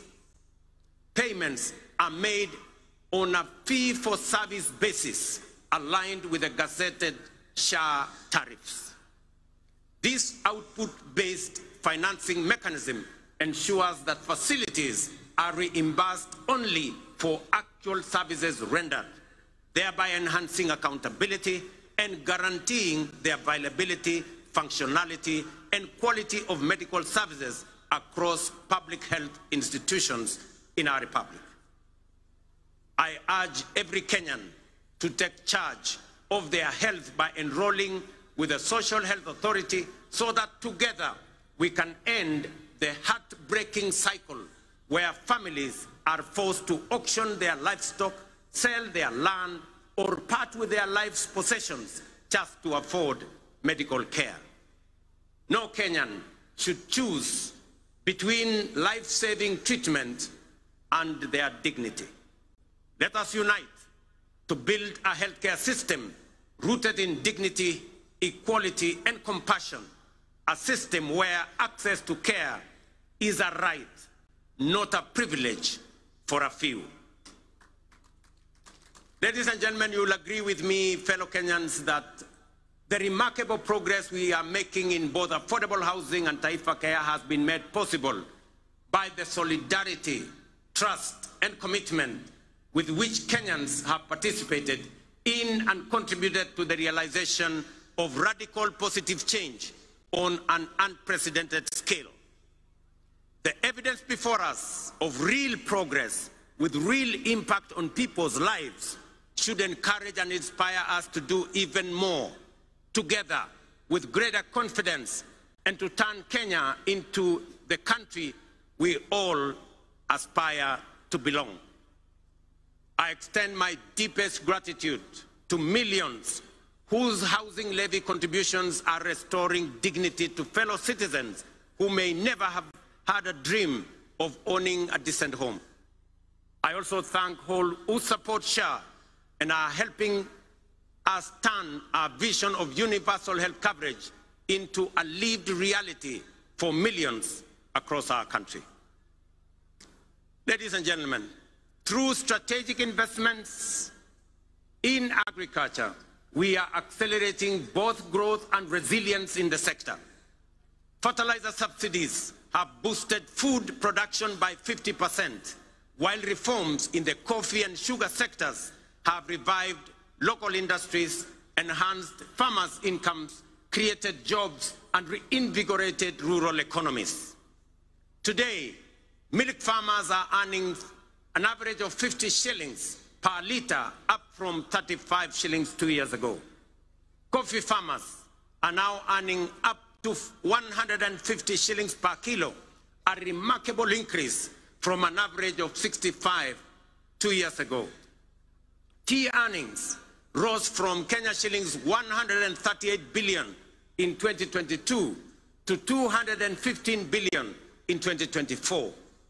Sugar production surged from 490,000 metric tons in 2023 to 815,000 metric tons in 2024, enabling us to reduce sugar imports by 70%, while increasing farmers' earnings from 50 billion to 90 billion.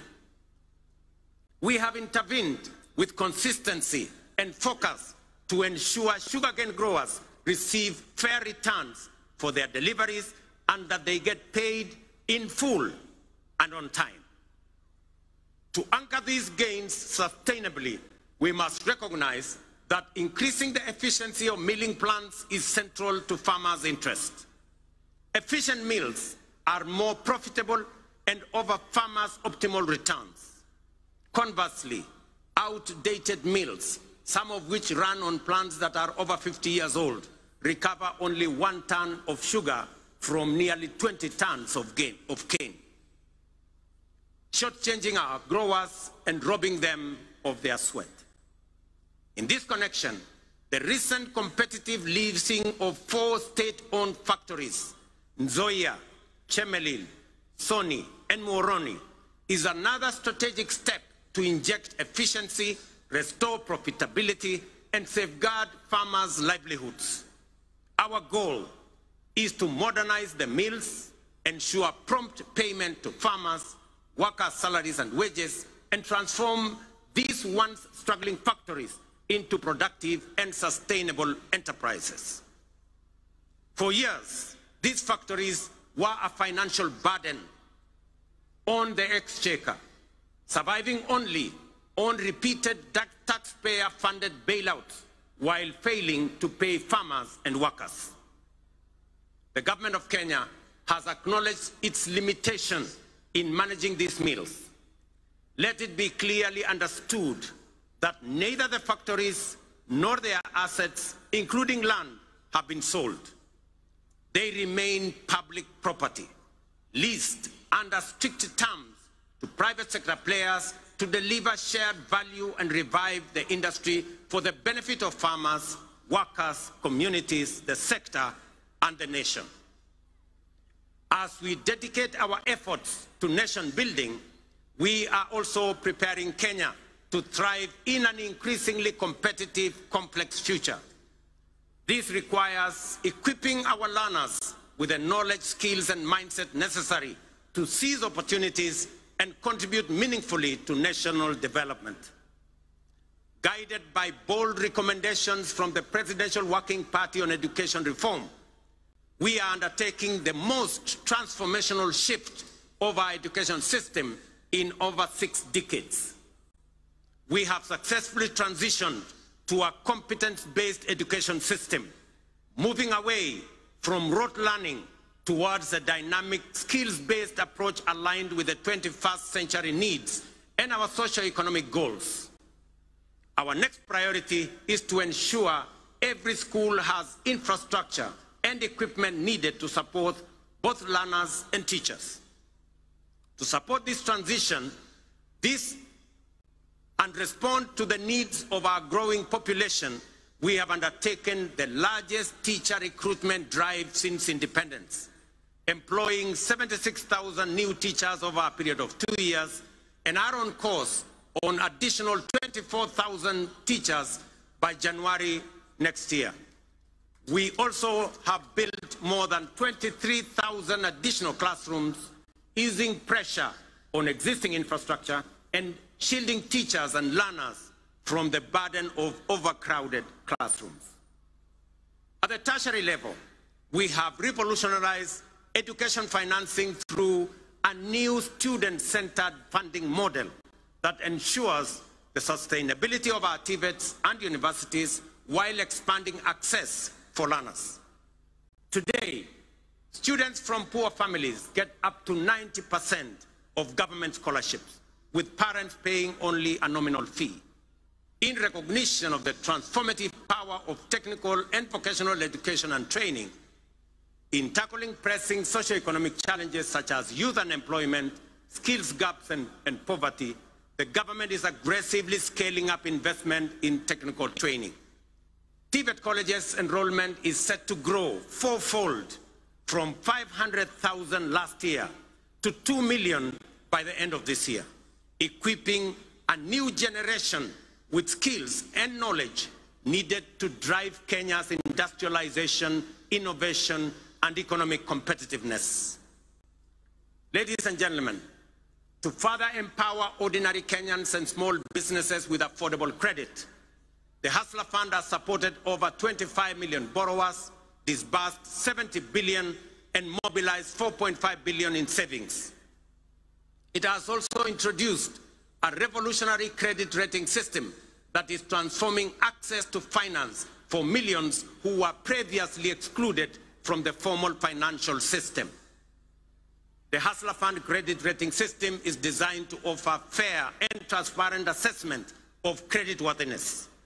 It serves as an alternative form of soft collateral for individuals at the base of our economy, the historically excluded majority who lack access to formal financing guarantees such as payslips, title deeds, or other traditional forms of collateral.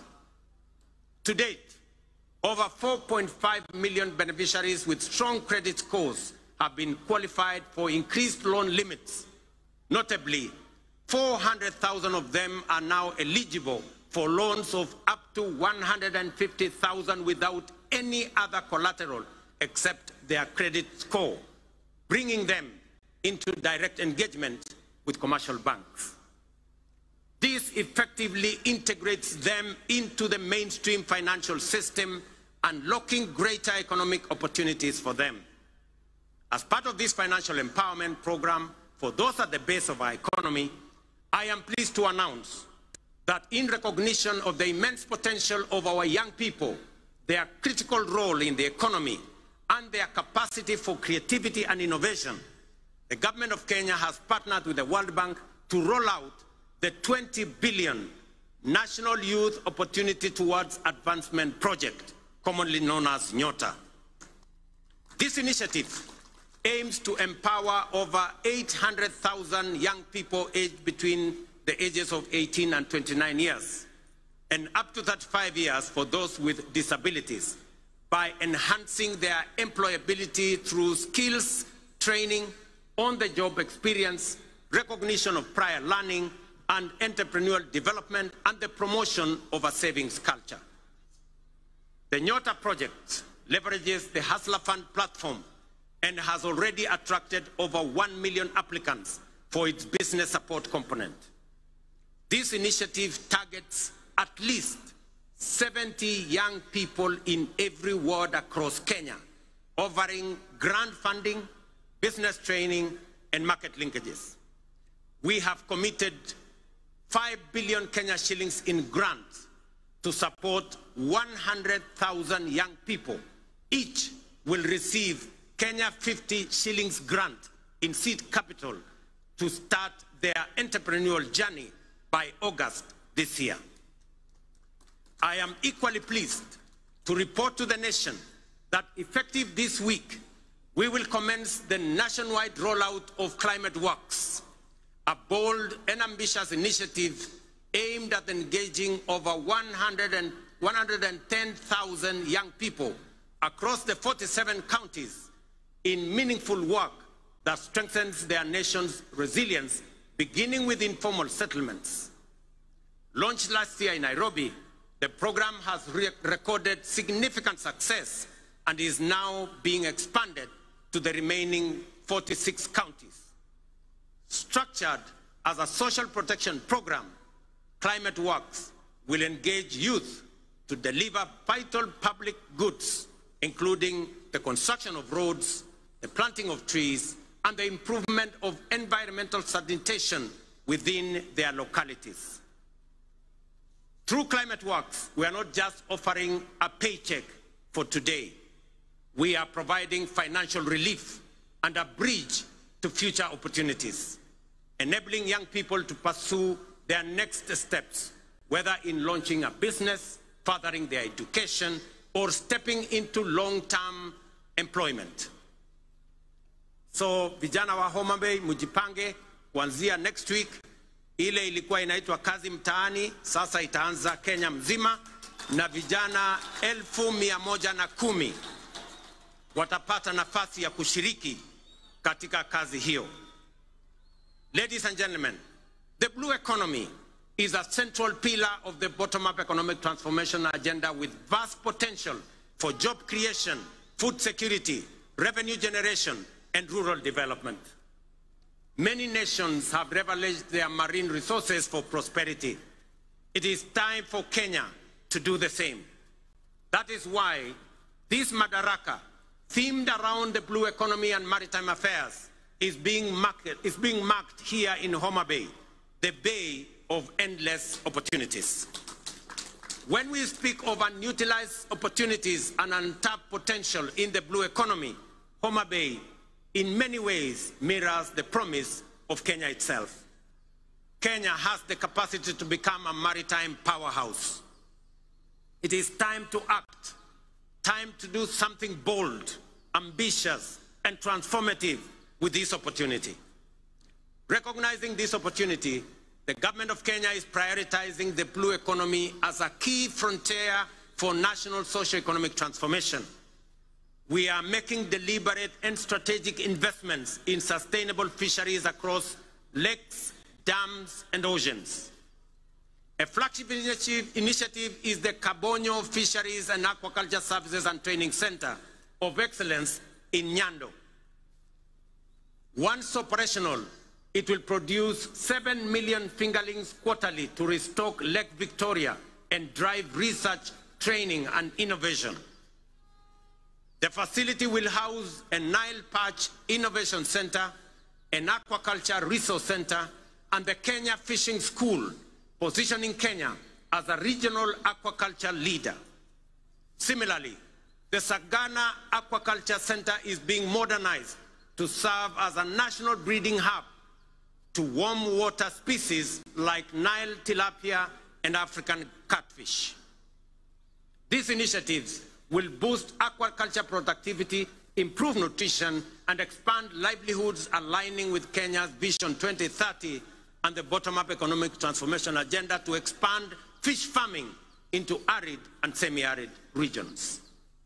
In Mount Kenya's highlands, the Kikanjo Drought Hatchery is being upgraded to resolve issues like fingerling shortages and high costs, ensuring trout farming remains viable in cooler regions. At the coast, the National Mariculture Research and Training Center in Shimoni, under the Kenya Marine and Fisheries Research Institute, is cultivating maritime species like milkfish, mud crabs, seaweed, oysters, and prawns. This initiative aims to create jobs and improve livelihoods for about 200,000 people across 5 coastal counties. The development of Liwatoni and Shimoni fishing ports will further expand deep-sea fishing capacity to 24 vessels, fully unlocking our maritime potential. We have completed 7 modern fish landing sites on the Indian coast and 3 on the shores of Lake Victoria. Additionally, 5 more landing sites are under construction in the coastal counties of Kwale, Mombasa, Kilifi, Tana River, and Lamu at the cost of Kenya shillings 1 billion. Due for completion by September this year. 9 new landing sites are also planned around Lake Victoria, in Kisumu, Busia, Siaya, Migori, and Homa Bay, with a budget of Kenya shillings 1.5 billion. To strengthen the fisheries value chain, we are also building modern fish markets with cold storage and hygiene facilities. In the coast, markets are being constructed in Likoni, Malindi, and Kibuyuni. In Turkana, we are developing markets in Kalokol and Lowerangak, alongside fully equipped landing sites in Kalokol and Loyangalani. Collectively, these investments aim to cut post-harvest fish losses, currently estimated at between 30% and 40%, and create new economic opportunities for women and young people. The blue economy currently contributes 36 billion to our economy, which is only 0.6% of our GDP, but has the potential to contribute Kenya shillings 400 billion through both capture and culture fisheries. To meet this rising demand and ease pressure on wild stocks, we are promoting cage farming in Lake Victoria. As of 2024, over 4,000 cages have been established in Kisumu, Siaya, Homa Bay, Migori, and Busia, producing 12,000 metric tons annually, mostly of Nile tilapia. Ladies and gentlemen, over the past 2.5 years, we have constructed 1,800 kilometers of new tarmac roads and maintained over 134,000 kilometers, surpassing our targets, unlocking markets, empowering rural communities, and supporting key sectors such as agriculture and housing. Discussions have been concluded on the extension of the standard gauge railway from Naivasha to Kisumu and onward to Malaba. Additionally, by July this year, construction will commence on the dual carriageway from Rironi to Mau Summit, eventually extending through Eldoret to Malaba. Ladies and gentlemen, as we often say here in Kenya, any time is tea or coffee time, which explains why instant coffee is a favorite for many. Yet we must all agree that while instant coffee is good, there are no instant solutions to the enduring and demanding tasks of nation building. Real change takes plans, persistence, and discipline. Promises must be followed by action and the willingness, discipline, and grit to do what is necessary day by day. Above all, we must overcome the fear of change, knowing that today's world demands courage, conviction, and bold leadership. The transformation underway throughout our country is real and considerable. Profound change is taking place before our eyes. Our children are getting quality education and relevant education. By January next year, we will have employed 100,000 teachers, the highest number in our nation's history, to help build the workforce of the future. Roads are connecting communities. Electricity is reaching every village. Dignified homes are rising across counties. Farmers are feeding the nation. Millions now access quality health care without barriers. Border riders are getting affordable credit, and Mama Mboga are thriving in modern markets nationwide. This is bottom-up economic transformation in action. No longer a distant dream, but a lived reality for millions of hard-working Kenyans whose dreams are now within reach. We must sustain this momentum to make up for lost time and create opportunities for millions still yearning for a chance.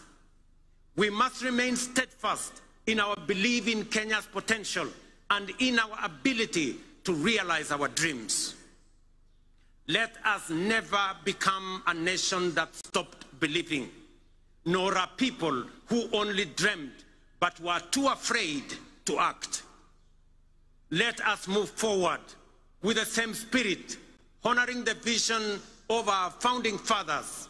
Their dream was not just self-rule, but a nation where every Kenyan from every corner can dream freely, strive equally, and achieve their potential. Today, we renew that promise to leave no one behind and build a Kenya where hope and opportunity are a right for all. Jameni, munikubalie nimalizie hapo nikiwaambia ndugu zangu wa Homa Bay, asanteni sana kwa kutukaribisha Homa Bay. Tunawaheshimu, tunawapenda, na mimi nataka niwahakikishie safari hii tutatembea kwa pamoja. Nataka nimshukuru ndugu yangu mkubwa Mheshimiwa Raila Odinga aka Baba kwa kuunganisha pamoja na mimi taifa letu la Kenya. Tuondoe siasa ya chuki na ukabila na mambo ya kisirani. Tuwaweke watu wa Kenya pamoja kwa sababu umoja ni nguvu. Ndio mwimbaji mmoja hapa akatuambia, one waonge wasiwasi, one waonge watch, one wachodho mana teach. Alisema hakusema? Nirudie.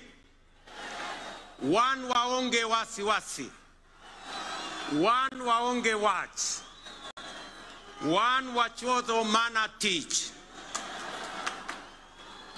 Kwa Mheshimiwa Kindiki na Mheshimiwa Raila pengine hamuelewi hiyo lugha, inamaanisha hatuna wasiwasi, hatuna midomo mingi, tunachapa kazi. Ile kazi bila break ndio tunachapa. Ni kweli ama si kweli, watu wa Homa Bay? Tuendelee ama tuendelee? Mimi nasema asante sana. I thank you all. God bless you. God bless our great country Kenya. Thank you very much. Asanteni kwa heshima. Naomba sote tusimame kwa wimbo wa taifa na wimbo wa Jumuiya ya Afrika